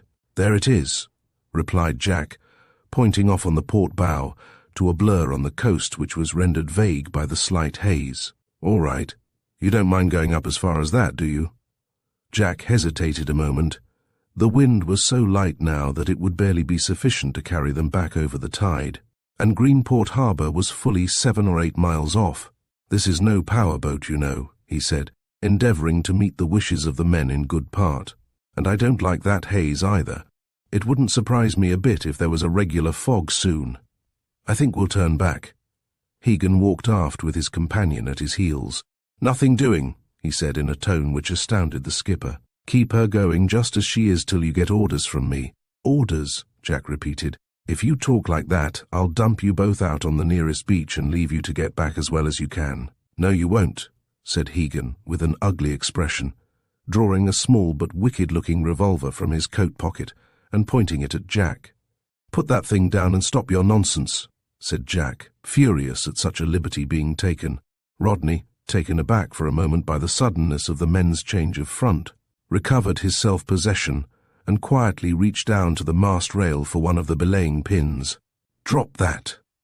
The words came from Martin like the crack of a whip as he swung around, and Rodney saw that he too was armed. "Is this a joke?" Jack demanded, white to the lips. He was more than half inclined to let go the wheel, and with one quick step forward, push Hegan over the rail into the sea. But there was something about the man's manner that showed he meant to fire if he were not obeyed. "Yes, just our little joke," Hegan replied. "All the same, you won't see any fun in it if you don't do as you're told." "There won't be any fun in for you either soon," replied Jack, glancing over his shoulder. "Look at this fog bank drifting up. We're going to be in a nice fix." "Just what I want," replied Hegan. "Now, take it calm, and perhaps you won't get hurt. I don't know that it wouldn't be best to thump you both on the top of the head and drop you overboard. Nice time you've given us, ain't you?" "Given, never mind about that," snapped Hegan. "The least said the soonest mended." Here, give me that wheel and get Farad. Keep 'em covered, Martin. This fella looks as though he was going to try to give us a bit of trouble. What do you say? Shall we make 'em swim for it? A 2-mile swim on a day like this is good for anyone." He laughed evilly. "You stick to the program, Hagen," replied Martin. "No killing, that's what we agreed on." The edge of the fog bank was already enveloping the sloop, and the coastline was now hidden from view. "But a nice little swim," Hagen began. "Shut up!" Martin snarled, losing his temper. "All right," replied Hagen. "You always was a chicken-livered cuss, huh?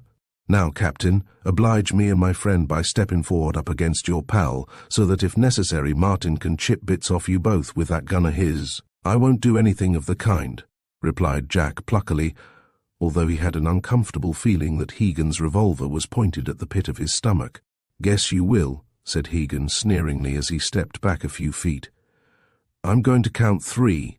If you ain't making yourself scarce in that vicinity by the time I say 3, I'll fire past you. I don't want to do any killing, mind. I'll fire to miss you the first time, but the second shot won't miss." Jack stared stubbornly at the man, who, however, showed no signs of wavering, and the shining weapon in his hand was a painfully conclusive argument. "1," said Hagen. Jack set his lips tightly but continued to hold on to the wheel. 2, 3. There was a sharp report, and a bullet whizzed within a foot of Jack's head. It would have been sheer suicide to hold out any longer against such odds. The boy frowned and walked forward to where Rod was standing. "Of course, if you're going to do that sort of thing," he said, "you can have your own way just now, but you'll have to smart for it later on." Taking possession of the wheel, Hagen steered farther into the bewildering fog. "Don't mind them, Martin," he said. "But keep your eyes skinned all the same, or they'll slip one over on you." Although Jack had found discretion the better part of valor, he was by no means inclined to take his medicine lying down. "You bet we will," he declared truculently. "I was an idiot to let you come off with us anyway. It was one of you two who tried to choke me in the cabin a little while back. I felt pretty certain of it all along. But after what the watchman told me yesterday, I thought I must have been mistaken." "I guess you're right," said Hagen. "My friend Martin was to blame for that. He always makes a mess of things if I'm not along to help him." Martin's revolver went off, and Rod, who had again stooped quickly to pick up a belaying pin, straightened himself with a jerk. "Or would you?" grinned Martin. "Next time you try any of that stuff you'll get hit, see?" "What on earth do you chaps want?" Jack asked savagely. "You can't get away with this sloop. I'll have the fishermen hunting all along the coast for it." The two men exchanged glances, and Hagen winked at his companion. "Wouldn't they like to know?" he jeered. "Keep your mouth shut," Martin growled warningly. Chapter 16. CAST Adrift. Whatever the intention of the two men was, their plans were now being affected by something they had not anticipated. The fog had blotted out everything except a comparatively small space of the ocean around them, and, to complicate matters still more, the sails of the Sea-Lark, after flapping lazily for a while, now began to hang limply. The faint breeze had died down entirely, and the sloop lay motionless. "This ain't no good," Hagen commented at length, addressing his companion. "Better set them two adrift in their dinghy." "What do you want to do that for?" demanded the captain heatedly. So long as he had both feet on the sloop's deck, he stood at least some chance of defending his property. "Don't ask questions," snapped Hagen. "Hop over the side there." With both Martin and Hagen covering them with revolvers, the lads had no alternative but to obey. They were in the dinghy, and Martin still held the painter in his hand, ready to cast it loose, when an idea occurred to Hagen. "Pass me up those oars," he ordered. Jack gave a sudden tug on the painter, but did not succeed in dragging it from Martin's hand. "Come down and get them yourself if you're so anxious for the things," Jack retorted. "You young varmint, bound to give us as much trouble as you can, ain't you?" snarled Hagen, clambering over the side and nearly swamping the little dinghy which was never made to hold more than 2 as he gained possession of the oars. "What did you expect me to do?" asked Jack. "Hand them up to you politely and then kiss you goodbye. I suppose you fellows both know you'll go to prison for this as soon as the police put their hands on you." "They've got to catch us first," grunted Hagen. as with his foot on the prow of the dinghy he pushed it off. It slid a few yards through the water and then lay still by the side of the Sea-Lark until a faint puff of wind fluttered the sails of the sloop and she drifted half a cable's length farther away. "What in the name of goodness do you suppose those chaps did that for?" Jack exclaimed presently. "They've got some crazy notion of stealing the sloop, I guess," replied Rodney. "It is crazy, though. To begin with, they can't get far. They'll have to put in at Weymouth or some other place within a few miles. And when we land, it won't be half an hour before all the police along this part of the coast are looking out for them. They can't disguise her, and they won't have more than a few hours to sell her." "I can't help thinking the same way that you do about it," replied Jack, laughing. For in spite of the unpleasantness of their position, there was something utterly ludicrous and unexpected about it. "But we're not ashore yet. Got no oars, remember." "How far is the coast from here?" Jack shrugged. "A couple of miles, perhaps. I guess it can't be much more." "I think it lies over there," he said, pointing vaguely into the bewildering mass of fog. "I think it's over here," declared Rod, pointing in nearly the opposite direction. "The sloop is—" He turned to glance in the direction of the sloop, but found the mist had swallowed her up. "She's over there," said Jack. "No, she's over there," Rod contradicted. "What are you going by, the wind or the sun?" "Guesswork," owned Rod, realizing that in a dead calm surrounded by fog, all points of the compass looked alike. "We're stuck, that's all there is to it," said Jack. "Nothing much can happen to us, though, as it's such fine weather, barring the fog. And that's bound to lift soon. We can paddle ashore with our hands, on a pinch, as soon as we can see where we are." But the fog continued to hang over the surface like a pall, and the boys waited with what patience they could muster because, though by paddling with their hands they might be able to send the dinghy through the water at the rate of a mile an hour or even more, they were as likely as not to paddle her farther out to sea. Suddenly Jack straightened up and put his head on one side, listening. "What was that?" he asked. "Didn't hear a thing," replied Rod. "I did, though," declared the captain. "Listen." After a while, a faint creaking sound came over the water. "Hear it then?" Jack asked. The other nodded. "What was it?" he queried, straining his ears afresh. A smile came slowly to Jack's face. "I believe it's the sloop," he declared. "She's stuck anyway, the same as we are, you know. Hegan and his pal will have to stay just where they are until a breeze happens along. And there hasn't been more than a breath of air since they threw us out." "It might be some other boat," Rod suggested. "We'll soon settle that," said Jack. "Ahoy there, ahoy." He knew that call must travel some distance in such still air, and when no answering hail was returned, his suspicions were confirmed. "Can't you picture them, as mad as a couple of hornets?" Jack chuckled. "They've fallen into their own trap and they can't get out of it until a breeze comes. I suppose there's no chance of paddling back alongside and catching them off their guard," Rod suggested. The captain frowned thoughtfully. "I guess not," he said. "They'll be getting the jump soon. We'd make a pretty good target, remember, if they started to take pot shots at us. All the same, I'm game if you are. It would be better than sitting here and doing nothing. There she goes again. You heard? It's the boom swinging in the swell. Hear what idiots we are," he went on, stooping and lifting the floorboards of the dinghy. "What could you want better than these for paddles? Quietly now. If they hear us coming, we shall have no better chance than when we drifted away. I expect it will be no good anyway, but I can't sit still doing nothing much longer." Judging as accurately as possible the direction of the sound that came across the water occasionally, they began to paddle softly, and within 5 minutes Jack held up a warning hand and pointed ahead, where the shape of the Sea-Lark loomed dimly. For another 20 fathoms they urged the dinghy along, until it was possible to see the sloop distinctly.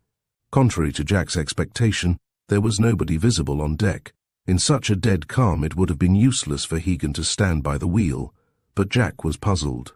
The dinghy was now drawing near the vessel.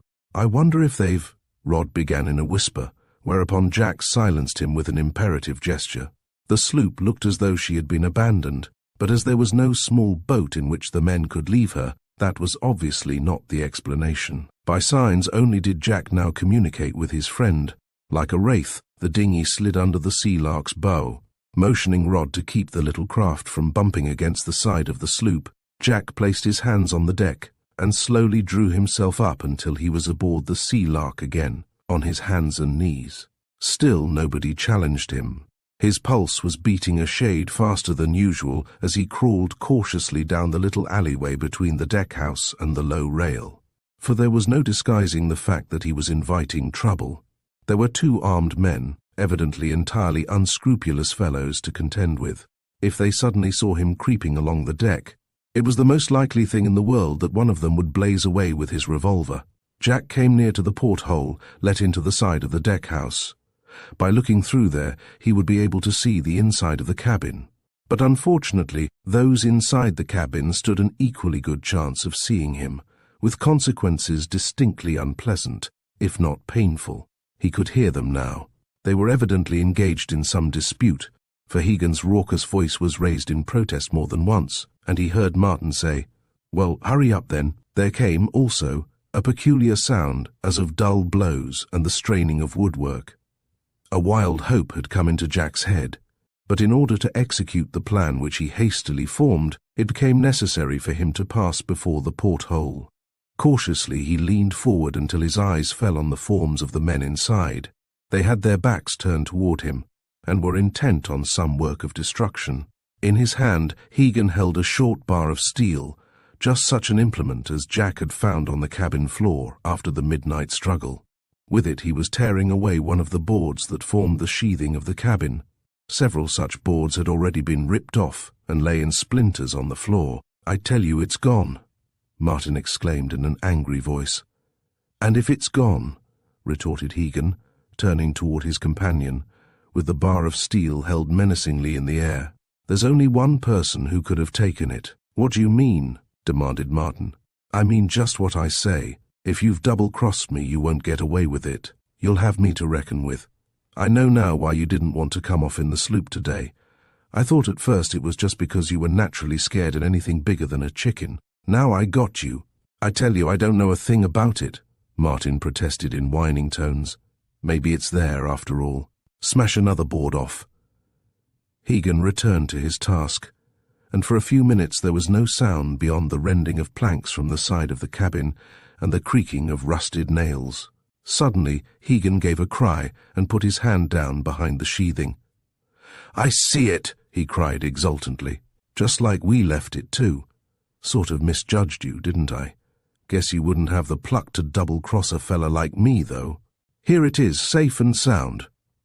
Then he drew from behind the sheathing the thing for which he had been seeking, and Jack, watching through the port, saw the man's hand grasping the strange object of his search. Chapter 17. Trapped, Jack had remained motionless, watching this strange spectacle, but he now crept noiselessly astern, while the men were engaged with their discovery. Evidently they did not notice his form past the porthole, but the most critical part of his task lay ahead. If only he could reach the cockpit unobserved and fasten Hegan and Martin up in the cabin, the tables would indeed be turned. The lad peered cautiously round the after end of the deckhouse, and his face brightened, for one of the doors was half closed. That gave him a chance to approach the companionway without being seen. His movements, however, had to be slow, for any sudden jerk on the part of the sloop would instantly have aroused the suspicion of the men. He hardly breathed as he put one foot over the edge of the cockpit, and upon the broad seat, his eyes glued the while on the doors, which swung outward. There was a bare chance that he might bang both of them to and fasten them before Hegan and Martin had time to interfere. It would be the work of an instant only. Once he got near enough to accomplish his object, and the catch with which the closed doors could be fastened together was hanging down temptingly. A fresh dispute had evidently arisen between the 2 men, for they were speaking angrily once more, and while they were so engaged the boy gently closed the half-open door. Then, with a swift movement, he reached across for the other door and closed it with a bang, snapping the catch across firmly. Instantly an outcry arose in the cabin. "Who's there?" shouted Martin.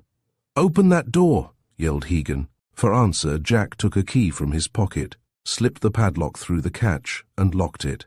"Come on, Rod," he called, springing back on deck from the cockpit and taking the dinghy's painter aboard. "We've got them." What? How did you do it? Rod asked, puzzled. His nerves had been sorely tried by an anxious wait of fully 5 minutes, during which time anything might have happened at any moment. I shut the door on them, that's all. They were asleep at the switch. Hello there, open this door. The two men were now shouting together. You stop where you are and be quiet, Jack shouted back. Listen to me, Hegan called out. What's the idea of fastening us up? Can't you take a joke? Oh, yes, said Jack. Now it's your turn. Well, this ain't funny, replied Hegan. Just you open the door, and we'll call it quits. Not likely, said the boy. I'll open the door when we get back to Greenport and there's a police officer to talk to you as you come out. Perhaps you can explain to him what you mean by turning me off my boat and smashing my cabin up. If you don't let us out, I'll break the door open, and then you'll have real trouble on your hands. They'll have some difficulty in breaking that door open, said Rodney. Meanwhile, look at that.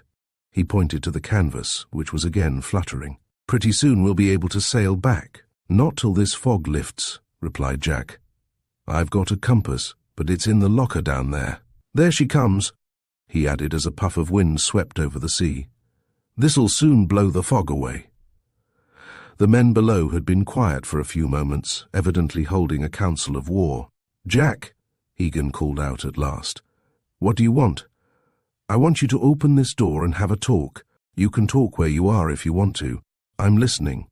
Yes, but I want to get out. I have told you I'm not going to let you out. If you don't, it'll be your funeral, declared Hegan. Listen here. We made up our minds that we weren't going to hurt anyone if we could help it. Well, you're not hurting anyone, retorted Jack with a laugh. We will if we start shooting. We've got plenty of cartridges left, and they'll go clean through this door. One of you may get killed, so I'm giving you fair warning.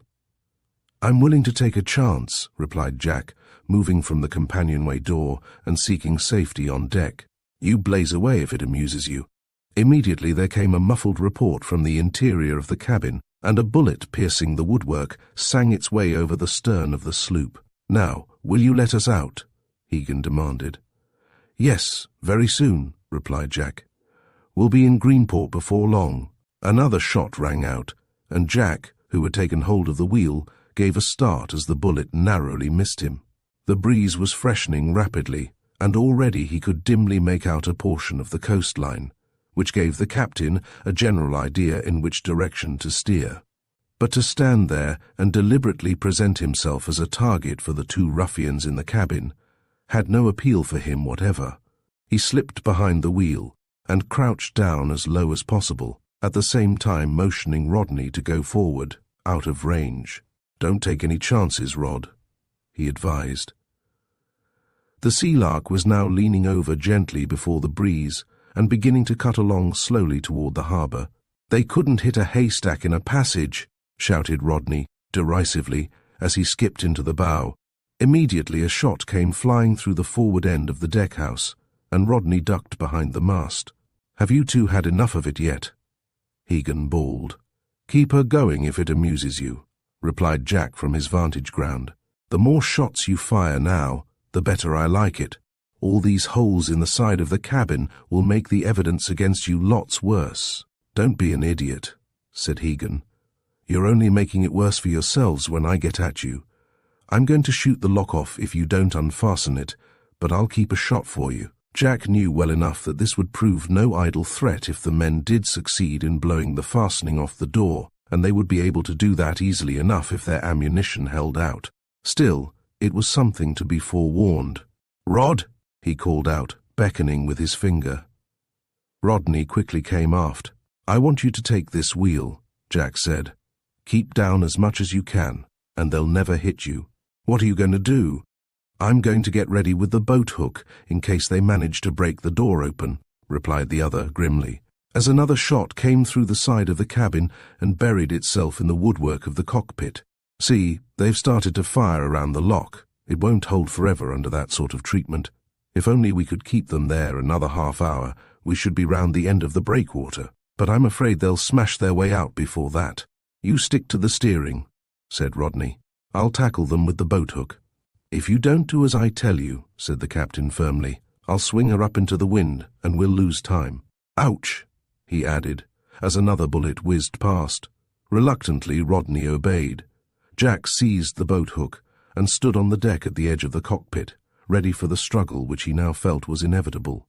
It would still have been possible for him and his chum to get away in the dinghy, but the sloop was heading for harbour, and there was a tempting sporting chance for Jack to win out. Moreover, he was by no means sure that if he and Rodney did get away in the dinghy, Hegan and his confederate would allow them to escape scot-free, for the men could overtake the dinghy rapidly, now that a fresh breeze was filling the sails. 2 more shots rang out, and the door of the companionway became badly splintered. "Are you going to let us out?" demanded Hegan's voice, in menacing tones. Jack cautiously moved out of the way before replying. "No, and if you put your head out you'll get the boat hook on top of it," he shouted. There was a brief pause, and then a heavy thumping began on the inside of the door. The men were using the table as a battering ram. Jack moved nearer the cockpit again, and stood watching with misgiving the effects of the resounding blows. Suddenly Rodney gave a startled cry, at the same time pointing ahead. Round the end of the breakwater, with all sails set, a fishing schooner was coming. "Starboard a bit, Rod, and cut her off," said Jack. "Hagan, you'd better stop that now," he added, raising his voice. "There's a schooner coming." This information was apparently far from good news to the 2 captives. The battering ceased momentarily, and 3 shots were fired in rapid succession at the lock, which almost broke away. When the shots ceased, Jack leaped down into the cockpit, with the boat hook raised above his head, ready to defend himself as the men broke out of the cabin. But the instant he landed in front of the door, another bullet tore its way through the woodwork, and he felt a sharp, stinging pain in his leg, just above the knee. With an involuntary cry, he clapped his hand to the injured place. "Come and take the wheel," cried Rodney. "You've been hit, haven't you?" "Stop where you are. It's nothing," replied Jack, gritting his teeth nevertheless as his leg began to throb. The boat hook was but an indifferent weapon against men with loaded revolvers, but it seemed to Jack that the enemy would have only a few shots left, if any. The sloop and the schooner, moreover, were now approaching each other rapidly. The fishing vessel had gone about, and her present course was taking her almost straight toward the Sea-Lark. Another minute or so would bring the vessels within speaking distance. Rod was already signalling as best he could. Below deck, the prisoners were again assailing the door, and blows fell with telling effect against the weakening lock. With poised boat hook, Jack watched and waited. Suddenly, with a crash, the doors flew open, and Hegan, his face contorted with rage, leaped up the steps. "Drop that boat hook," he commanded savagely, his revolver pointing at Jack's breast.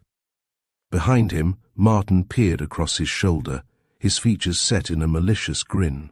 Jack, backing away, pointed to the schooner. "You're too late, Hegan," he said. Hegan shot a quick glance over the water, and then, with a snarl of rage, hurled his revolver straight at the boy's face. Jack ducked, but not in time to escape a glancing blow on the top of the head, which sent him reeling back. Seizing his advantage, Hegan leaped forward, but Rodney, with a final hail to the schooner, now close at hand, left the wheel and hurled himself on top of Hegan. His weight bore the man down, and Jack, recovering, steadied himself to meet a new onslaught which came from Martin. Clutching the barrel of his empty weapon, Martin aimed a blow, but Jack was before him and brought the boat hook crashing down on the man's arm. The revolver dropped to the floor of the cockpit just as a deep voice came from the deck of the fishing craft. "Hello there. Hello there. What's all this about?" It was Bob Sennett who spoke, and with flopping sails the L&E Hanks nosed alongside the Sea-Lark, and the skipper, his huge hands bunched formidably, leaped to the deck of the sloop. "You're just in time, Captain," growled Hegan. "These young ruffians were nearly killing the pair of us." Bob Sennett's eyes fell on the dark mark on Jack's trousers, which were already badly stained from his wound. From there his gaze travelled to the revolver at Martin's feet. Jack, now that the worst of the excitement was over, was feeling curiously weak. He sank down on the cockpit seat and hoped fervently that he was not going to do anything so foolish as faint. It was as though a red-hot iron was being bored into his leg, and he felt absurdly dizzy. "Give me that gun," the fisherman demanded of Martin, who picked up the weapon and handed it over. Hegan made a movement in the direction of the dinghy, whereupon Bob Sennett strode forward, took him by the collar, and flung him roughly into the bottom of the cockpit. "So these two boys were nearly killing the pair of you, were they?" the burly fisherman said. "I've seen one of 'em at the wheel for the last 5 minutes. The other has a boat hook in his hand and a bullet in his leg, if I'm not mistaken. That yarn don't go with me, and it won't go with the police. Have they another gun, Jack?" he demanded suddenly. "They had, but Hegan threw it at me when it was empty, and it must have gone overboard. What's their game?" "I don't quite know, Captain Sennett," replied Jack, "but I'd be very much obliged if you'd help us back to Greenport." "You bet I will. Now then, you two," he went on, addressing Hegan and Martin, "get onto the schooner. Nearly killing the pair of you, were they? A fine yarn. Hey!" What in Captain Sennett's head went forward, and his eyes widened in astonishment as he saw the broken, bullet-torn doors of the companionway. "Has somebody gone?" he added. Jack was by now in a state of semi-collapse, and the fisherman, picking him up, laid him gently on the deck of the sloop. "They turned us adrift in the dory," Rodney explained, "but there wasn't any wind, so we were able to paddle alongside again, and Jack slipped aboard and fastened them up in the cabin." "Well, I dunno," said Captain Sennett, "but by rights you two ought both to be dead now, according to what's been going on. Joe," he called out, raising his voice and addressing the mate on board the schooner, "tie those two beauties up good and tight, or they might get away from you yet. Now pass a line aboard here and beat it back to the harbour."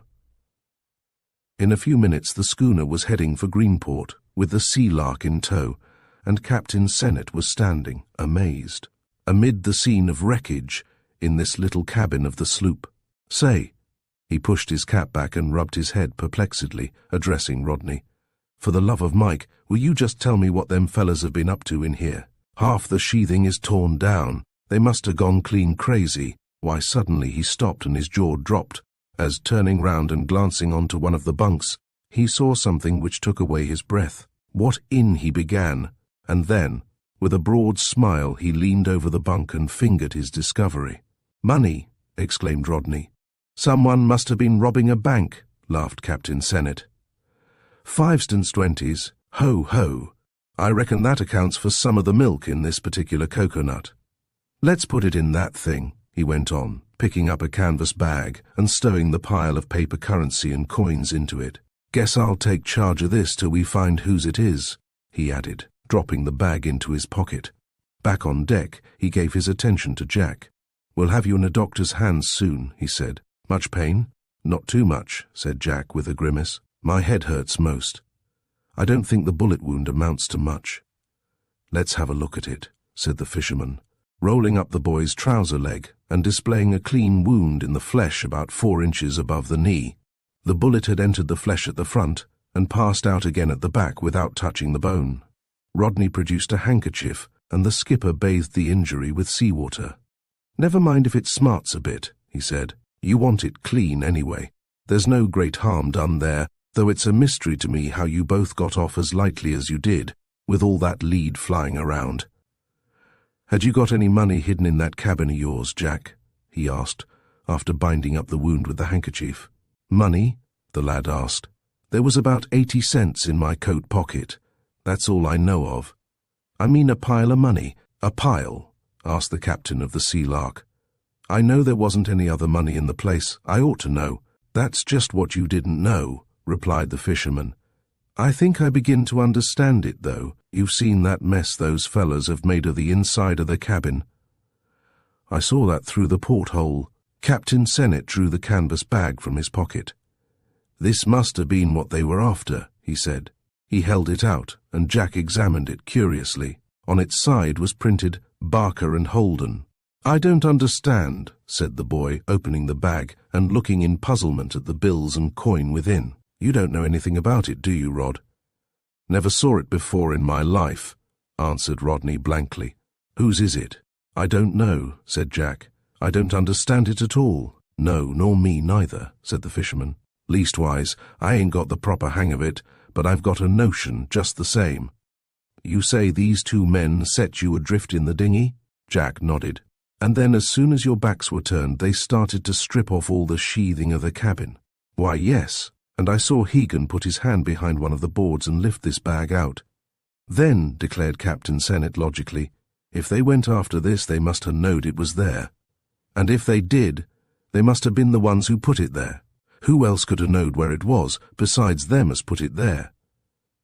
Jack sat up suddenly, with a most astounding idea in his head. I'm going to count it, he announced. Count it, eh? Said Bob Sennett. All right, might as well know what we've got.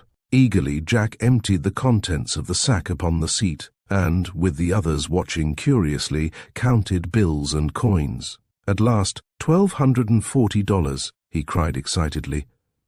Just what I suspected. Don't you see, Captain? Bob Sennett shook his head. Can't say I do, Jack. Guess you'd better tell me. Why, this is the money my father was robbed of 3 years ago. What? Exclaimed Rodney. But how did it get here? I don't know, but I do, interrupted the captain of the L&E Hanks. Those sculpins put it here. But when? The Sea-Lark's been lying over on the dunes for 2 years or more. Well, what of it? Asked Bob Sennett. Wasn't nothing to keep them from going over there and dropping the bag behind the cabin sheathing, was there? If they wanted to hide it, that was a pretty good place, wasn't it? And why, look here, Jack, maybe these fellows is the ones that stole the money from your father. I wonder, said Jack. Anyway, it's all a puzzle to me. Why should the men have hidden it on the Sea-Lark? And if they did hide it there, why didn't they take it away again during all the time the sloop lay on the dunes? Bob Sennett shook his head in perplexity. Now's the time to find out, if it ever is to be found out, he said as the schooner's sails dropped, and she sidled toward her usual berth, much to the surprise of those who had seen her put to sea a short time before. What's amiss? Captain Crumby shouted from Garnett and Sayers Wharf, seeing the sloop towing astern and Bob Sennett aboard of her. Telephone to the police station, replied Captain Sennett, and tell the chief he's wanted down here, quick. I want to get off to sea as soon as I can. The watchman delivered the message, and shortly afterward the chief stepped on board the L&E Hanks, where the crew were standing expectantly in a group. Jack, limping painfully, had joined them, determined to see the thing through now. Rodney and Captain Crumby had also gone on to the schooner as a matter of course. What is it? Asked the chief as he stepped off the wharf. There's 2 men trussed up in the cabin who are going to prison for several years, if I'm any judge, replied the skipper. Theft and using firearms, and goodness knows what else. We happened along just when they were in the thick of it. Afore you go down and take a squint at 'em, I want to tell you all I know. Go ahead, replied the chief, alert and ready to grasp the essential points of the case. Bob Sennett briefly told of all he had seen, and showed the bag of money to the police official, who raised his eyebrows in astonishment. And you say there's just $1,240 there. That must be the stolen bag, all right, he said. This explains a lot that we didn't rightly understand before. The latter remark was addressed to Jack. But the robbery took place a long time ago, and we may have difficulty in fastening the guilt on these men, even if they are the actual culprits, unless one of them can be made to confess. However, I may be able to work it. Men of that kind have no scruples when it comes to saving their own skins. Bring them up on deck one at a time. A minute later, the man known as Martin was ushered into the presence of the chief. The latter looked at him curiously for a brief space, and then smiled grimly. "Hello, Whitey," he said. "Going by the name of Martin now, are you, eh? Haven't seen you for quite a while." "My name ain't White," the man blustered. "It used to be. It was, anyway, when you and your pal were arrested at Weymouth for burglary, and you were both sent to prison for 3 years. You only got out a while back, didn't you?" "Well, what about it?" demanded White in a surly manner, seeing that further denial was useless. "Only this, that I'm afraid you'll have to go back again, and for a longer spell this time." "What for?" asked White. "We've only been defending ourselves against these boys." "That yarn won't go," replied the chief. "The captain of this schooner saw too much for you to get out of it. But I'm not talking about today's affair. It's something else you'll stand trial for." "I haven't done anything," growled the man. "Haven't, eh? What about knocking down Sam Holden 3 years ago and getting away with $1,200? Forgotten all about that, have you? I wasn't in on that. You can't prove." "How'd you come by the money then?" snapped the chief. White darted a glance at the stern faces encircling him, and moistened his lips. "It was Hegan hit him," he blurted. "How do you know?" "I saw him," White floundered. "Thank you," said the chief ironically. "That is just what I wanted to be sure of. What happened after the pair of you got away with the money?" Again, White looked round appealingly to those near, and hesitated. "You'd better come across," urged the chief. "We've got you, remember, and you can't squirm out of it. You must have hidden the money in the cabin of the sloop at once, because it was only the next day that you and Hegan were arrested at Weymouth, and you've been in the prison since then, until very recently. It may make it easier for you if you tell me the truth now." White shrugged his shoulders. "It wasn't me hit Holden on the head, remember," he said. "I was against that sort of thing all along. Hegan found out that this man Holden sometimes took a lot of money down to his house instead of leaving it at the office in the safe. We waited for Holden in the street, and Hegan laid him out. We'd seen this sloop lying off the wharves, and so when we had the money, we slid down there and got aboard her. We were afraid to wait around at the station for a train. We didn't want the sloop, mind you. All we wanted was to get away, and we thought we might make some place up the coast around Weymouth, run the sloop ashore, and foot it for the railroad. Hegan had the bag of money when we went aboard, and the first thing he did was to look for some place where it wouldn't be found if the cops got us. One of the boards was so as we could pry it loose at the top, and he shoved the bag behind it. It was pretty rough when we got outside, and I was for turning back, but Hegan wouldn't agree to that, and we headed up the shore. Things got pretty bad, and I made sure we'd both be drowned, as I didn't know much about sailing, and Hegan wasn't a whole lot better at it. The gale got us off Indian Head, and we were nearly swamped. Our bit of sail went, and next thing we knew, we were drifting up the river. After a while, she ran on a sandbank, and the waves came right across her deck. We tried to get hold of the bag, but it had slipped down where we couldn't reach it.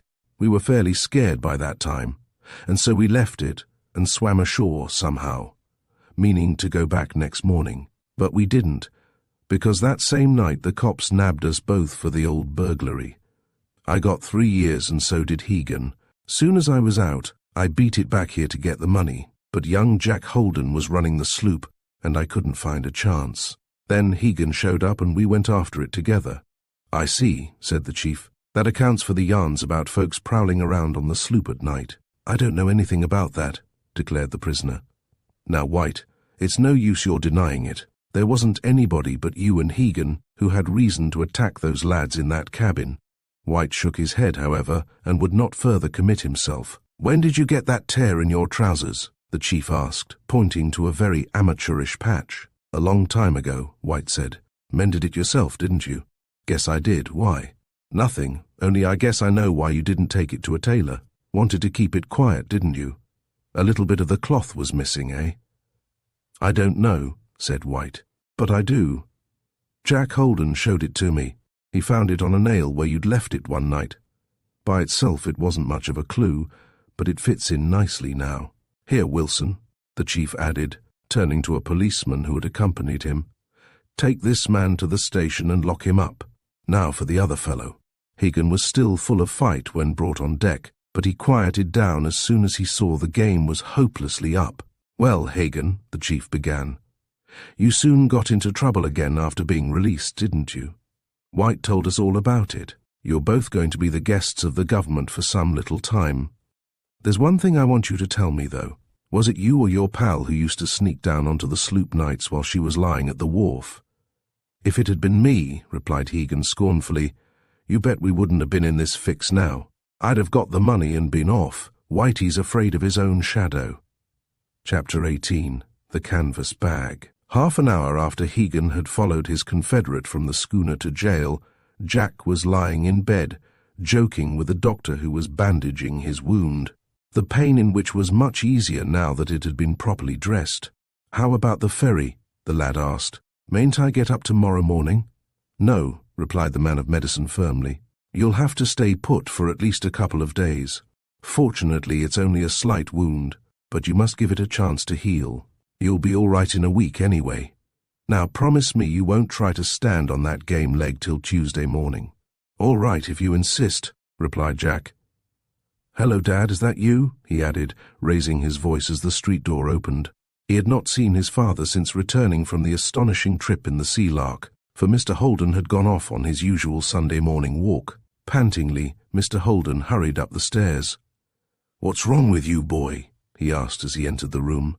"I've just heard outside that you've been shot." "It's only a scratch," replied Jack. "The doctor says I'll probably be able to get up tomorrow, Tuesday," the kindly old doctor corrected, trying to look severe and making a complete failure of it. "If you get out of bed tomorrow, I'll chloroform you and amputate both legs. Don't worry about him, Mr. Holden. He'll be all right. Healthy flesh like his soon heals, but I want to give it a fair start. Good morning, Jack. Tuesday, mind. Good morning, Mr. Holden." Mr. Holden looked white as he sat on the edge of his son's bed, for he was not yet over the shock of the news. "Tell me about it, Jack," he said. Jack smiled. "I will in a minute, Dad," he replied, "but I have a little surprise for you first. You remember the night when you were robbed of that money?"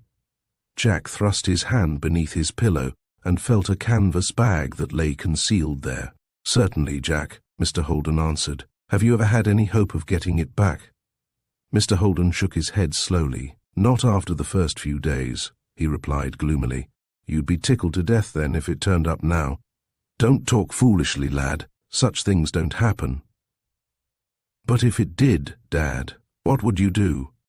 Mr. Holden would have preferred not to discuss the painful matter, but to humor his son, he rested his chin on his hands and thought for a while. "Well," he said at length, a twinkle coming into his eyes, "I'd ask you to let me put your salvage money with it." "And salvage money?" "I'm afraid Mr. Barker doesn't mean to pay a cent of that," the boy declared. "He ought to, according to the law, but the law doesn't seem to be everything." The twinkle was still in Mr. Holden's eyes. "That's where you're wrong, boy," he said. "The law does amount to a great deal. I met Mr. Merrill while I was out walking this morning, and he's just told me something you'll be glad to hear." "About the salvage?" Mr. Holden nodded. "What did he say?" Jack asked eagerly. "That Mr. Barker has decided to pay the whole amount rather than go to court," announced the boy's father triumphantly. Jack stared, for that was the last thing he had expected. Then he began to laugh, for he still had his own good news to tell. "Yes," Mr. Holden went on, "he's going to hand the check over next week. Yesterday was the last day Mr. Merrill gave him before taking the matter to court, and as Mr. Barker knew he would have to pay in the long run, he went round to the lawyer's house last night and tried to make a dicker. But Mr. Merrill held out until he got a promise that the whole amount would be paid." "Really?" exclaimed Jack. "That's fine. We'll be as rich ace as anything, shan't we?" "Well, you will, son. And so will you. I mean," Jack pulled himself up and made a new start. "You were saying that if you got back the money that was stolen, you'd put the salvage money with it, weren't you? And then what?" "Why, in that case, but why talk about it, Jack? That sort of miracle isn't likely to happen." But suppose it did," Jack insisted. "Suppose it had." Mr. Holden shook his head, smiling sadly. "Then I think I'd go back into business again, son," he answered. "How?" the boy asked eagerly, rising on his elbow. "I'd go into partnership with Garnett and Sayer.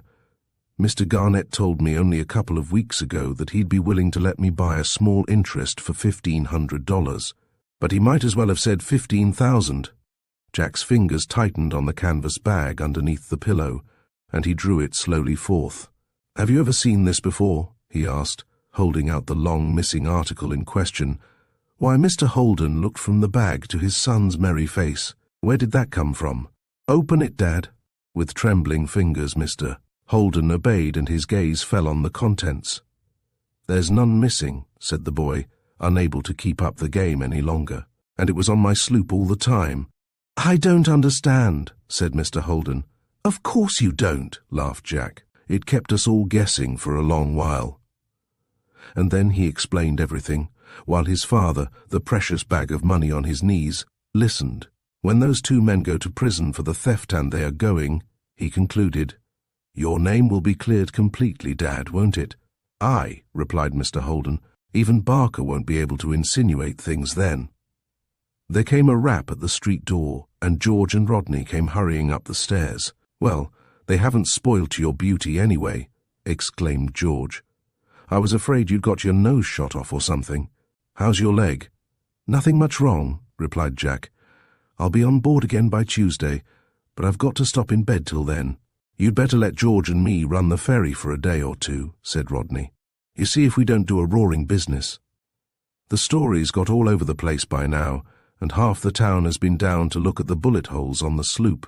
Everybody will want to run across in the Sea-Lark tomorrow. "Go to it," replied Jack. "That's fine." Mr. Holden, bearing his miraculously restored money, slipped from the room, and the visitors perched themselves on Jack's bed, and George, frankly disgusted at having missed the adventure, insisted on hearing a full and detailed account of it. Jack acted as chief historian, and Rodney saw to it that he left nothing out, and when they had ended, George shook his head regretfully. "Just my luck to get left out of it," he said. "But I suppose that if I'd been along, those thugs wouldn't have tried anything." "You hate yourself, don't you?" laughed Rodney. "Well, with 3 of us instead of 2, George is right," said Jack. "They wouldn't have faced such odds, I guess." "Wouldn't they?" demanded Rodney. "They went out to get that money back, and they'd have managed it somehow. Maybe they'd have acted nastier than they did. By the way, Dad and the rest of them said I was to tell you how sorry they are, you know, and all that. And Dad told me this morning that if you want a place in his office when you get through school, you can have it. Wish you'd take it, because I'll have a chance of seeing you now and then." "That's mighty kind of him," answered Jack gratefully, "and I guess I'd love to try it. I wish you'd thank him for me, Rod. I'll see him myself as soon as the doctor lets me out. But I'd like him to know that I appreciate his offer." "All right, Captain. I've got to beat it now. I'll be in again tomorrow to see how you're getting along. Don't worry about the ferry. George and I will keep it moving all right." When the boys had gone, Mr. Holden came back, and Jack, who had been doing some thinking in the meanwhile, greeted him with a question. "Dad," he asked, "how much is 12 and 5? "Why, 17, or it was when I went to school." Mr. Holden was in high spirits and laughed gaily at his little joke. "Why, son?" "Well, I was thinking, Dad, if you take that 500 and put it with the 12, I don't know that I ought to, Jack. Maybe it would be safer for you to put your money in the bank." "Nonsense. Of course you're going to take it. Gee, look at all the money you've spent on me." "Well, I'd pay it back gradually, son, and don't want it. Besides, as I figure it, you won't need all of it anyway, will you?" "Why, no, only 300, or maybe 350. "Great. That'll leave 150 then, and I know a bully way to spend that." "To spend it?" asked his father dubiously. "Don't you think that maybe you'd better save it, son?" "I didn't mean spend exactly. I meant invest. You see, Dad, the ferry has done pretty well this summer, and I guess it'll do even better next year, because there are more folks coming here every season. Rod's father has offered me a job when I'm through school, and I think I'd like to accept it, but he probably won't want me until fall, and so I might as well keep on with the ferry. Don't you think so?" Why, yes. You've made a good deal of money with it." "Yes. And even if I wasn't here all summer, George could run it for me and I'd still make on it. But what the Sea-Lark needs, Dad, is an engine just a 2-cylinder motor that'll kick her back and forth, wind or no wind. And I know where I can get a perfectly good second-hand one for 125, maybe less. So that's where the rest of that salvage money is going, Dad. I'm going to invest it in Holden's ferry. Thank you for joining us on this exciting adventure through The Mystery of the Sea-Lark. We hope you enjoyed uncovering the secrets alongside our hero. If you like this story, don't forget to subscribe to Storytime Haven for more thrilling tales. Until next time, keep your curiosity alive and your imagination soaring.